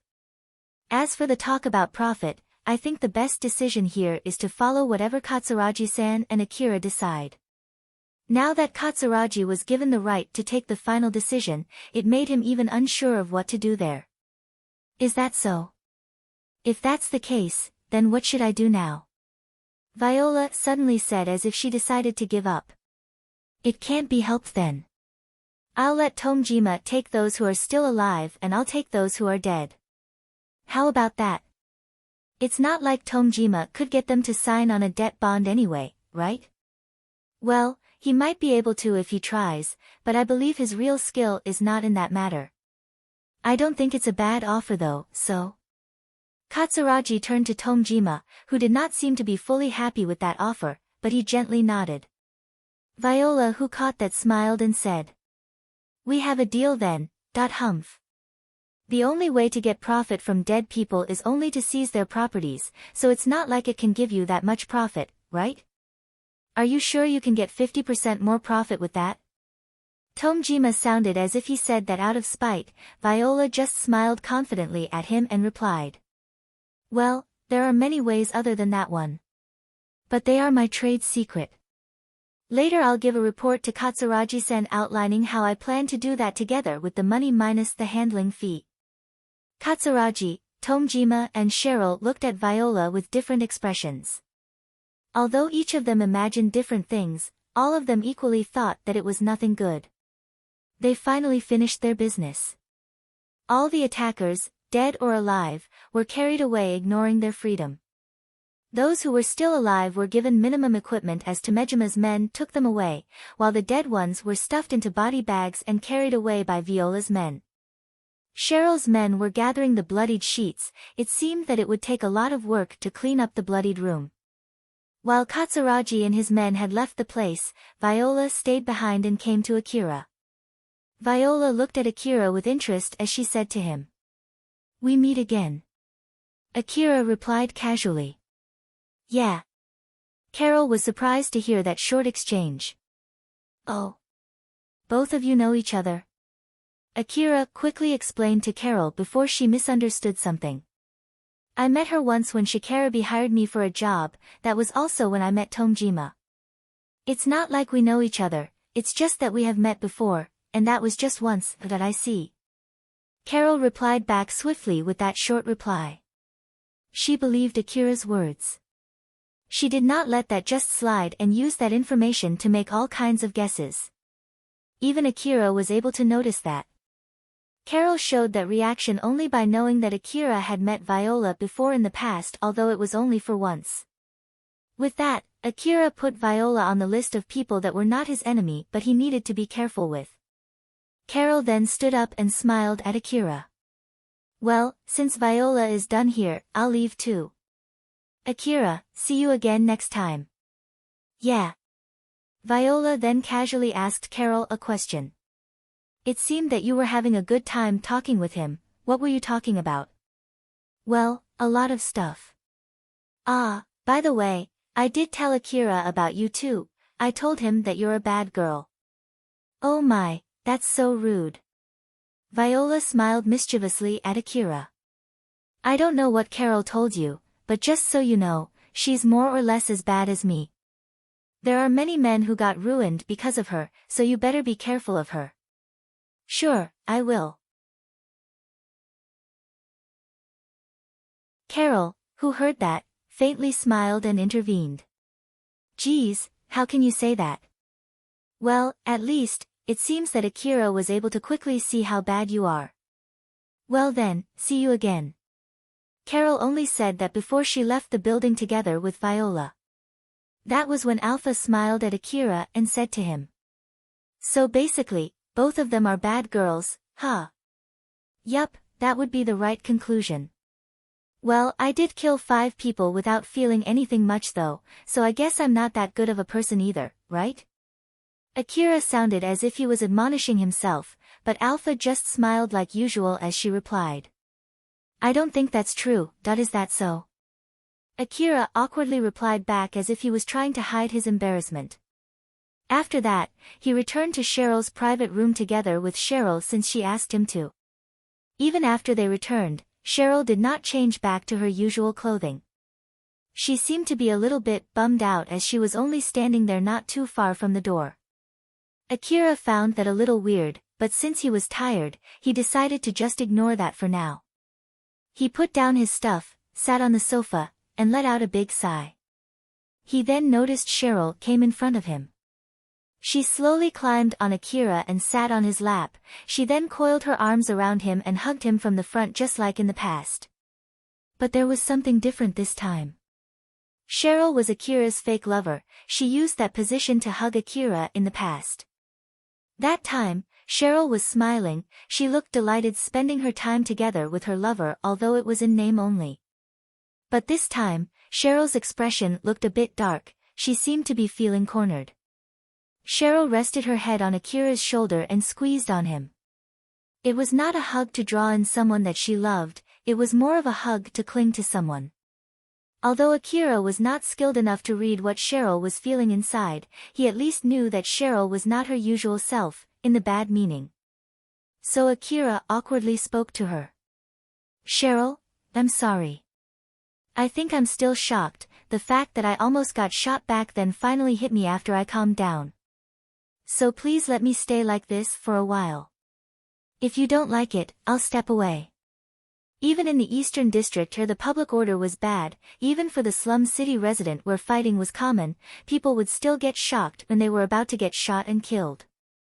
So it was not right to compare common people with those hunters who were used to that kind of thing. Akira reminded himself of that fact and accepted Cheryl's excuse without questioning it much. "Ah, I see. Well, you can keep doing that until you calm down. Thank you." Cheryl's voice was darker than before as she tightened her hug. She was not lying. It was true that she was still scared after she was about to get killed, but that was not the only reason. She was more scared of Akira suddenly abandoning her. Cheryl knew very well that Akira was not a kind person and it was not like he loved her either. Akira was not interested in her body, he also did not expect to get some profit from Cheryl's gang, he was not a part of the gang either. The only reason, excuse, motivation for Akira to help her out was nothing more but something as vague as a whim. Cheryl saw Akira talking with Carol. Even to her, Carol was a beautiful girl who was wearing such a seductive outfit. From her point of view, it seemed like Carol was trying to seduce Akira. It was only to be expected for Akira to be in contact with all kinds of people other than Cheryl and her men. Cheryl was evading that common sense until now. Someone might one day seduce Akira and become his lover, that day might be as soon as tomorrow. If that happened, Akira might as well stop supporting Cheryl. Seeing Carol talking to Akira, trying to seduce him, seeing a beautiful skilled female hunter doing that, it really gave her a kick of reality.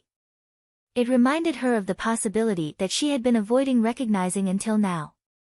If only Akira was interested in Cheryl, regardless whether it was her body, her heart, her position, her money, her skill, anything, it might give her a sense of security. If Akira asked anything out of her, she would happily give everything to him. But unfortunately, Akira was not interested in Cheryl at all. Cheryl was feeling insecure whether the current situation would still hold until her plan came to fruition, i.e. until Akira had another reason to support her other than just a whim. And in order to run away from that insecurity, Cheryl was clinging to Akira. Not too long after that, Cheryl's men came to give their reports. She was a bit annoyed that she got interrupted. The children who came to give their report winced back as they gave her the report of the current situation including the treatment of the wounded gang members. So then, the guy from the clinic told us to tell the boss to come to the clinic. It seems that he has something to talk about, like about the fee and other stuff too. You did tell him about me and Katsuragi-san, right? We did. But we carried a lot of wounded people there and some of them are badly wounded. So I guess there's something he wants to talk about regarding that. So please, don't let them kick the wounded out after they got treated just enough for them to stay alive. Those guys will have to work after this to stay alive, so please do something about it. Alright, I'll go now. I'll do something about it. Those boys thanked Cheryl and bowed deeply to her before leaving the room. Akira was also planning to have his body checked up soon anyway. So he thought that it might be a good idea to get his body checked up in a small clinic first before getting a full checkup in a hospital. A clinic, huh? Can I come too? Cheryl was a bit surprised, but she immediately replied happily. Of course. I was actually planning to ask you to accompany me. Alright then, let's go. Akira then headed to the clinic together with Cheryl.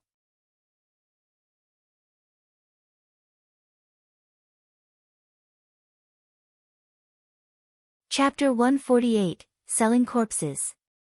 Akira followed Cheryl to the clinic, which was located inside the slum city. Although it was located outside Cheryl's territory, it was not that far from the base. It was located in a particular area inside the slum where there was an unwritten rule among the residents not to cause any trouble. After all, if the clinic got involved in a fight, it would bring trouble to all of them. Also, even if the clinic was fine, it might refuse to treat them if they caused trouble there. Although it was an unwritten rule, it was effective enough to make people around the area obey. When Akira saw the exterior of the clinic, he frowned and asked, "Cheryl, is this really the place?" "Yes, it's this building." "I understand what you want to say, but this is the clinic." "I see." The clinic looked suspicious from the outside. Rather than a clinic, it looked more like a laboratory, where devices were sticking out of its roof as if to say that they were doing questionable experiments inside. The dangling signboard was so worn out, the letters written on it were almost unreadable. But, it still could be read Yatsubayashi's clinic. Akira and Cheryl entered that clinic. A guy in a white suit was tending Cheryl's men. He might be tending their wounds, but judging by the glowing liquid that he was using, it looked more like he was experimenting on Cheryl's men. That man noticed Akira and Cheryl. He immediately went to Cheryl, whom he had asked to come to the clinic, and said to her, "You're here, huh? It's about the medicine that I use." "HM." That man looked at Akira and felt like he had seen Akira somewhere before. He then lightly smiled and said, "Oh, it's you. Long time no see." But Akira did not remember that guy at all. "Did we ever meet before?" "It's me, Yatsubayashi. I tended on your wounds back in the Kuzusuhara city, remember?" When Yatsubayashi said that, Akira immediately remembered him. Oh, the guy from back then, huh? Now you remember. I heard that you got badly injured right after I tended to your injuries though. Thanks to that, the city management intervened and I couldn't use the data that I gathered from tending your wounds, you know? It's not like I can do anything about it even if you tell me so. It seemed that Akira's contract with Kobayashi to erase all kinds of records from back then had affected Yatsubayashi too. But it was not like Akira could do anything about it even if Yatsubayashi told him so, and in reality, Akira himself was not bothered by that. Cheryl lightly bowed to Yatsubayashi and said to him, "Thank you for helping us, so I heard that there's something you need to talk to me about." Yatsubayashi looked at Cheryl and Akira alternately. He then lightly nodded and said, "Nah, it's not a problem now. It seemed that the guys your men brought in had been treated with some expensive medicine. So I just thought that if you have enough money to buy that kind of stuff, I want you to properly pay for the treatment, but it seems that's not the case." Yatsubayashi thought that it would not be strange for Akira to easily pay for those expensive medicines to win some points from Cheryl. After all, from his point of view, Cheryl was beautiful enough for Akira to aim for her. He then smiled and said, "Putting that aside, do you want me to charge more for the treatment?" "The more you pay me, the better the treatment that these guys will get," Akira flatly replied. "I have no reason to go that far." "I see, well, that's to be expected." It seemed that Akira was not really that interested in Cheryl. Yatsubayashi thought so when he saw Akira react that way, so he decided to stop offering more treatment.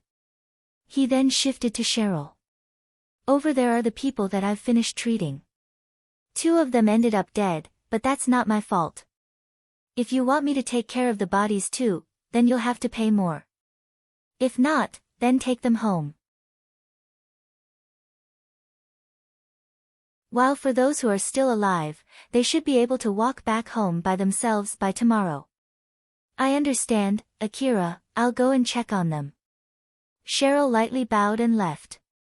Cheryl's men who had already finished getting their treatments noticed Cheryl, although some of them were still half-dazed. Some of them were already recovered enough to move. It might be because their injuries were not that bad, or it might be because the strange green medicine was pretty effective. Akira suddenly casually asked Yatsubayashi a question. "How bad were the people that you couldn't save?" HM. They got shot in their body and their organs were in a mess. They were bleeding pretty badly too. Was that really that bad? I thought that level of injury is only a light injury, right? Yatsubayashi lightly laughed. That's indeed the case for hunters. You can't just compare the injuries between hunters and normal people. Normal people would die with that level of injury, you see. As for those who are still alive, even after they are left with nothing but their heads, they are mostly cyborgs. While those who are still alive even after they get cut into two are only alive because they use a lot of medicines to forcefully keep their bodies functional. Those people with enhanced bodies basically have a completely different level of resilience compared to normal people. So if you compare these normal guys with hunters, they would die, you know? You gotta be careful about this difference. Now that you say so, that's kind of true. Akira smiled bitterly, he just realized how badly skewed his perception was. Yatsubayashi then changed the subject. Well, putting that aside, since you're here, how about getting some treatment too? Ah, that's right, I wanted to have a checkup. As for my injuries, I already treated them with my own medicines, so I just want you to do a normal body checkup and also check the nanomachine leftover accumulated inside my body. Just a checkup, huh? Geez, just to let you know, it won't be free. I know. Akira took off his augmented suit and did a checkup there. Just like last time, Yatsubayashi used weird devices to check Akira's body. When he was doing that, it seemed that something piqued his interest as he said to Akira. Say, are you trying to be superhuman or something? Akira asked back confusedly. Superhuman? What are you even talking about? You were putting your body under immense stress while consuming a lot of medicines, right? And that stress was so immense that it more or less negated the healing effect from the medicines that you consumed. Do you have any recollection of doing something like that? Well, I did fight a lot while consuming medicines to compensate for the stress from my augmented suit though. Is it from that? Is there anything wrong with that? Yatsubayashi sighed. So you don't even realize that you're doing it, huh? You're really crazy. What are you even talking about? Although not many people realize it, the people of the Eastern District would improve a lot only with a small amount of training, you see. Of course, the effect differs between people and there's a limit on how effective it is. But some people have an abnormal level of growth, these people basically can throw a tank without any extra help, these people are what you usually call superhuman. But even those people can't get that level of strength purely from training. After all, their talent only increases their potential the more they train, not their real strength, that's why they need to do something else other than just physical training to obtain that strength. And one of those methods is to put your body past its limit while consuming powerful medicine. They do that to compress the training intensity as much as possible. Akira searched through his memories, it was true that he did something similar numerous times in the past. Is that even effective? I heard so, but well, rather than doing that, it's far faster to just modify your body or to just use an augmented suit though. So, unless you're obsessed with getting that level of strength only with your body, no one would try to do that. But, that kind of thing is a talent that you are born with, right? So I bet most of the people can't do that even if they try. Yatsubayashi seemed to be having fun talking about that subject, it might be a subject that he was interested in. Surprisingly enough, a lot of people actually have that kind of body, they just don't realize it themselves. Some theories say that those superhumans might be the descendants of enhanced people from the Old World era. As the story goes, some people tried to be superhuman by using technologies in the Old World era, much like how they did it in the past. On the other case, some people get their bodies modified before they even realize it because of the nanomachine that they keep using. Either way, that strength propagated to their children and then their children used new technologies to achieve the same thing. And basically, everything accumulated together. The Old World technology was at a level where it could redefine what it meant to be a human. As a matter of fact, the current people of the Eastern District were created through the Old World technology, so they were, in a sense, Old World relics. Because of that, relics sometimes cost a lot of money.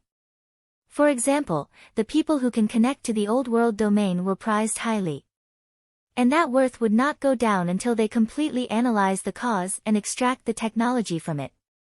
I even heard that some people from the Central District call the people from the Eastern District as mutants or even biological weapons. Well, looking from that point of view, it could be said that everyone in the Eastern District is a mutant, and since we call biological monsters as monsters because of similar reasons, I can't say that is wrong. Akira slightly frowned.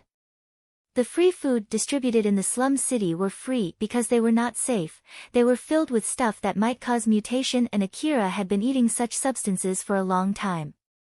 His body might as well have been mutated, although it was just not enough to kill him straight away. A lot of veteran hunters have abnormal strength. Although they are not superhuman, they get pretty close to being one from all of the training that they have gone through. Well, of course, a lot of them died before they could reach that point, or just decided to enhance their body with a particular technology that has been fully analyzed, or lose their potential to be a superhuman because of an unexplainable reason. Even now, that's why there are not that many superhumans out there. Personally speaking, I don't recommend trying to be one too. I don't want to be one either. Yep, if you want to get stronger, my recommendation would be to modify your body. So, want to try it? Although you can't use any insurance for this, I'll give you a big discount so that it'll cost more or less like a normal treatment, you know. Akira swiftly replied. No thanks. Yatsubayashi clicked his tongue and looked slightly disappointed. You don't need to be that wary. It would be fine, of course, I already checked that it's more or less safe. I want a guarantee, not more or less safe. Isn't the possibility of getting killed an occupational hazard for a hunter? It's less risky than exploring old world ruin. And considering that it'll give you a superhuman strength if it succeeds, I would say that it's a very low risk. Still no. Yatsubayashi sighed. I wonder why people hate it so much. They often commented that the outlook of this clinic looks so suspicious. Why does no one other than me find this old world vibe interesting? Akira remembered the outlook of the clinic. According to Yatsubayashi, it was based off on old world design. Now that Yatsubayashi mentioned it, Akira could understand his point. But rather than giving the high-tech vibe from the old world, it still gave off a suspicious impression. Akira thought that it was normal for other people to think so too. After Yatsubayashi finished with the checkup, he told Akira the result. Your injuries will fully recover in no time as long as you don't do anything crazy. But as I thought, the nanomachine count inside your body is too high. I'll prescribe you a medicine to clean it off, so make sure to take it. You can buy the medicine in another place, but if you buy it from me, I can give you a better one, although I can't guarantee its safety. If you decide to take my medicine, I'll put the medicine cost together with your checkup cost. The checkup alone is 10,000 orum, if you want to buy the medicine too, the total will be 100,000 orum. I'll take your medicine. Thanks for the business. Right after Akira paid for his checkup and medicine, Cheryl came. She then thanked Yatsubayashi one more time before leaving the clinic together with Akira. After Akira and Cheryl left, Yatsubayashi mumbled. The record says that he's been using a lot of expensive medicines. It means that he's earning a lot of money, and I am always in need of more money for my research. It seems that he's Cheryl's lover. I wonder if I can get a lot of money from him through Cheryl. I guess I'll think about it. Yatsubayashi was a kind person. He had saved the lives of a lot of people who would have died otherwise. But that kindness did not come for free. The biggest reason why he opened a clinic in the slum city was because poor people would be desperate enough to try something risky. In the slum city, it was relatively easy for him to test pretty dangerous stuff that would have originally taken a lot of money and time. Not to mention, no one would complain if some of them got killed in the process. The slum city was the perfect place for those researchers who believed that small sacrifices were unavoidable in order to save many people. After Akira took Cheryl back to her base, he headed back home. In the middle of the way, he thought of something and asked Alpha. Say, Alpha, about that superhuman thing though, do you think I can be one? Alpha smiled and replied. Possibility-wise, yes. But the success rate is too small that it's unrealistic to change your training schedule just because of that. Akira seemed a bit disappointed. I see, well, I did expect that though. It's not like there's any need for you to throw a tank solely relying on your physical strength, right? If you want to do that, you can just do that with an augmented suit. Well, you're right about that, but is that even possible? It depends on the quality of your augmented suit. Let's just hope that Shizuka would find a good one. You're right. Akira headed back home while looking forward to his new augmented suit. That night, a truck was parked near the border between the Kagamayama city's lower district and the wasteland. Two girls were standing next to the back door of that truck. They were Carol and Viola. Viola was wearing casual clothing not recommended for combat. In contrast to her, Carol was armed to teeth. Carol was way more armed compared to when she met Akira that day. She was using an augmented suit and carrying a portable heavy weapon. It would not be strange if she went to explore an old-world ruin in that state, but there was no mistaking it that she did not need that much firepower in the area where she was right now. Of course, that was excluding the case if she expected something to happen that needed her to be that armed. Carol was checking the area around her with her information-gathering device when she suddenly threw a question at Viola. They should be here soon, right? Soon, but not yet. My information-gathering device hasn't picked anything yet though. Are you sure they can reach this place before the meeting time? Just so you know, if they don't come on time, I'll leave. I have no idea who are you dealing with, and I have no plans to get involved in trouble with people who can't come on time. Those who could not come at the meeting time could not be trusted to uphold the result of the negotiation. Thus, Carol thought that it would be dangerous to negotiate with them. Viola had her business face up as she replied. I'll wait until the last second. And if they don't come, then they're the ones who scrapped the deal, so it's not my fault. Viola then smiled and continued, by the way, putting that aside, is your next prey that Akira boy? Carol smiled smugly and replied.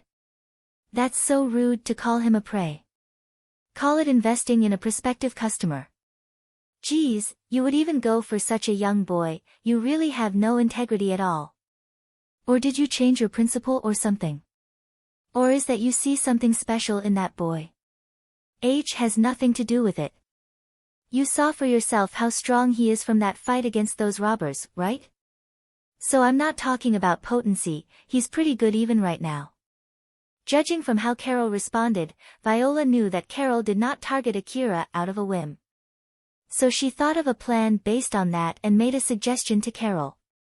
If age has nothing to do with it, then how about you go for that popular Katsuya? He should be around the age of that Akira. From what I heard, he did pretty well during that battle in Mihazono Ruin, and the city management seems to be interested in that boy too. Even some skilled hunters in Drankum decided to create an anti-faction since they're scared of his power. It's the main reason why the gang is broken into factions right now. There's nothing to complain about his skill, and it seems that he likes girls pretty much that even his team is called Katsuya's harem team. I'm sure it's an easy thing for you to slip in. It's your favorite thing, right? Money that these hunters earned with their talents. Viola knew well about what Carol liked. So she tried to test if Carol would be more interested in Katsuya than Akira. But Carol's reply was rather ambiguous. Ah, that guy, huh? I just can't get interested in that guy, you see. Oh my, is it that you don't have the confidence to capture him? Don't tell me that your skill in capturing men has gotten rusty. Viola tried to provoke Carol for a bit, but Carol did not show any change. Of course I'm sure I can do that, but... what can I say? What is it? I actually had a job to go to Drancom's facility. I heard about that boy from back then and I did check him out too. To be honest, I don't want to get involved with him. About that harem squad too, I feel like they're going to kill me if I try to seduce that Katsuya. Viola found that a bit weird and asked Carol. Leaving that Katsuya guy aside, I don't think the people around him can do any harm to you though. That harem squad is nothing but small fries to you, isn't it? So why you don't just go ahead and crush them? That is if they're really nothing but small fries. But that's not exactly true, they're rather than strong, they're more like cult members. Cult? Yep, cult. Well, it's not like all of them are like that. But I'm sure it'll only gather more and more members with time. Just like you said, it's already big enough to break Drancom into factions. So at this rate, probably, it'll take over the whole gang. I have no plans to get killed fighting a cult, you see. Carol sounded like she really hated that idea. Although she was already used to facing death since she was also a hunter, she at least wanted to have the leeway to choose how she would die, and she hated the idea of dying to a cult. Aren't you the one who usually is more interested in that kind of thing? Messing with that kind of stuff is completely under your area of expertise, right? I'll think about it. Viola was smiling when she said that. Even Carol could not tell what she was thinking. Carol checked the time. It was already 1 minute past the meeting time. She still did not get anything from her information-gathering device. She then mumbled. As I thought, they didn't come, so it was pointless, huh? Suddenly a signal was detected in her information-gathering device. Although that surprised her, she still reacted quickly to it. She immediately covered Viola and aimed her rifle in the direction where the signal came. In the direction where she was aiming, a guy was standing, where there was no one just a moment ago.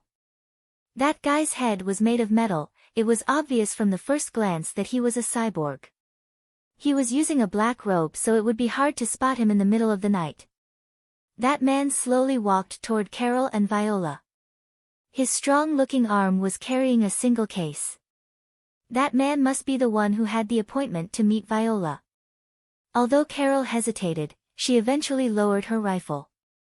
Even when Carol was aiming her rifle at that man, he walked normally toward Viola as if it did not bother him at all. Carol already lowered her rifle, but she still had her guard up as she cautiously said to that man. To be honest, if it could be helped, I would like for you not to sneak up on us though.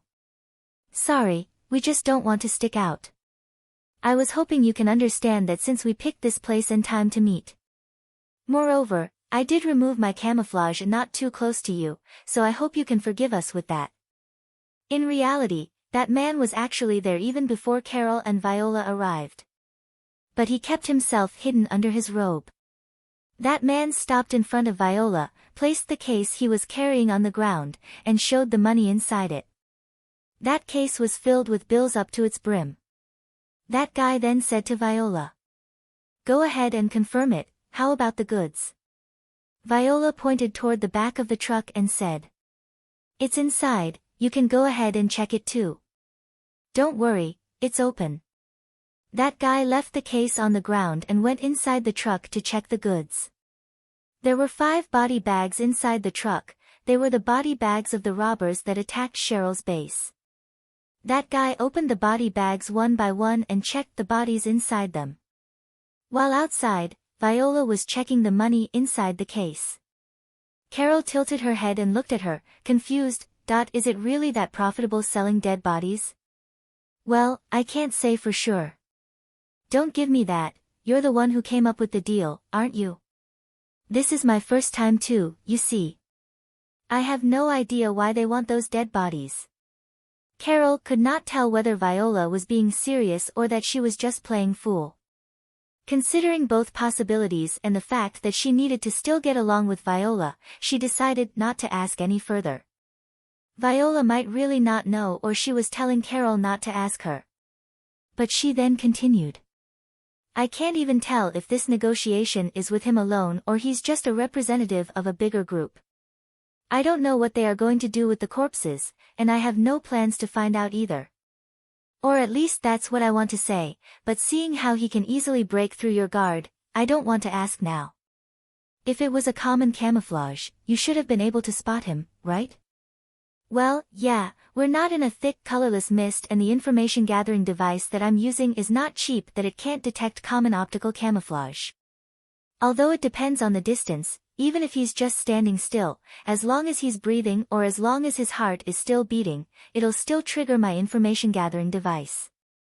I was using such a powerful information gathering device while watching the surroundings. I know that he was using camouflage and he is a cyborg, but it's still surprising that I couldn't detect him. The guy stepped out from the truck and said to Viola after he closed the door. I already checked it, there's no problem. How about yours? I have no problem too. We have a deal then. I don't know if there's next time, but if we're going to do business again, just transfer the money, okay? It's not easy for a frail girl like me to carry around this heavy case filled with money, you know? Honestly speaking, I did this since I don't want to leave a suspicious record in your bank account. I can still transfer the money if you want. No, it's fine. I see, I'll take my leave then. Just to be safe, let me remind you that it's better if you don't try to tail me. Of course. As I promised, we'll stay here for a while after we finish the deal. And also, you can just take the truck with you. The guy went to the driver's seat and drove away. He was heading to the wasteland instead of to the city. The truck, together with that guy and the bodies inside it, disappeared into the darkness of the night. Viola and Carol just stood there without saying anything while watching the truck leave. Once the truck had completely vanished from their views, Viola let out a big sigh. Although she was smiling and looked relaxed from the outside, she was actually pretty nervous during that exchange. Carol also looked slightly relieved. It's not like I want to dictate to you what to do and what not to do about your deals, but you won't be able to stay alive for long if you keep making deals like this. Viola, who had regained her composure, smiled amusedly and replied. I don't want you to tell me that when you're working as a hunter yourself. Although right now I'm the one who agreed to make that deal in this place and time, it's still safer than exploring old world ruin as a hunter, you know? Well, that's true. Viola was indeed correct. Carol smiled wryly and gave that short reply. After they waited there for a while, they returned back to the city in the car that Viola called. The cyborg guy, who drove the truck with the dead bodies inside, drove away for a bit and stopped not too far away from the city. He stepped down from the driver's seat and went to the backside of the truck. He then dumped some of the body bags while they were still opened. He dumped 4 of the 5 body bags as if they were just trash. As for the last one, he carefully picked that body bag and carried it outside. It was Zalmo's body bag. That cyborg was treating Zalmo's body differently. When that man stepped out of the truck, someone called him. It's me. Yeah, I've picked up our brother. Yeah, it's no problem, I'll leave the rest to you. It was a call through the communication device installed in that guy's body, thus his conversation did not make any sound at all from the outside.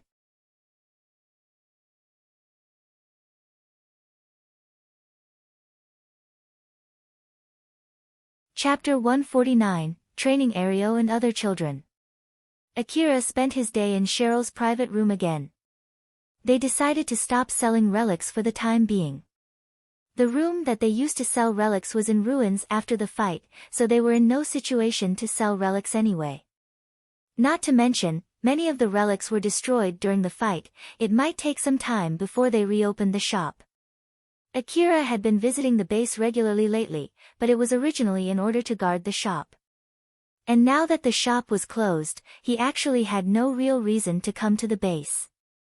But even so, that day, Akira was in Cheryl's private room. He was there to calm her down.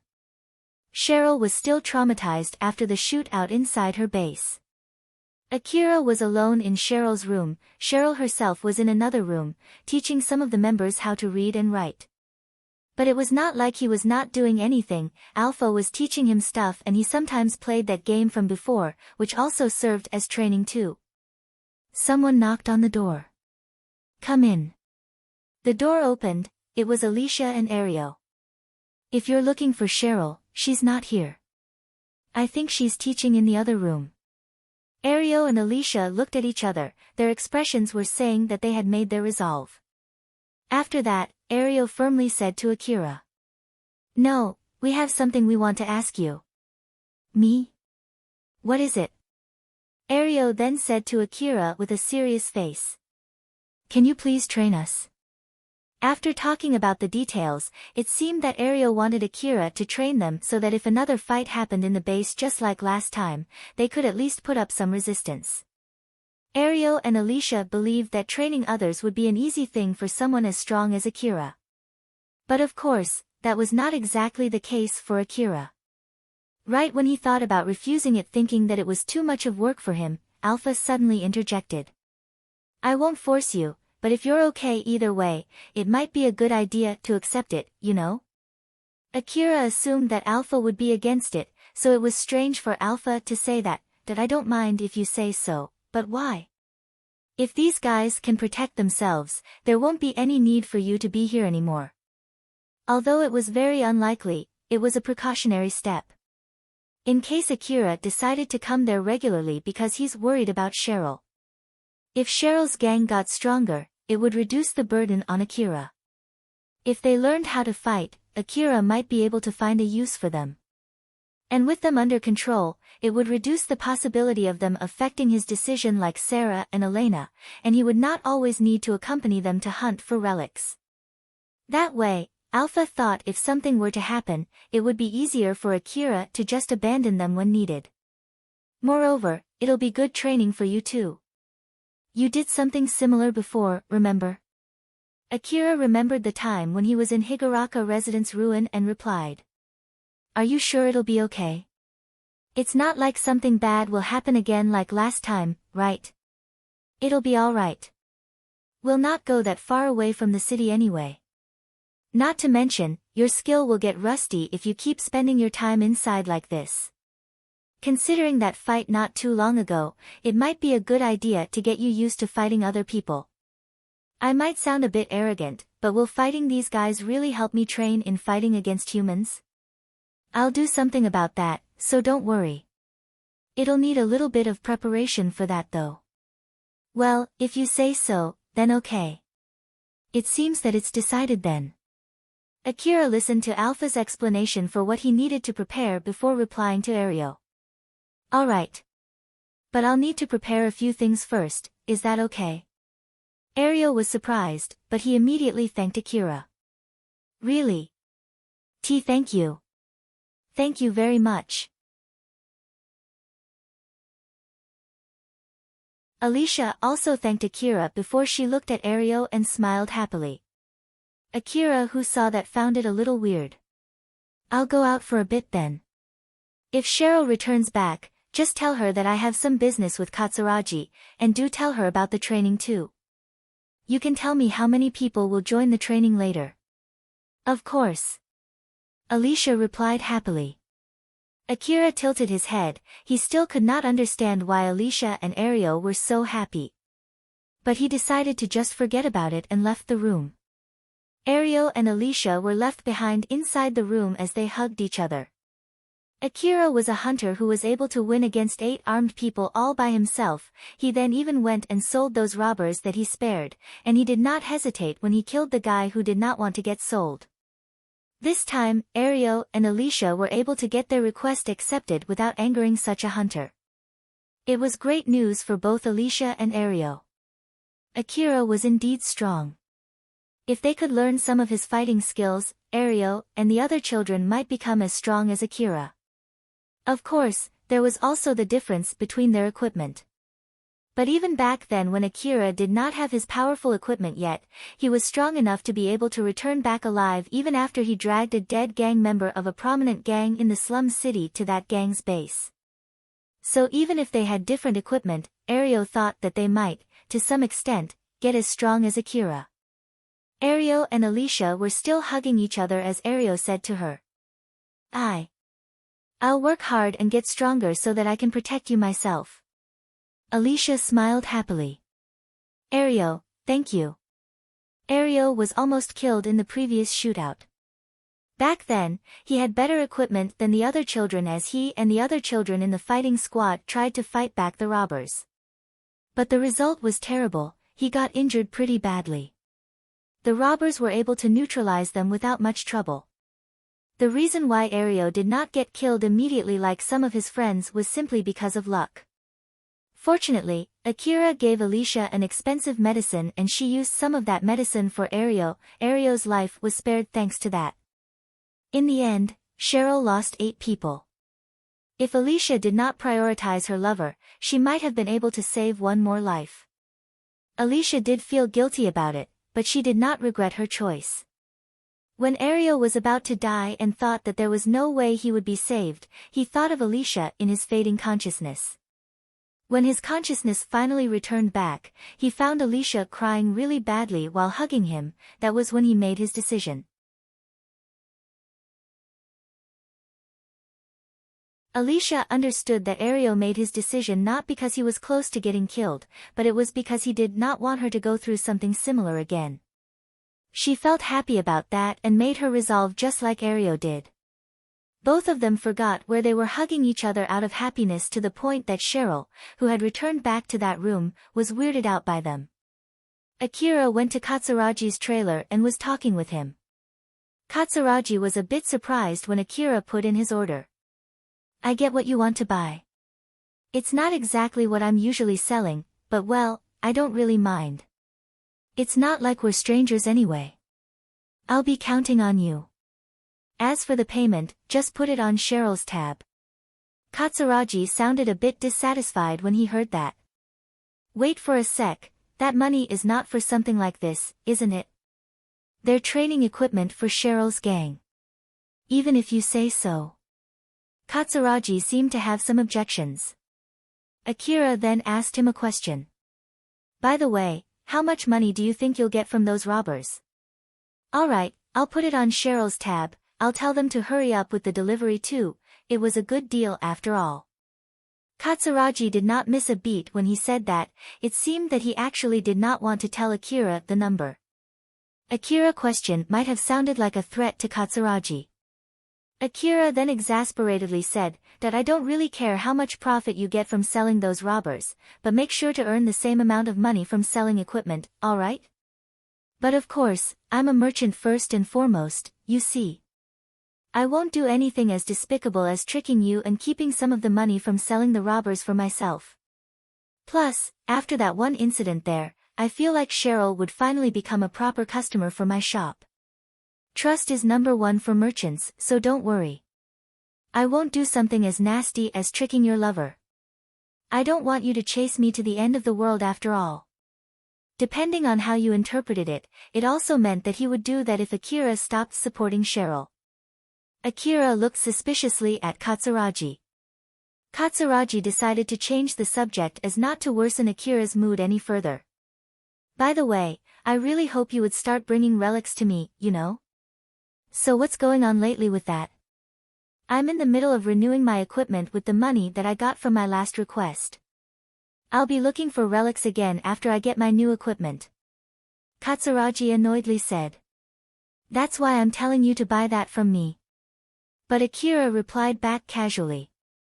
In that case, get good equipment for Cheryl's gang. If you get something good enough to make me want to change shop, I might as well think about it. Akira thought that although he would consider it, there was a good chance that he would not change shop. Katsuragi also noticed that it was highly unlikely for Akira to change shop unless something big happened. I really wonder if you'll properly bring relics that you'll get next to me. It depends on what kind of relics that I'll get next time. Just hope that it would be something that would sell better in your shop. Make sure to bring them to me, yeah. Don't do anything cheap like selling them in Cheryl's place first and only bringing them to me if they don't sell well. As long as it's faster and I can get better money by selling them to you, I won't do something like that. Katsuragi sighed, you were just a strong boy not too long ago, but you've been turning more and more like a real hunter lately. Thanks for the compliment. In contrast to Katsuragi, Akira seemed a bit happy. Ario and some other children from Cheryl's gang were waiting for Akira not too far from Slum City. That day they were planning to go for training with Akira. Ario plus the other 8 children were waiting nervously for Akira. One of the boys asked, "Say, what are we exactly going to do for today's training?" The other children looked at Ario, who said, "I have no idea either." That boy looked a bit surprised at Ario's reply. "You don't know? But you're the one who asked Akira-san to train us, right? Why don't you know?" "Shut up. There's nothing I can do about it, I really don't know. I was indeed the one who asked Akira-san, but it's not like we talked about the details. I only heard from the boss later that Akira-san wants us to wait for him here." Another boy asked Ario another question. "I heard that you and Alicia went to ask Akira-san directly. You guys did that without asking for permission from the boss, right? Is boss okay with this?" "It's alright. Akira-san is okay with it, and since it was Alicia and me who asked Akira-san, I'm sure Cheryl won't get that angry. After all, both I and Alicia are pretty close to her. So it should be alright, maybe." Ario sounded a bit unsure there, so the boy could not help but panic a bit. "Maybe? This better be alright, okay? I don't want to be dumped in the middle of the wasteland, you know." Ario got a little bit worked up as he replied. "Oh, shut up. If you don't want the boss to get angry, then you better take this training seriously. If you don't take the training seriously, although I and Alicia went out of our way to ask Akira-san, this time for sure Cheryl and Akira-san would get angry at you." "Why, you're right." Ario got a bit worked up because of his nervousness and lashed out, which caused the young boy to wince back. Ario did realize it himself that he was a bit more strung up than usual. He had made his resolve in all kinds of meaning, so it was understandable that he was not in his usual state. When Alicia and Ario explained the situation to Cheryl, she seemed to be thinking about something with a serious face.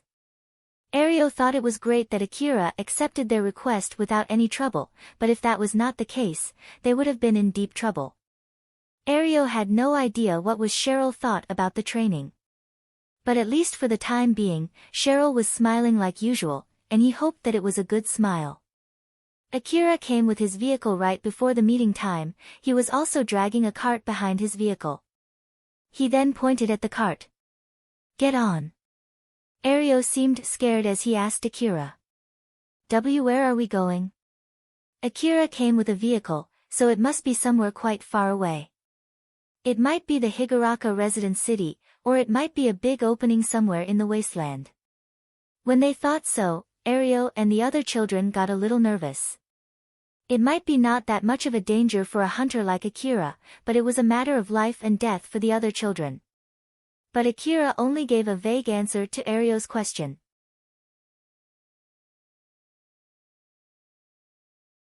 "Well, it's just somewhere around."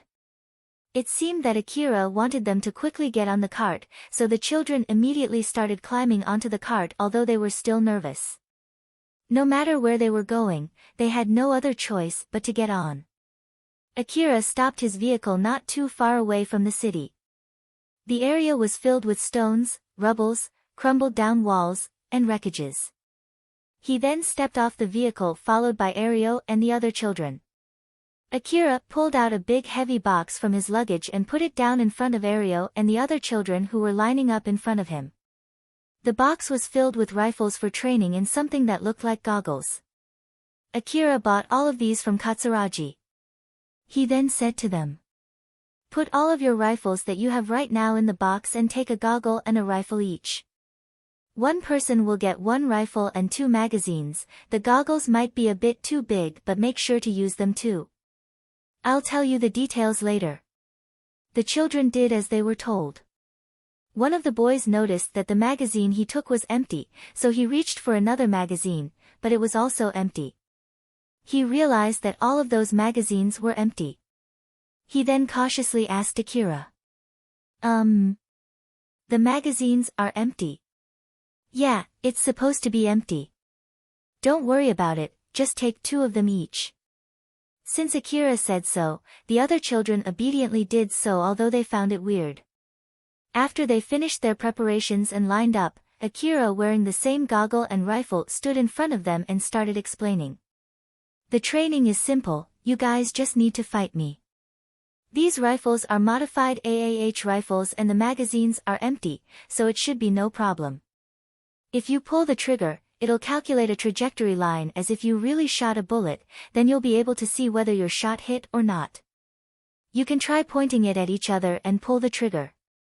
They looked a bit troubled, but they did try to point their empty rifles at each other and pulled the trigger. Then the children that got shot according to the calculation were blanketed in red, and those who got shot had their goggles that were originally transparent also filled in red. Ario and the other children were surprised and raised their voices. Akira then continued his explanation. Once you get shot, quickly leave this place. Once I get killed, or if all of you get killed, we'll return to our starting position and restart again. After that. Well, let's give it a go first. After he said that, Akira repositioned himself away from Ario and the other children, so they flusteredly asked him. That's it? How about the strategy and other things too?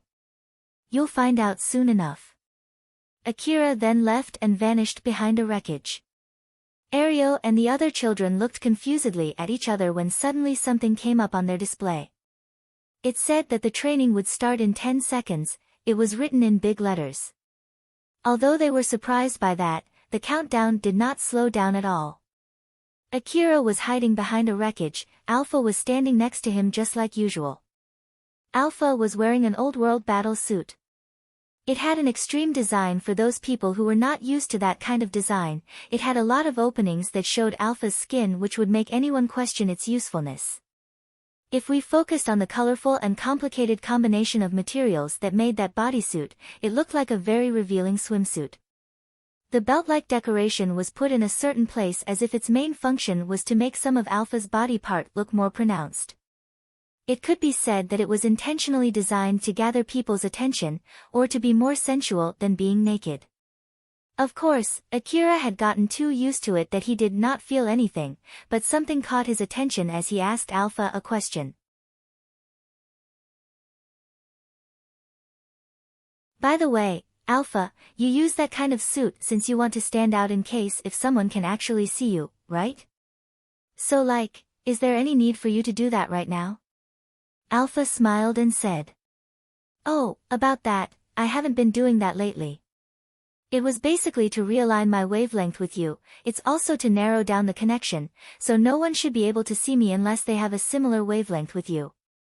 That's why you're the only one who can see me right now, you know? After hearing that answer, Akira curiously asked, then why are you still using that kind of suit? No reason in particular. Then change to something else. No. Alpha was smiling as if she was teasing Akira. Akira looked at her with a troubled face, but she just ignored that and said. I'll think about it if you're so used to it to the point that you won't lose your focus in the middle of the fight no matter how your opponent looks. Even a short pause could be fatal, you see. It's indeed just training, but it's still a fight, so focus on the fight and don't let your guard down. Just imagine what would you do if a beautiful naked humanoid weapon suddenly attacks you while you're in the middle of exploring an old-world ruin. Do you really think that it would change its appearance just because you ask it to? Or you'll just continue fighting while still getting bothered by its appearance? Akira made a conflicted face. Alpha's argument did not sound fully convincing. It was true that it was important for him to be able to keep functioning like usual no matter what he was facing. It was true that when he met Alpha, he was dumbfounded in the middle of the dangerous ruin where he could have gotten killed multiple times while he was dumbfounded. But if he was asked if Alpha's argument was correct, he could not honestly say yes. Akira sighed as he changed his focus. After all, he knew that he could not win in the argument no matter what, so he decided to ask something else that was bugging him. I did prepare all of those stuff following your instruction, but as I thought, I don't feel like fighting these guys will provide me much training though. I'm indeed using a weaker mode for my augmented suit and it's slowing me down a bit. I know I might sound arrogant by saying this, but I'm pretty sure I can quickly defeat them without much trouble. Will this really give me some training? Akira was a trained hunter, so he had the confidence to win against Ario and the other children no matter how many times they tried.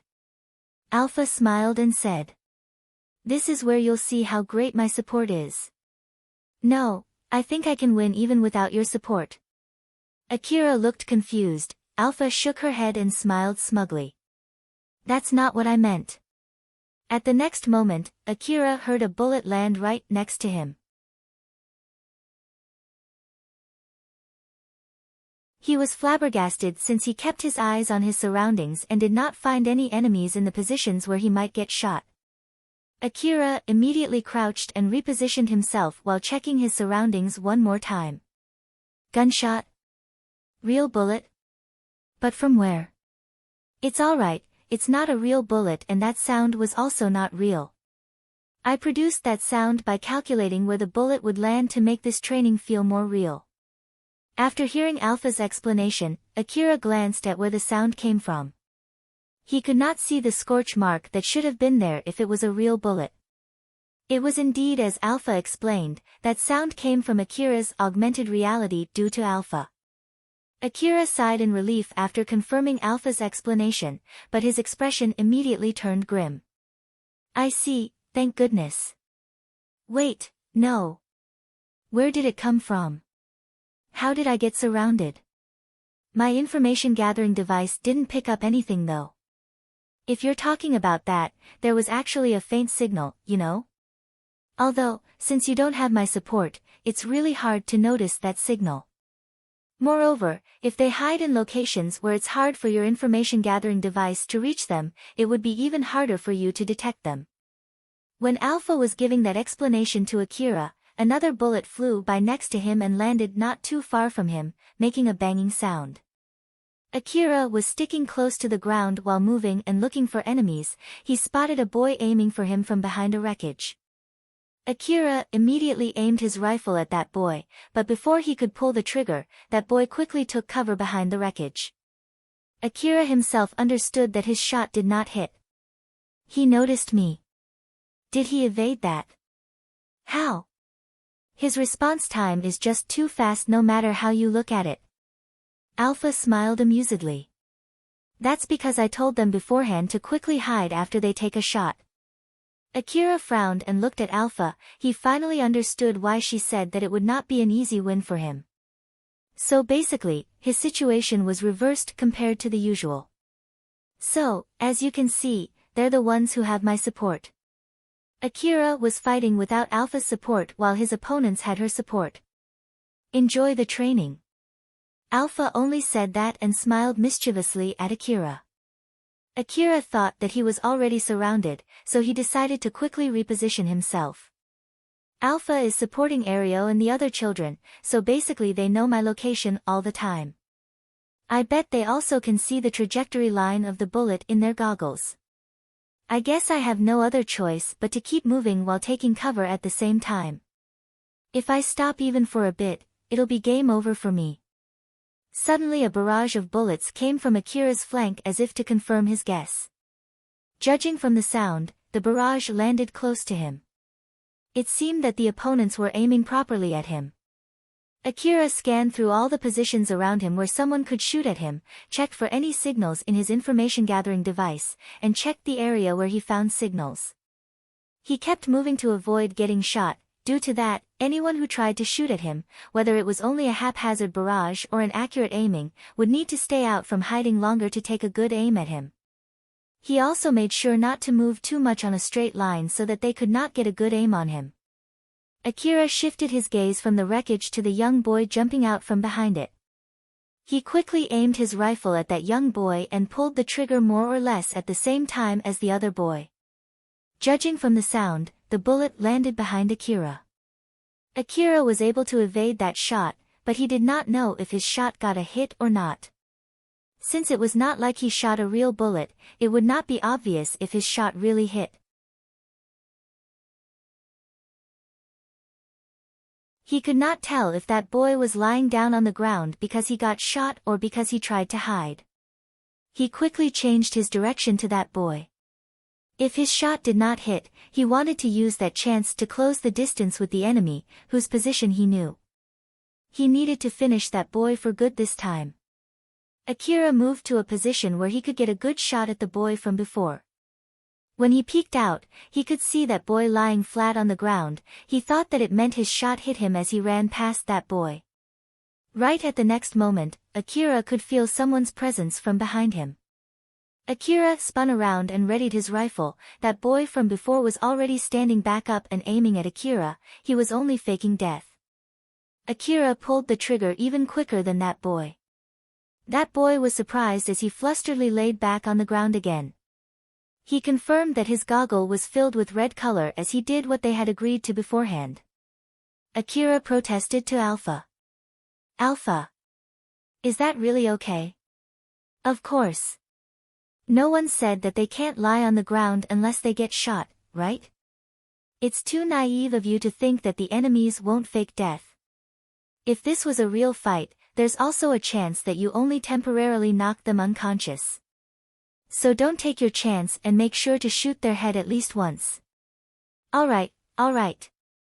Akira agreed with what Alpha said, but it still rubbed him the wrong way.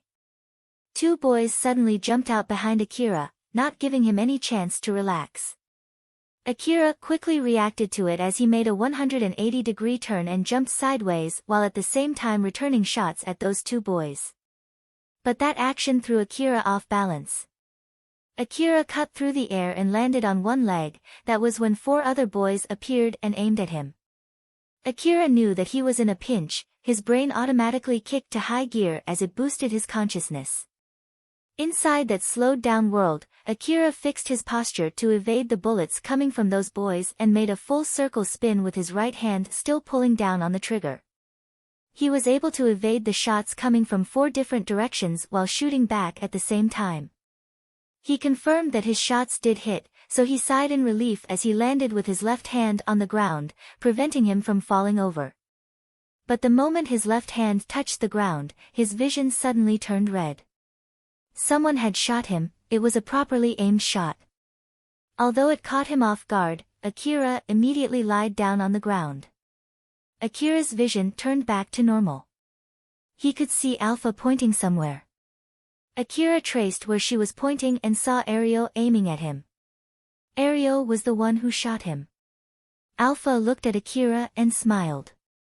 It's my win. You still have a long way to go. How much of that was your plan? Of course, everything from the start to the end, all of it. I see. Akira pouted a bit when he said that. He then stood up. Alpha pointed to where he was just before. Akira looked in that direction and frowned. Akira could see his corpse lying there. Of course, it was nothing more than an image reproduced by Alpha. Akira's corpse had holes on its head, neck, body and limbs as it was bleeding very badly. Some of its body parts were drowned in blood or just simply shredded to pieces. It was the result if they were using real bullets.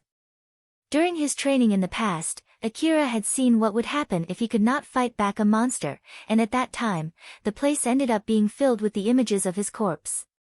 Akira mumbled. It has been quite a while since the last time I saw this. So basically this is what would happen if it was real bullets, huh? Although, to be more precise, in order for that to happen, they would need to use a pretty powerful bullet since his augmented suit also provided a level of protection for Akira, excluding his head. So it was still pretty accurate to say that a normal bullet would kill Akira like that if he got hit on his head. Alpha smiled teasingly at Akira and said. So there you have it. Aren't you glad that it wasn't real bullets? I can't agree more. Akira smiled bitterly as he said that.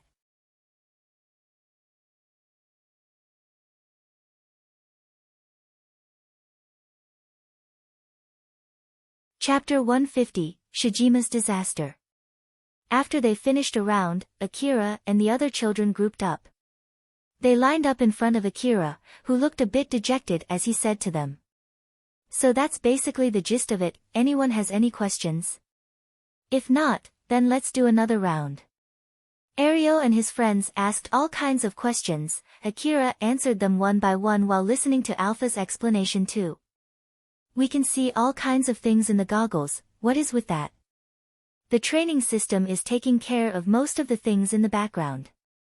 It's mostly focused on adjusting your movement as a group, but it also gives individual orders through your goggles. If you follow those orders accurately, you can learn how to fight. Next. How do you know our locations? And how does it decide when one of us gets shot? It's connected to the information gathering device in my vehicle and it does calculations based on the data from your goggles and the aiming device of your rifle. Next. The trajectory line from the muzzle sometimes vanished suddenly. What should I do when that happens? Reload a new magazine. It's properly counting the ammo inside your magazine. If your magazine is empty, the trajectory line would vanish. It's so that you can learn to protect each other when you reload a new magazine. At the moment, it's set so that you can still shoot for a while even after your magazine is empty, but I'll have to change that soon. Next. I can always see the location of the other people in my goggles. Is this really effective as a training? It's only available to you guys, but not for me. I also don't get that trajectory line nor the specific order from the training system.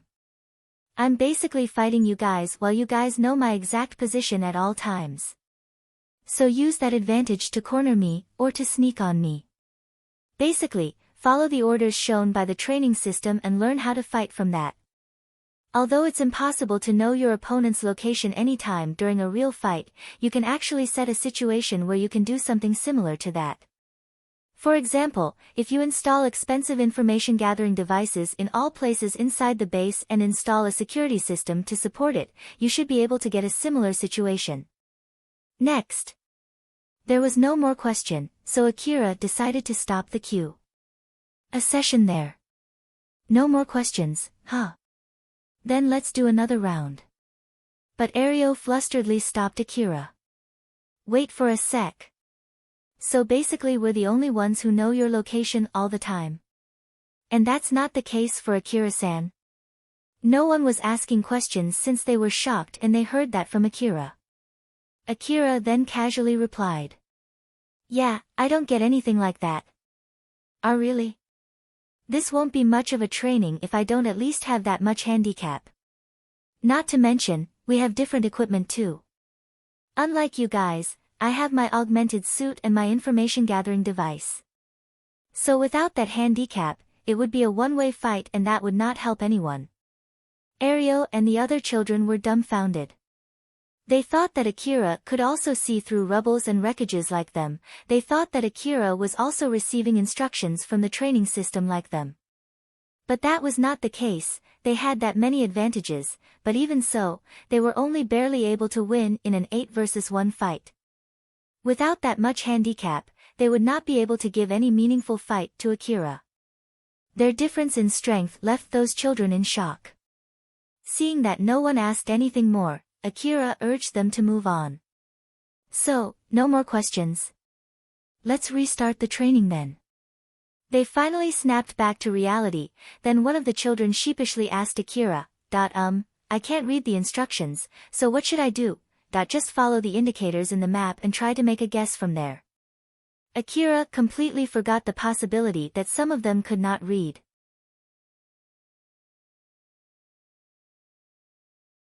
It made him feel a bit conflicted remembering that he also could not read until recently. They then had a few rounds after that. Both sides fought desperately in each round. Akira's victory ratio was 50%. Most of the rounds ended up either with Akira shooting down all of his opponents or Ario's side using one of the boys as a decoy to shoot Akira. Alpha adjusted the training to be like that. Akira suddenly asked Alpha a question while hiding behind a cover. But still, I didn't expect them to get this strong just by following your instructions. Although, unlike in my case, I bet they don't always move following your orders. You're right. After all, back in the Kuzusuhara ruin, there was a time when you took an action against my instruction, right? Akira remembered that blunder back in Kuzusuhara ruin and smiled wryly. I'm really sorry about that. Alpha lightly giggled. Well, I do all kinds of adjustment in the background though. For example, when I give them an instruction to go right, they would need to read that instruction, understand the instruction and check if it's safe first before actually following that instruction. So if they take 10 seconds to go through this process, I'll adjust it to show that instruction 10 seconds earlier before it's actually needed. That way they'll move much more efficiently. You're even doing something like that, huh? How did you know that it'll take 10 seconds? Through a lot of different methods.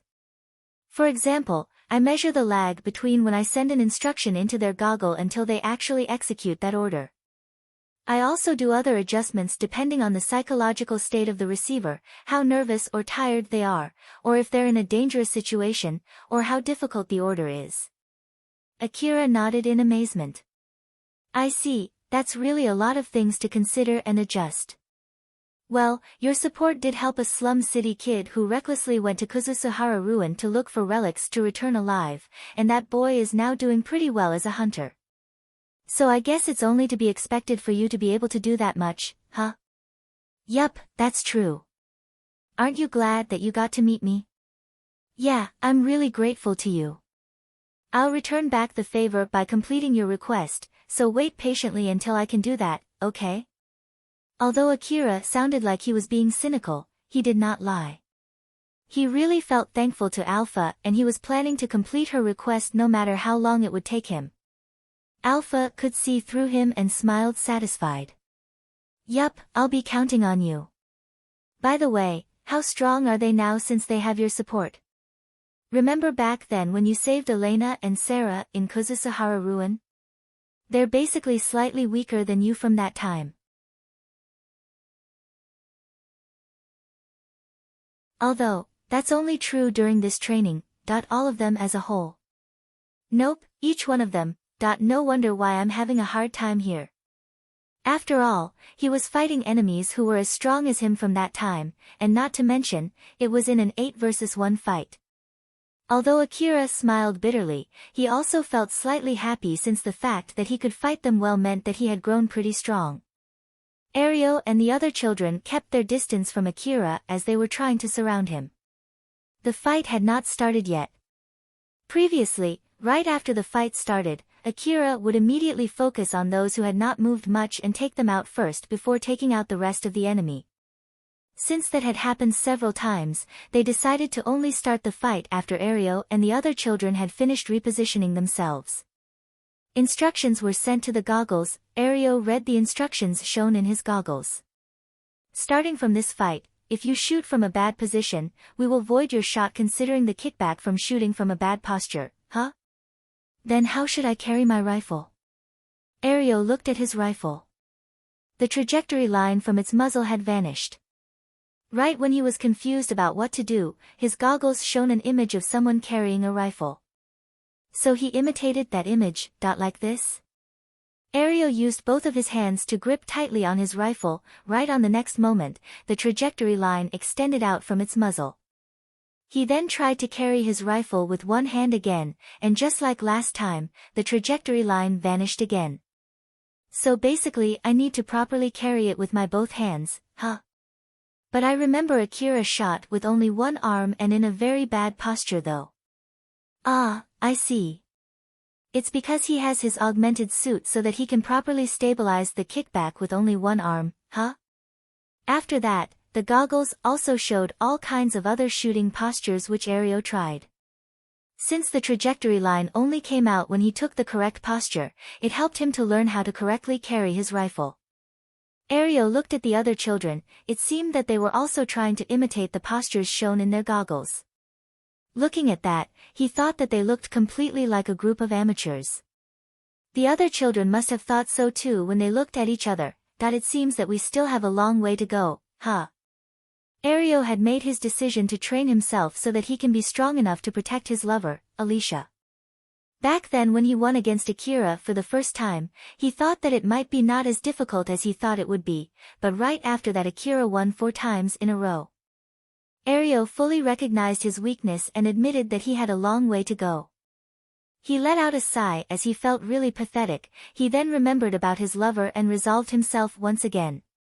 He had already made his decision, things like this would not break him. The battle started. Ario ran as fast as he could. Right about the time when Akira and the other children were training in the wasteland. Somewhere in the lower district of Kagomayama City, Shirjima put both of his hands on his head in frustration. Shirjima was the boss of one of many gangs in the slum city, and his gang once had an incident with Akira. A guy from his gang by the name of Wataba once went to Cheryl's base and threatened Akira to give up Cheryl's base. Wataba was killed in Cheryl's base by Akira. Then Akira dragged his corpse all the way back to the gang's base. They were in a situation where they were just one step away from a fight. At that time, Akira said that with his current strength, Shirjima and his men might be able to kill him, but Shirjima himself would die too. So in the end, they were able to reach a deal where Shirjima could still uphold his reputation by making Akira pay him some money. Not too long after that, there was no further problem at all. Shirjima originally planned to take over Cheryl's gang if Akira died due to the dangerous nature of his job as a hunter, but Akira was able to survive and was doing fine. So Shirjima did not make any big moves. The most that he could do was only visiting Cheryl's base from time to time to check if Akira was still alive. Then one day, a certain hunter caused trouble inside the gang's territory. That hunter was causing a ruckus since he was being chased by someone. Gangs in slum city like Shijima's were also functioning as guards in the area. So if someone armed caused trouble in their territories, it was crucial for them to deal with that person with force. If they ignored something like that, it would not only damage the protection money income that they were receiving, in the worst-case scenario, it might cause other gangs to look down on them and attack them. Normally, Shirjima would demand compensation money from these troublemakers and let them go. He was willing to negotiate if it was needed, but he rather not if he was given the choice. It was important to let people know that they had the ability to take care of these troublemakers. So if those hunters paid him with money, then that would be enough. Shirjima usually checked the identity of the hunter before dealing with that hunter. That was when the real problem arose. That hunter was Akira. Shirjima was being careful of Akira. It was not because of Akira's strength, but it was more because of his unstable personality. After all, he once came to Shijima's base fully expecting a fight. For people who did not want to die, someone who did not hesitate to challenge anyone even if he or she was weaker, like Akira, was someone that they needed to be careful with. But for the sake of the reputation of the gang, he could not afford to just let Akira go.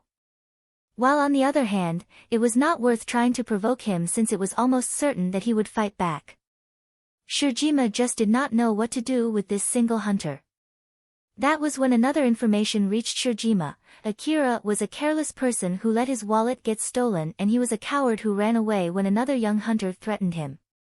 It was a piece of information that destroyed Shijima's image of Akira. After hearing that, Shirjima was even more confused than before. It was either his mistake for being careful of Akira, or it was because Akira's behavior changed after he was about to get killed somewhere in the wasteland, or maybe the information that he received was simply wrong information. Shirjima could not decide which one was the correct guess. So in the end, Shirjima asked Viola to investigate more about Akira. He knew well about how bad Viola was, but he had also heard how skilled she was. He also heard that he would not have any trouble with her as long as he did not antagonize her.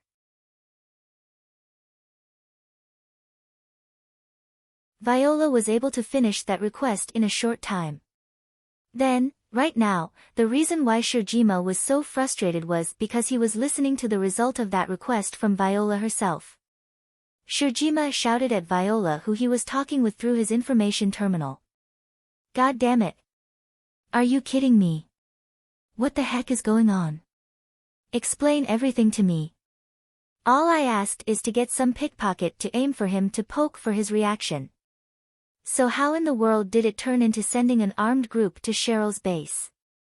In contrast to Shirjima, Viola replied calmly. Good grief, calm down for a bit, will you? Although the situation went out of control, it was enough to give a good result for our main objective to check for his response, right? Not to mention, you did say you're not fully satisfied with only doing that, right? So we might as well consider ourselves lucky here. It was Viola's job to spread information to the information brokers all over the slum city that Akira was an easy target for pickpockets. The original request for that came from Shirjima. He did that to check how Akira reacted to pickpockets. But Viola's calm answer only caused Shirjima to get angrier. Lucky, you say? Then how in the world did that attack get connected to me? You're the one who provoked them, right? I have nothing to do with them. Geez, can you stop accusing me? I have nothing to do with those robbers too. I just spread that information like you asked me to. Then those robbers chose to attack Cheryl's base using that wrong information as the basis of their decision. I spread that information because you made a request to me. Just think about what would happen if Akira discovered that. Akira might misunderstand and think that those robbers attacked Cheryl's base because of you. I'm just reminding you of that possibility here. It's true that you're aiming for Cheryl's base, right? And it's true that you want Akira dead too, right? You have no connection to the robbers and it was not like you paid them to attack Cheryl's base either. I'm just telling you here that I can't say for sure if Akira would believe that, you know? Shijima's face turned grim. It was because he understood Viola's point. More than that, he also knew that there was a good chance Viola had done something to make Akira misunderstand the situation. So in short, if Viola wanted to, she could have manipulated Akira and Shirjima to fight each other. Shirjima already knew Akira's strength since he heard about that from Viola herself. Akira once completed a request in Kuzusuhara Ruin that earned him more than 10 million orum.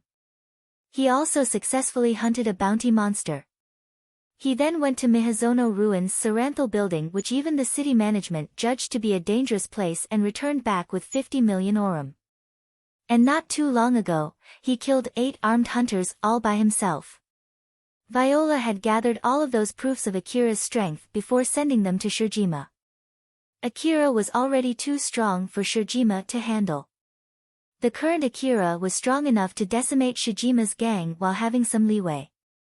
Messing with the current Akira would be very risky. Shijima's expression was more of desperation than anger, his voice also reflected the same thing. So, what do you want? But Viola just smiled and casually replied with something unexpected. Oh my, I didn't demand anything from you though. We're only talking here since I want to give you my report for your request plus some extra service based on my policy to hold my customers dear. So, was it useful information? Normally, you would need to pay to get information like that, you know? Or is that you prefer not to know anything? Was it something that I shouldn't have done?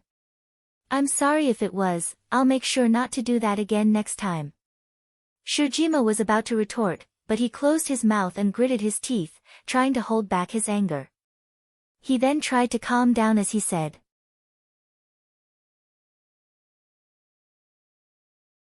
Thanks for the information. As a gratitude, is there anything that we can do to help you? Oh my, it would be such a waste if you would even go that far. In that case, I might as well ask you one thing. Shirjima could hear Viola's happy voice coming from his information terminal as that bad girl explained her evil plan. Although if it was from her voice alone, Viola had a very appealing voice. But that did not help in this case. Shirjima only accepted her request because he did not have much choice. So then, until next time, yeah, I'll be counting on you. Shirjima closed the call and immediately yelled as hard as he could. God damn it. Shijima's voice echoed through the base. Akira did not exactly plan the training duration, but since it seemed that Ario and the other children were getting tired, he decided to stop the training. Ario and the other children received notification in their goggles and heard Akira's voice telling them to stop the training there. They were all really tired as they sighed in relief at the signal saying that they could finally relax. They used their rifle as a walking staff to help them drag their feet back to where Akira parked his vehicle. Before Akira returned back to his vehicle, he looked around and said in disappointment, that I died quite a lot this time. Akira could see countless corpses of himself scattered around the ground. Only he and Alpha could see those corpses. They were the results of his blunders during the training. He would have ended up as one of those corpses if this wasn't just a training. Akira's face looked pretty dejected by the fact of how pathetic he was, so Alpha tried to cheer him up. Well, that's just how it is. Considering that the other party had my support, I think this result is not bad at all. I see. Wait, is that so? Yep. Although Akira sounded like he was still questioning it, Alpha replied with a confirmation. She answered back so firmly that he did not have much choice but to accept it. Alpha then smiled smugly and said, "Or is it that you have something to complain about since my support cornered you this much?" Akira replied back swiftly. "No, I have no complaint." "Thought so." Alpha smiled satisfied. Akira then decided to move on. "You're right, your support always helps me a lot." "Thank you. Let's head back now." On his way back to his vehicle, Akira remembered something and asked Alpha, "By the way, I think it worked well as a training for me, but how about for Ario and the other children? How is their fighting skill? Did they get better?" "Well, although it didn't work out that perfectly, they did receive some training from me. So they're at least stronger than yesterday. Training-wise, I think it was more effective than if they're doing their own training."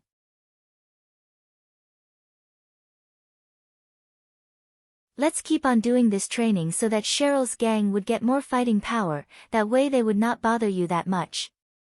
Akira then remembered Ario and the other children who were so tired after the fight that they looked like they would faint any time. To be honest, I'm not sure if they would come for another training though. When that happens, we can just ask for Cheryl's help. I'm sure that she won't say no. Well, that's true, but still. It was not a bad idea for Cheryl's gang, so it was very likely that Cheryl would say yes to that. Moreover, Ario and the other children could not say no if it was an order from Cheryl. After all, if they did, Cheryl would kick them out from the gang. Akira felt a bit sorry for Ario and the other children. After they finished their training, all of them returned to Cheryl's base. In contrast to Akira, who seemed still full of vigor, Ario and the other children looked so tired as if they were forced to do long-hour labor work. Seeing that, Cheryl's men could not help but feel scared. Cheryl told them to take a rest before she headed to her private room together with Akira. Akira gave a small explanation to Cheryl about the training and said, "Well, so that's the gist of it. I'm thinking of doing this training regularly. The equipment that we used for the training is paid with the money from back then when we had that deal with Katsuragi. I think it's a good idea to use that money for something like this. If you ask me how is it useful to me, it also serves as a training for me." Cheryl smiled happily and said to Akira, "Thank you very much, I'm sure Ario and the other children would be happy too." Akira questioned for a second whether Cheryl said that because she knew that was true for sure, or because she only guessed that it was true, or because she only said that as not to worsen his mood, or because she knew it was beneficial for her gang to say so. Akira looked at Cheryl more intently than usual. She was smiling at him. To Akira, it did not seem that she was only acting, and even if it was, he did not have the skill to notice that. Cheryl realized what Akira was trying to do there, so she confusedly asked him, "What's wrong?" "No, it's nothing." Akira decided not to let that bother him too much. It was up to Cheryl and her gang whether to continue the training or not. It was not something for him to worry about. Cheryl observed Akira's reaction carefully. She understood that he had something in his mind, but he decided to just stop thinking about that. Just to be safe, she reevaluated what she just did there. "I'm sure I didn't say anything that might offend Akira. It should be all right. Is it better if I ask him what he is thinking about?" "No," Akira said that it's nothing, so it might be better not to ask him. Cheryl still had her usual smile on her face as she thought about a lot of things in the back of her mind on how to make sure not to offend Akira, make him like her, and make him keep supporting the gang. Cheryl then said to Akira, "There's something else that I want to talk about. I got a call from Shirjima. He said that he wants to meet me and Akira." What should we do? Shirjima? Who's that? He's the boss of another gang. He's the boss of a gang that you once visited. Oh, that one. If it's about gang business, you alone should be enough, right?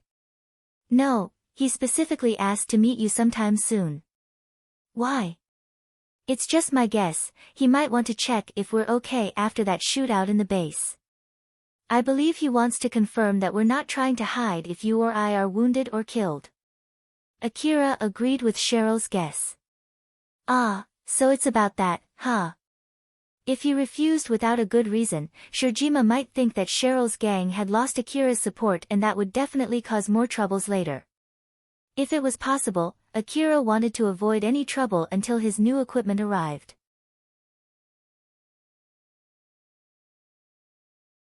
Unlike last time, Shirjima would not look down on Akira and think that Akira was just a common young hunter, so this time for sure he must be properly prepared for him. When Akira concluded as such and thought of having to fight the force that Shirjima prepared, he exasperatedly said, "Dad, I'm tired today, so how about tomorrow?" "Very well, I'll tell him so." Cheryl thought that Akira said so simply because he was tired.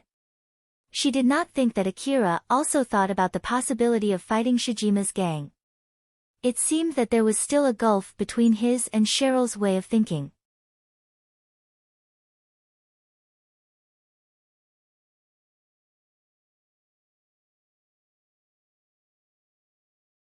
Chapter 151, Viola's Plan. Tyal was walking through the slum city in the middle of the night. When he arrived at his destination, he readied his rifle and stormed through a broken door. The flashlight equipped on his rifle provided vision in that pitch-black room as he checked all four corners of that room. But he found no one. He clicked his tongue and took out his information terminal, immediately made a call with a grim face. "Hey! She's not here either. All the information that I got from you are false, aren't they? Are you sure that information that she's living here is correct?" A woman's voice came out from Tyal's terminal.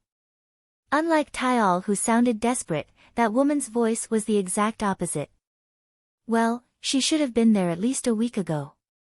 Freshness is important for information. It's normal to encounter something like this out of old information." Tyal's face twitched with anger. He then shouted at his terminal. "It's normal to encounter something like this? Are you kidding me? You do know the situation that I'm in, right?"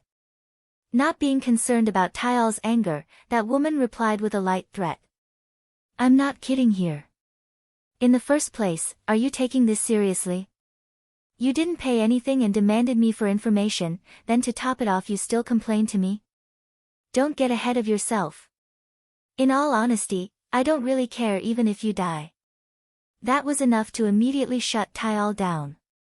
He sounded scared and desperate at the same time as he said, I am sorry. But I did explain to you my situation, right? I'm in a really bad situation. I was the one who brought those attackers to the base, you know.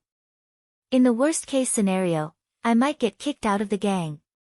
So if I can find and drag that pickpocket who Akira is looking for, I might be forgiven. Otherwise, this is really, really bad. Damn it. Why did this happen to me? Tyal was pulling his hair out. But then the woman gently said to him as if to cheer him up. Just keep following my instructions from here and on. If you do, I'll give you some good info. He replied as if he was begging that woman. Please, I'm relying on you, this is my only hope. Well then, for now, just look around the room. You might be able to find some clues about where she's living now. Alright. Tyal started searching the inside of the room just as he was told to. He did not notice that he was actually being used. Akira and Cheryl went to Shijima's base since Shijima said he wanted to meet Akira. Cheryl was wearing her refitted old-world dress while Akira was in his augmented suit and was fully armed. They looked much different compared to when they came there for the first time. The guards who saw Cheryl and Akira approaching the base could not help but feel nervous. Both of them showed that they had the money and the power. That guard was originally still looking down on Cheryl and her gang, but seeing them now, he could not afford to look down on them anymore. That man kept his guard up as he said, "Akira and Cheryl, right? Boss is waiting inside, I'll take you to him. But I'll need you to leave your weapons with us." Akira swiftly replied, "No." That man frowned and tried to intimidate Akira. "We're not kidding here." Akira did not wince back at all, he just casually replied, "Neither am I. I keep getting attacked lately, so I'm being more careful than usual at the moment. Sorry." That man scanned Akira's equipment once more. AAH and A2D assault rifles were dangling on his waist, while on his back, he was carrying CWH anti-material rifle and DVTS minigun. He obviously did not come in peace. That man could not help but to make a grim face when he imagined the damage that would result if the gang fought Akira. Good grief, you came here with all of those weapons, are you planning to fight us or something? No, I have no intention to fight any of you.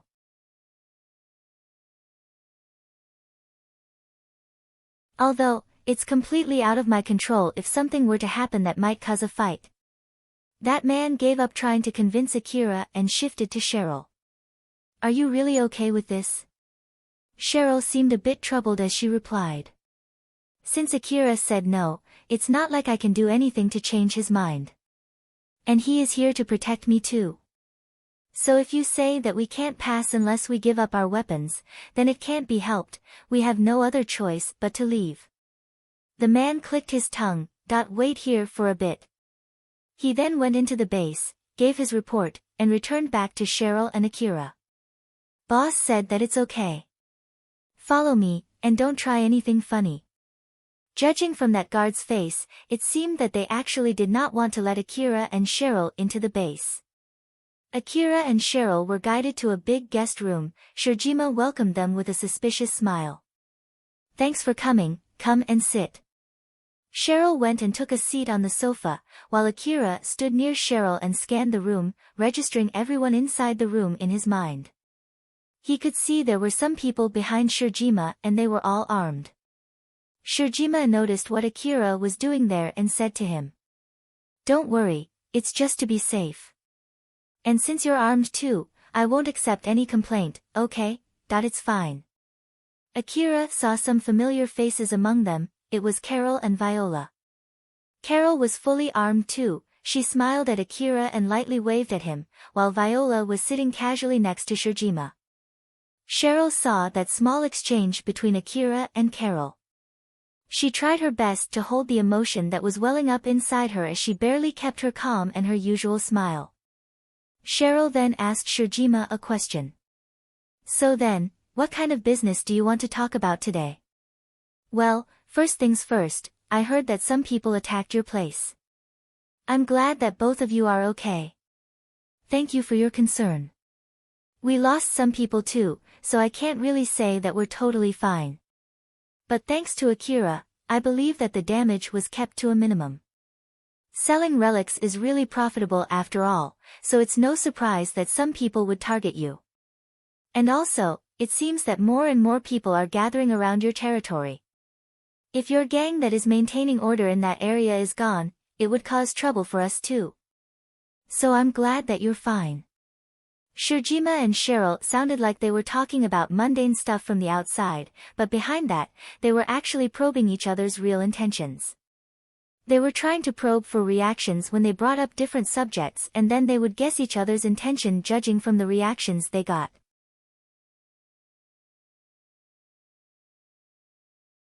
Akira thought that if it was only mundane stuff like that, they could just talk about it through a call. He did not think too deep as he was listening to their conversation, but after Alpha explained what was going on between those two, he lightly nodded. I bet they're trying to do something like that at the moment. So gang bosses need to be able to even do something like that, huh? Both of them are maintaining the outside and the inside of the gang with power after all, so it's important for them to be careful. Especially for Cheryl since her gang got attacked. Although she has you supporting the gang, there's a need for her to take care of the aftermath. As for Shirjima, I bet he thought that Cheryl's gang was nothing but a small weak neighboring gang. But then that gang has started selling relics and earning enough money to even get targeted by robbers. And if you have money, you can hire people and get good weapons. So in this case, it would mean that the gang that Shirjima thought of as nothing suddenly transformed into a well-growing and expanding gang. So it's understandable for him to get information on that gang. Being a boss for a gang sounds like a lot of work. Akira mumbled as if it had nothing to do with him when most of Shijima's and Cheryl's worries were mainly caused by him. It seemed that Akira simply did not know about that at the moment. Cheryl and Shirjima spent some time talking about mundane stuff while probing each other's intention. That was when Viola suddenly interjected. It's all good and fine if both of you want to build up your friendship. But it might be a good idea to get into the main subject soon. Shirjima frowned and made a grim face. He looked at Viola without saying anything as if he was reproaching her. Cheryl seemed a bit confused while she was checking Viola and Shirjima. In that situation, Viola was just smiling confidently there. Viola still looked rather relaxed when she continued. If it's hard for you to bring it up, I can explain it in your place, you know? Shirjima took a small pause. It seemed that he had to make his resolve before replying. All right, go ahead, please. Cheryl, who saw that, thought. Shirjima is intimidated by that woman? Are they acquaintance or something? I don't really know what's going on here, but what exactly do they want to talk about? Cheryl raised her wariness as she shifted her focus to Viola. Viola reacted with a smile that somehow broke Cheryl's poker face. Cheryl could not help but to make an uneasy expression.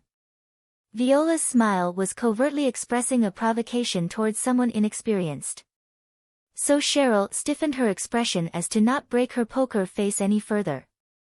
Viola shifted her gaze to Akira. She smiled at him and said. To be honest, it's actually something related to Akira. Akira frowned. Me? Yep, you.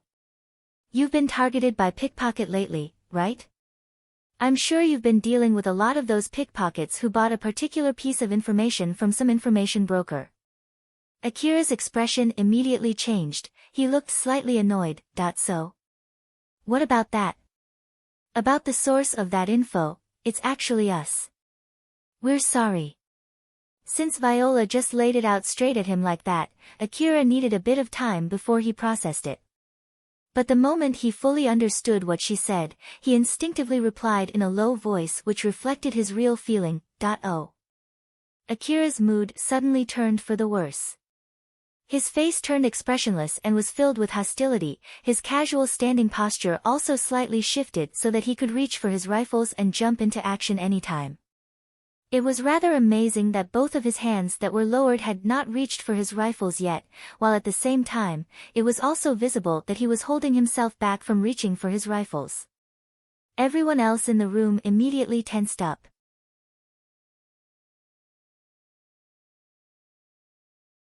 Shijima's men immediately changed their posture so that they were ready to fight anytime, but no one was reaching for their weapons yet. If any of them had grabbed their rifles and aimed at Akira, there was no question that Akira would not hesitate to open fire. Bullets would have filled the room before anyone could try to calm the situation down. Shirjima signaled his men to calm down. Viola was still smiling like usual. Although she was also equally surprised by that unexpected reaction from Akira, she was able to hide the shiver that ran down her spine. She then casually said, I want to continue my explanation if you're okay with it. Akira replied with a calm but cold voice, that I would be thankful if you can refrain from saying anything that might cause a misunderstanding. Even if you can properly explain everything, if I listen to you until the end of your explanation, I can't guarantee that I'll calmly listen to your explanation until the end. Akira was stating that he had no confidence he could listen calmly until the end. After hearing that statement, Viola continued while trying to keep her face from wincing. All right. In that case, let's start with the overview. It ended up pretty badly purely by coincidence. We did not mean you any harm when we did that. We do feel sorry for what happened, so please calm down and listen to our explanation. It all started when you caused a ruckus in Shijima's territory with your gun out, so from there. Viola explained what was going on to Akira. Back then when Akira pulled out his rifle as he was chasing Alna, they were actually in Shijima's territory. So Shijima wanted to know more about the hunter who caused that ruckus. Then he found out that Akira pulled back when he was confronted by a young hunter, and that was the biggest reason why incomplete information about Akira spread around. Because of that, the piece of information that misevaluated Akira spread among the information brokers, which eventually gave the final push for those robbers that attacked Cheryl's base. Viola and Shijima admitted their fault and explained that they had nothing to do with those robbers. They did not say anything to those robbers who attacked Cheryl's gang. They gave their detailed explanations slowly to make sure that Akira understood everything. Akira listened to Viola's explanation without saying anything. But there was no sign of change in his mood even after he finished listening to the explanation. Viola smiled at Akira and continued. So basically that's everything. I did my best to not cause any misunderstanding. To say it clearly, we have no wish to be hostile with you. So, do we understand each other here? Akira did not say anything back. Everyone in the room started to tense up. There was no questioning that if someone made a suspicious move there, they would immediately break into a fight.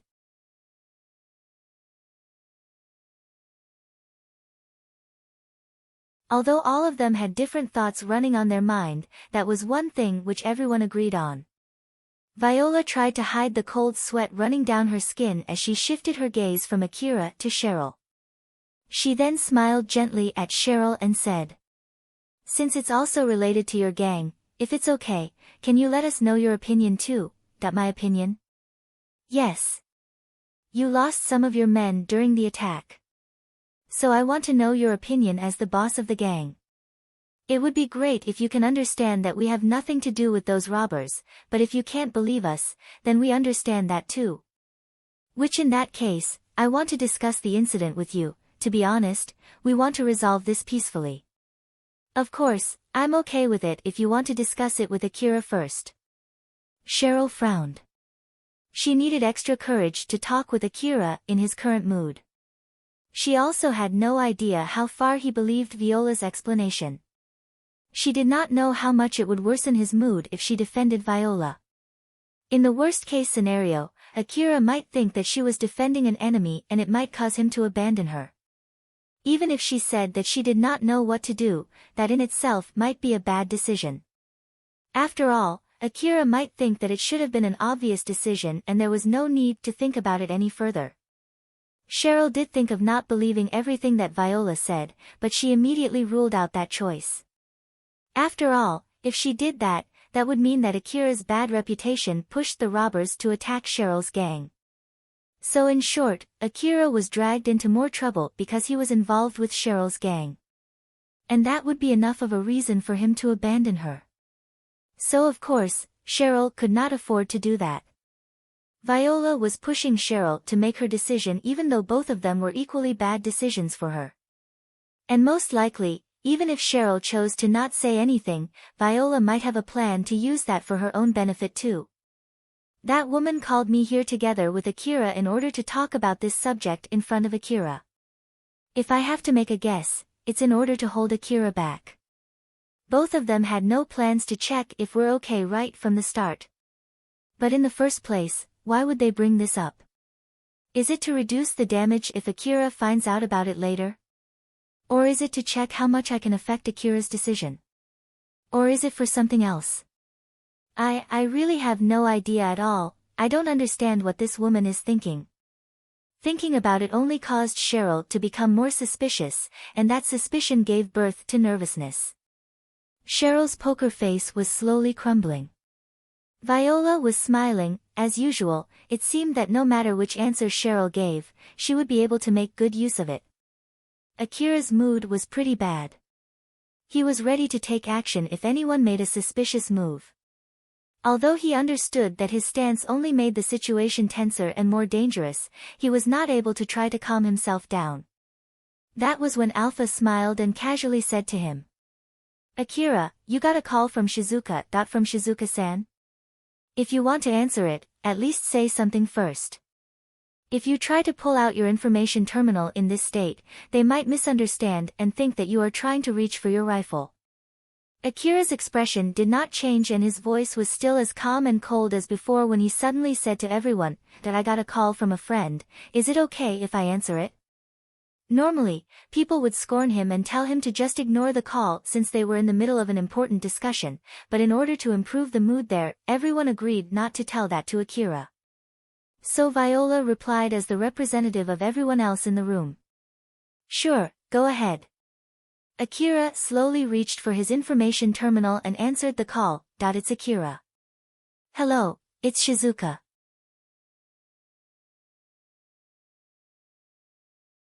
There's something I want to ask you, is it a good time? Or at least that's what I want to say, should I just call again some other time? No, it's fine. Is that so? If you're busy, I can just call again later, you know? It sounds like you're in a rather bad mood over there. If I called you at a bad time, I'm really sorry. No. I'm sorry, can you please keep the call open and wait for a bit? Sure. Akira pulled his information terminal away from his ear, he then took a deep breath and did that several times in front of everyone. After he forced himself to calm down to some degree and his expression was mostly returned back to normal, he then continued his call with Shizuka. Thank you for waiting. Do I sound better now? Or do I still sound pretty bad? Shizuka gently replied to that question. It's okay, you sound like the usual you now. Akira actually had not fully returned to his usual self. Shizuka only said that since she thought that it would calm him down. And in reality, it did calm Akira down. Akira then apologetically said to her.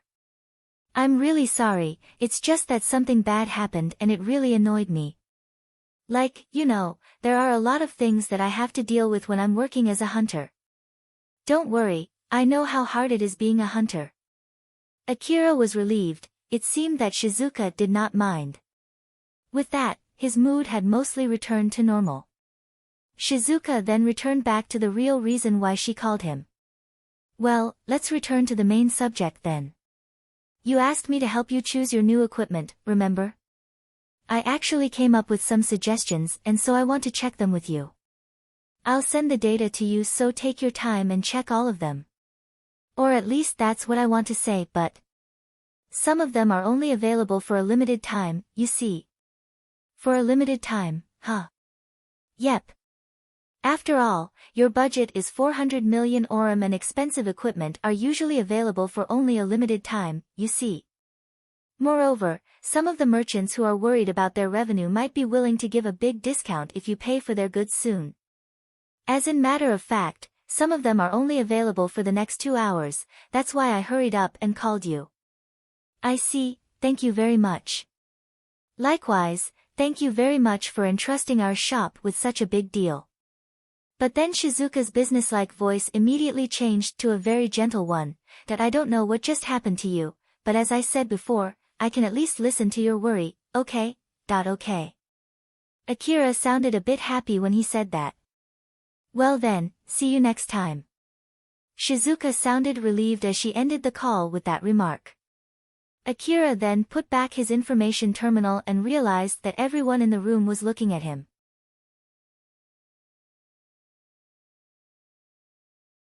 Although they had different expressions, it was more than obvious that everyone was looking at him.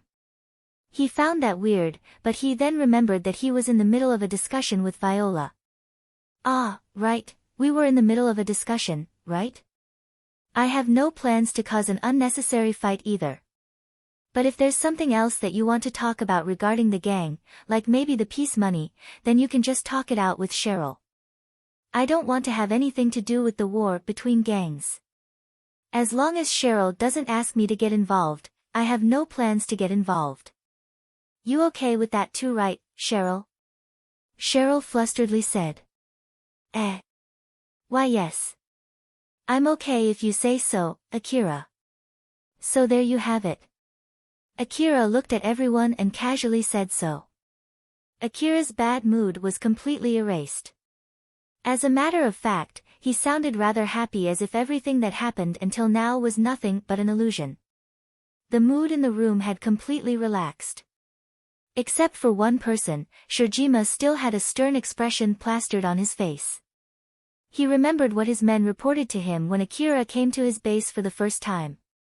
Akira dragged the corpse of one of Shijima's men, Wataba, all the way to Shijima's base, and Akira was the one who killed Wataba. Shirjima then heard the full report of what had happened from one of his men. It seemed that the moment Akira killed Wataba, Wataba said something about threatening Akira's acquaintance. According to that report, when Wataba was about to mention a name, Akira did not hesitate at all and quickly shot him. From what I heard, that person is the owner of a weapon shop. And judging from the conversation just now, it seemed that it's about buying some equipment. So in short, there's a good chance that Call was with that shop owner, and that alone was enough to fix his mood. I bet that Akira likes that person and thinks dearly of that person. So, is that person the same person who Wataba was about to mention? In the first place, why did Akira kill Wataba? Is it really because Wataba threatened him? But if that's really the case, he should have killed Wataba way sooner, right? Don't tell me that he killed Wataba because he was about to mention that person's name. Did he really kill Wataba just to stop Wataba from mentioning that person's name? Just so that other people won't know about that person? Is that really all the reason? Shijima's face puckered in. That was right when Viola opened her mouth. Akira, who was Dash? Shirjima could imagine Viola asking Akira who that was, since Akira seemed to be enjoying talking to that person. And if it was okay with him, Viola also wanted to know that person's name. So Shirjima could not help but instinctively interject her. Viola. Akira said so too, so let's just proceed with the discussion. You've already decided what to do to apologize for causing so much trouble to Akira, right? So let's proceed with that.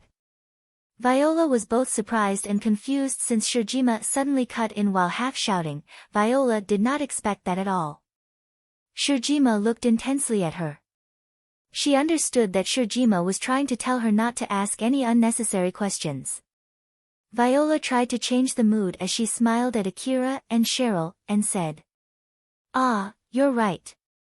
First of all, I'll exaggerate the information about you killing those robbers and spread that information around. That way, no one would look down on you and Cheryl's gang." Cheryl smiled and replied, "Thank you for that offer. A lot of my men are worried about it, so I'm sure they'll be happy to hear it. To be honest, that would only help Cheryl's gang. So for our apology to Akira, we'll help you take care of that pickpocket whom you're searching for." Akira thought that it was rather strange for Viola to bring that up. "Take care."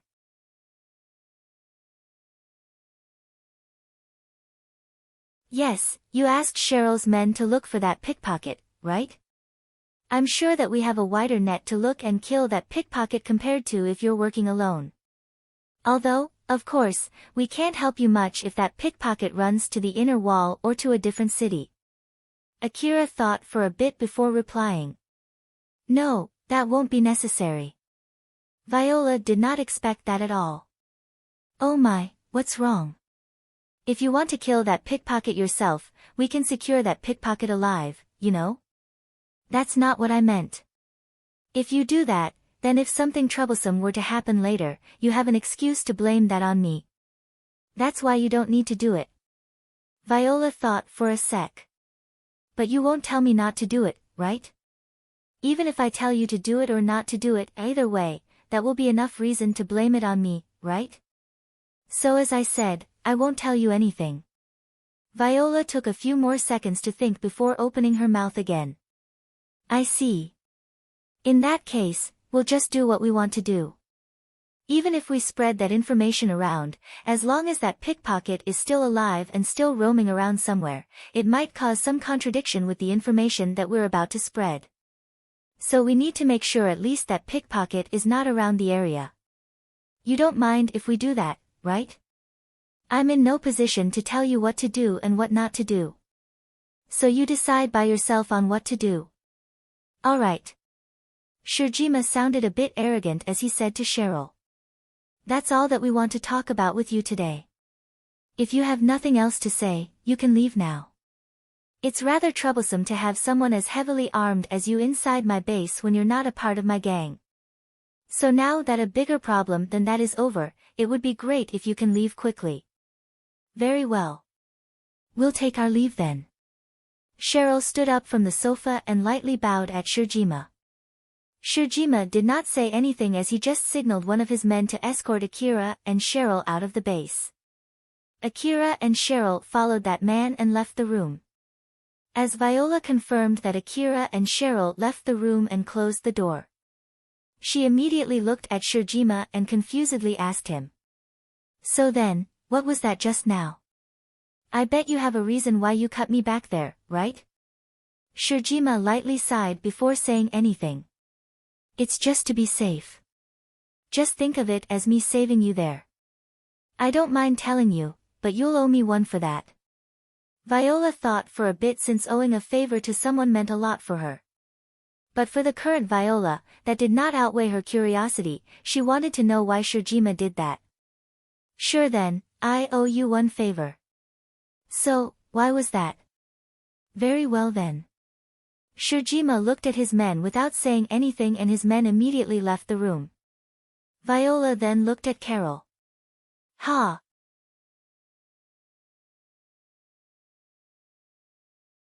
It can't be helped then, don't blame if you get killed when I'm not around, okay? Although Carol did not like that idea, she also left the room while half-jokingly said that to Viola. Akira escorted Cheryl back to the slum city. Cheryl's dress was rather conspicuous there. She was still somewhere not too far from the base and was already gathering a lot of attention from the people around. She was not trying to hide her expensive dress under a coat or anything, she walked confidently through the slum city. It was also to let people know that Akira was still alive. It could be said both of them were children of the slum who reached success. People looked at them with amazement, envy and jealousy as both of them walked through the slum city. Cheryl glanced at Akira who was walking next to her and thought. Who was Akira talking to back then? Is it someone that he cares that much? Even a short exchange with that person is enough to cheer him up. Who is exactly that person? And what is Akira's relation with that person? It must be someone dear to him that Akira would even answer her call in that situation. She could just ask Akira, but she did not want to. And even if she did, Akira might just give her a random answer. Something like, it was his acquaintance and nothing more. As Cheryl thought so, even if she pressed for an answer, it would only worsen Akira's mood and he might only tell her not to ask him that question. In the end, Cheryl could not ask Akira anything since she was scared of the difference between herself and that person. I still have a long way to go. Although Akira was there within her reach, to Cheryl, his existence was someone far away from her. Even after hearing the explanation from Shirjima, Viola was smiling amusedly. That was a rather interesting story. It was worth owing you a favor. Shirjima looked both alert and exasperated as he said. I don't care what you are going to do with that information, but just don't drag me into your mess. I have no plans to be overly antagonistic against that boy. Viola's smile towards Shirjima was also saying that she found it rather unfortunate. Oh my, I can say the same too, you know. I have no plans to be overly antagonistic against that boy too. Shirjima understood that although both of them said the same thing, there was a subtle difference in their meanings. He looked at Viola as if to silently warn her not to get him involved. He then sighed and changed the subject. So then, what's your plan with this Alna? Of course, I'll look for that pickpocket and kill her. That's our plan right from the start, right? Akira also did say that it's okay for us to do it as long as we don't mention anything about him, right? To me, it sounded more like, don't do anything unnecessary, though. Is that so? I guess that's a matter of interpretation. I don't mind if you want to stay away from it since you interpret it that way, but I'll decide what I'll do according to my own interpretation. But if after all is done and Akira comes after you, who did not move a finger to do anything, believing you're mocking him, don't come crying to me, okay? So, what are you going to do? Viola smiled smugly. In contrast to that, Shirjima looked rather troubled. Alright, I'll send some of my men to help you. Although, to be honest, I really don't want to help you with your plan. I heard that you cheaply bought a debt bond of a hunter that Akira has his eyes on. If you can use this chance to make peace with Akira, the worth of that debt bond will return back to normal and you'll be able to sell it to get extra profit, right? Viola smiled rather annoyedly. Oh, you know. Keep it a secret, okay? Judging from her expression, Shirjima knew for sure that Viola had other reasons in her mind, but he decided not to ask any further since he did not want to get dragged into her mess.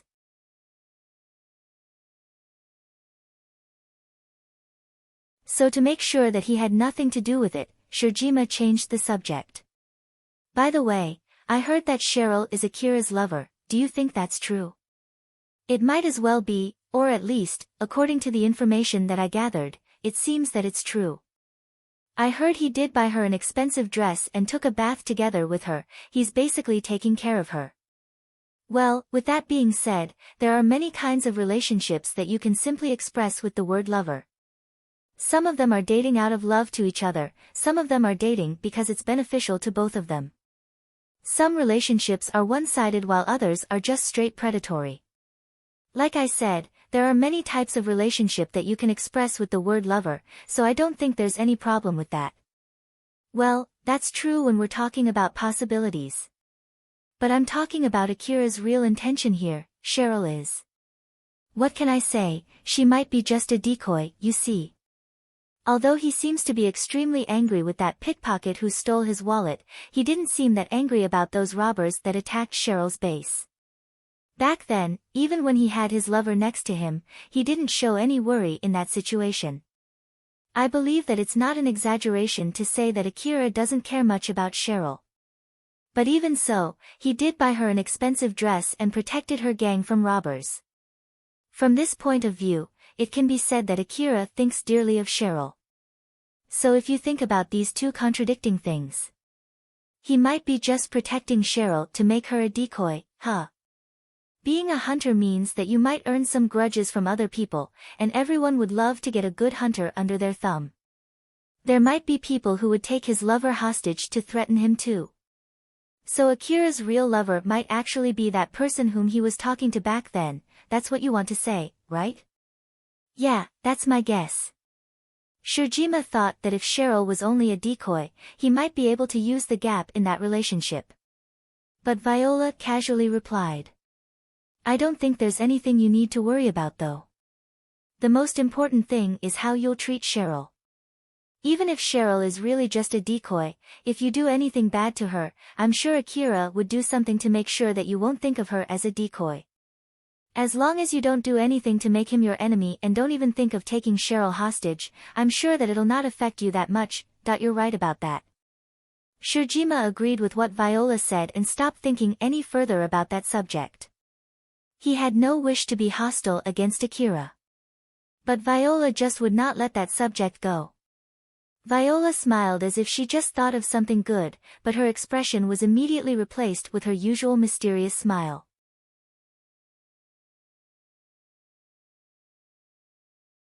Let's cut this silly talk here and talk about how are we going to get that Alna. Alright. Viola and Shirjima stayed for a while inside that room to talk about the details of their plan. You're tuning in to the Blissful Bookshelf YouTube channel. We're so grateful for your support and don't forget to subscribe to join us on this incredible journey through captivating stories.